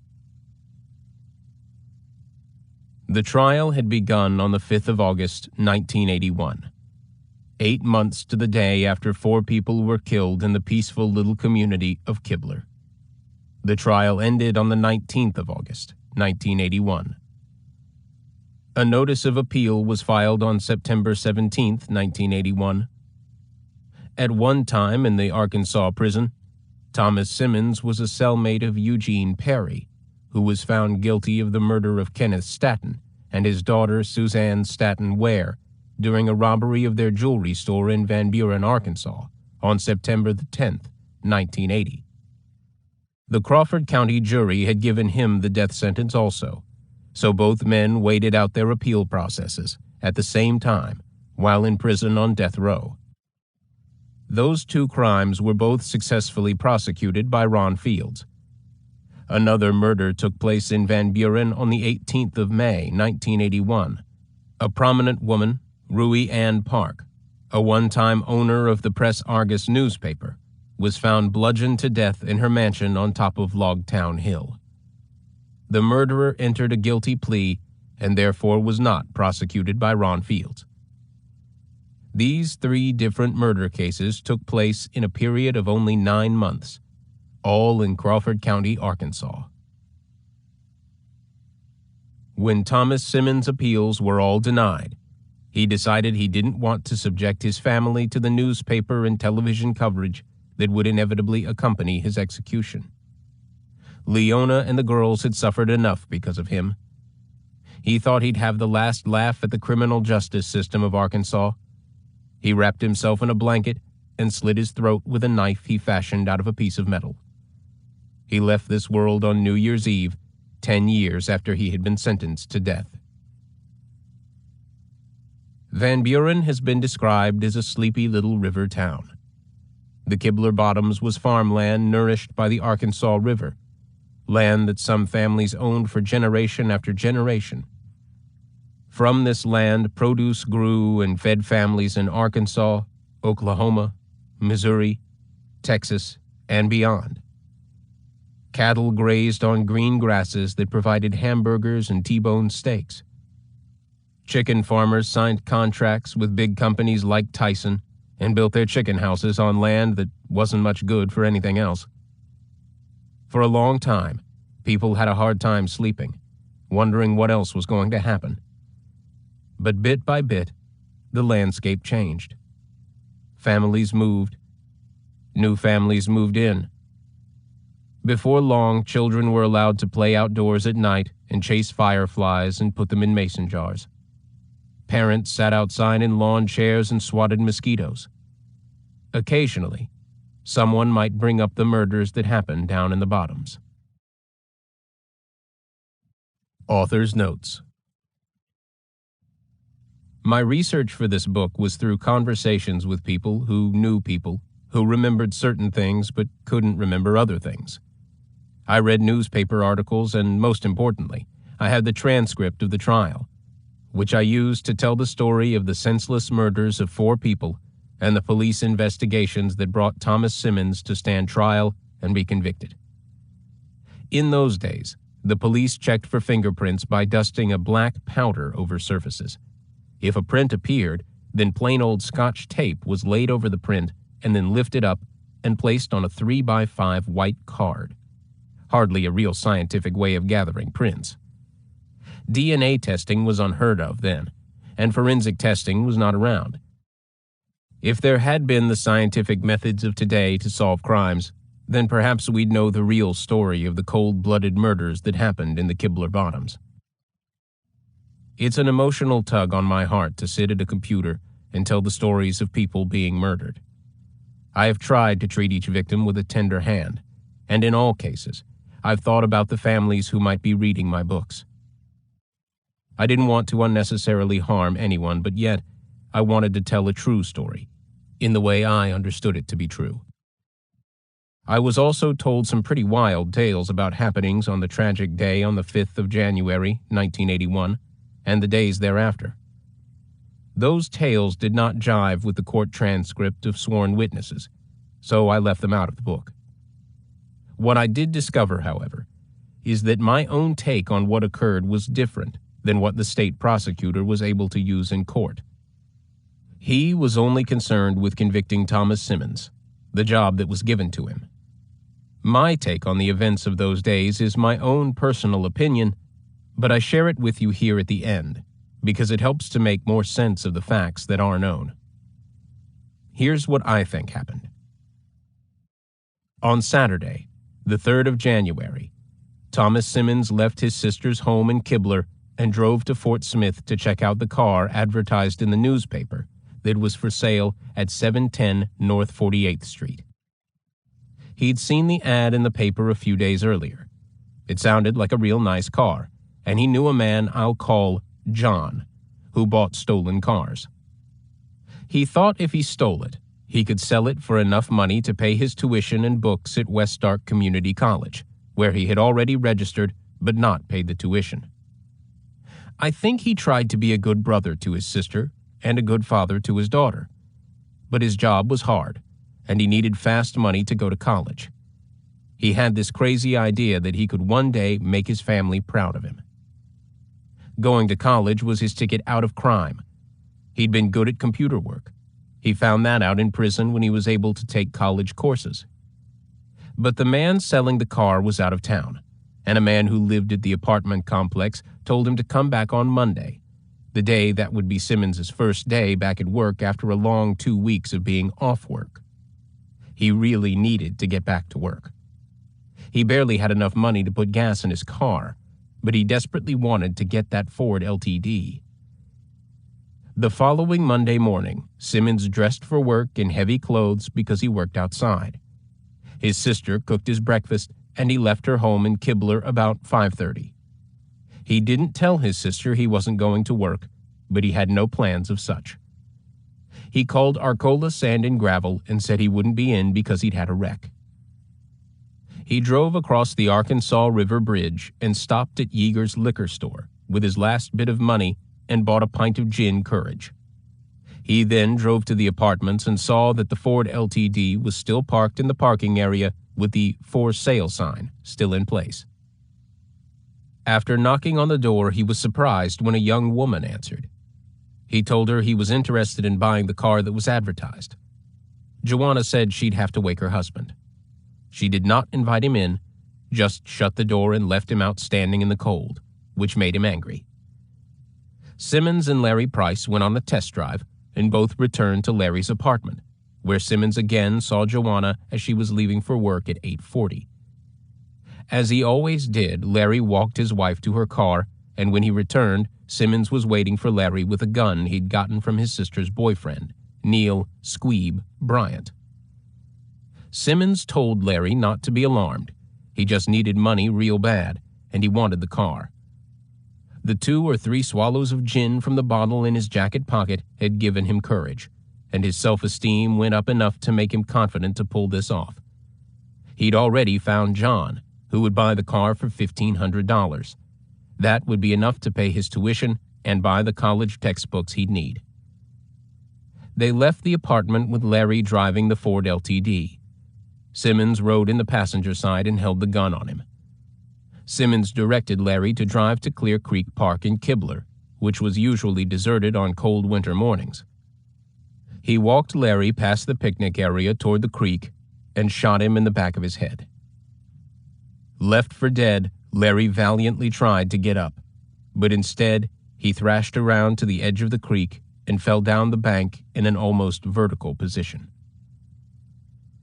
Around 10 o'clock, Simmons stopped at the bank on Industrial Park Road, which is directly on the way from Kibler to Van Buren and then I-540 to Fort Smith. He was driving the stolen car, but nobody knew it was stolen at that time. He deposited a forged check on Larry's bank account for $350, and then he withdrew 2 20s and a 10. This was his undoing, and I can't figure out why he took such a chance. Criminals are not nearly as smart as they think they are. He was not a dumb man, so I suspect his liquid courage impaired his intellect. Simmons then drove the Ford LTD to Central Mall Shopping Center and left the car near the Mall Trio Theater, where the transfer of the stolen car would later take place. He walked to Osco Drug and telephoned for a taxi to return him to the apartment at 710 North 48th so he could get his yellow Toyota. Around 2:30 that afternoon, he called Baldor to say Larry Price wouldn't be in for work. He also called John, who was going to buy the stolen car, and told him to meet him at 8 o'clock at Central Mall near the Mall Trio Theater. Simmons was becoming more and more paranoid. At 4:30, he drove to Phoenix Village Mall, and once he located Joanna's car, he parked next to it and waited for her to get off work. He knew what kind of car she drove because he had seen her leave for work that morning. His plan was to stop her in the parking lot and tell her that he'd take her to Larry. He had to kill her too to keep her from identifying him. When she didn't return to her car, he drove his little Toyota back to Central Mall and parked it near the mall theater. He then walked to Osco Drug, which was close by, and called for a taxi. He was worried that someone from the apartment complex would recognize his car. Around 5:30, the taxi driver delivered him to the Price apartment. He had stolen Larry's keys and billfold, so he opened the apartment door and waited for Joanna. He then called John and asked him to come pick him up at the apartment. To sweeten the deal, He told him that Joanna was a cute little thing. Minutes later, John arrived, and they both waited on Joanna.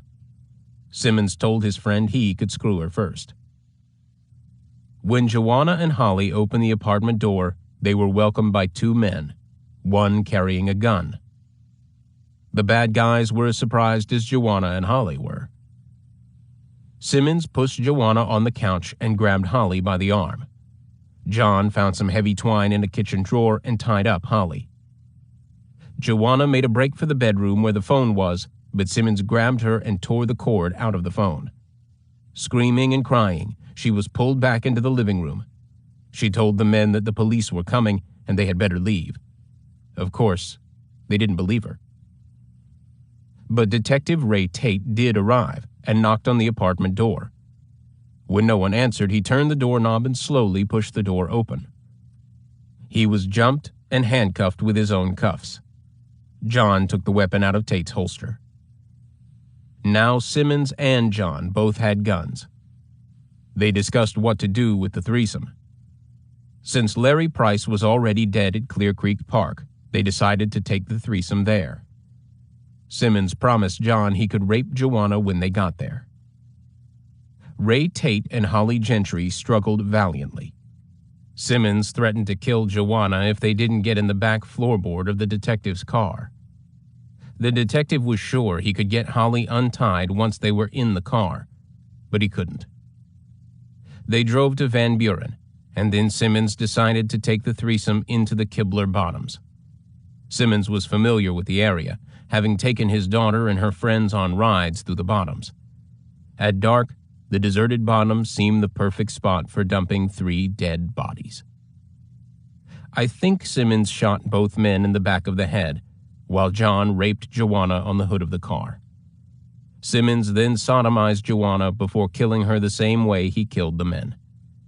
And then they tossed the gun in and dumped all 3 bodies in a sunken junk pile of old tractor tires, diesel cans, and old irrigation pipes that just happened to be where they stopped. They then drove Tate's vehicle to the Union 76 truck stop and parked it there. Simmons told John where the Ford LTD was parked in Central Mall and gave him the keys. They would meet the next night, at which time Simmons would get his money. Simmons walked over to the Speedy Mart, used their restroom to wash up, and called his sister to come pick him up. John, who was on parole from the Oklahoma State Penitentiary in Muskogee and had spent most of his adult life stealing cars, went inside the Union 76 men's room. When he came out, he ordered a cup of coffee and a piece of cherry pie.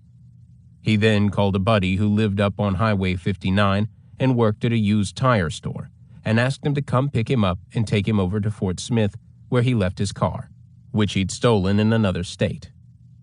He'd left it parked at the Quick Pick on Grand. By the time John got to Central Mall to retrieve the Ford LTD and leave the stolen car he was driving, cops had surrounded the car, so, of course, he didn't stop. The time was around 10:30, and Detective Tate's car was found around an hour later. I can't for the life of me figure out why there was no blood on Simmons. Perhaps pulling the back of a coat over the head prevents blood from spattering after someone is shot. Perhaps Simmons had a change of clothes. I just know that 4 people were brutally murdered. I think Simmons did it, or was part of it, but he needed help to dispose of the bodies. Dead bodies are indeed dead weight. I also don't believe the story of Simmons' suicide in jail. Eugene Perry, who was sentenced to death in the Van Buren Staten jewelry robbery case, had bragged that he was part of the Dixie Mafia. Perhaps Simmons had decided to tell the authorities who helped him. Maybe the Dixie Mafia ordered Perry to kill Simmons to keep him quiet. They were cellmates. I don't believe a man could commit suicide by slitting his own throat. And even if he did, why would he wrap himself up in a blanket first? It seems much more logical that he was murdered in his cell. I hesitated to write this book using the details as I saw them, because they are, in the end, my own conclusions, not the facts presented at trial. I will leave it to you as the listener to decide which story makes the most sense. If I am correct in my assessment of the chain of events, these crimes are even more premeditated and cold-blooded than the sad story of needless rape and murder that was presented at trial. This is the third true crime novel I've written about murders that occurred in my hometown of Van Buren within a 9-month period of time. With each one, I feel a real connection to all the victims of these brutal murders, as well as to their families. And because of their stories, I've made lifelong friends whom I cherish. This concludes Cold-Blooded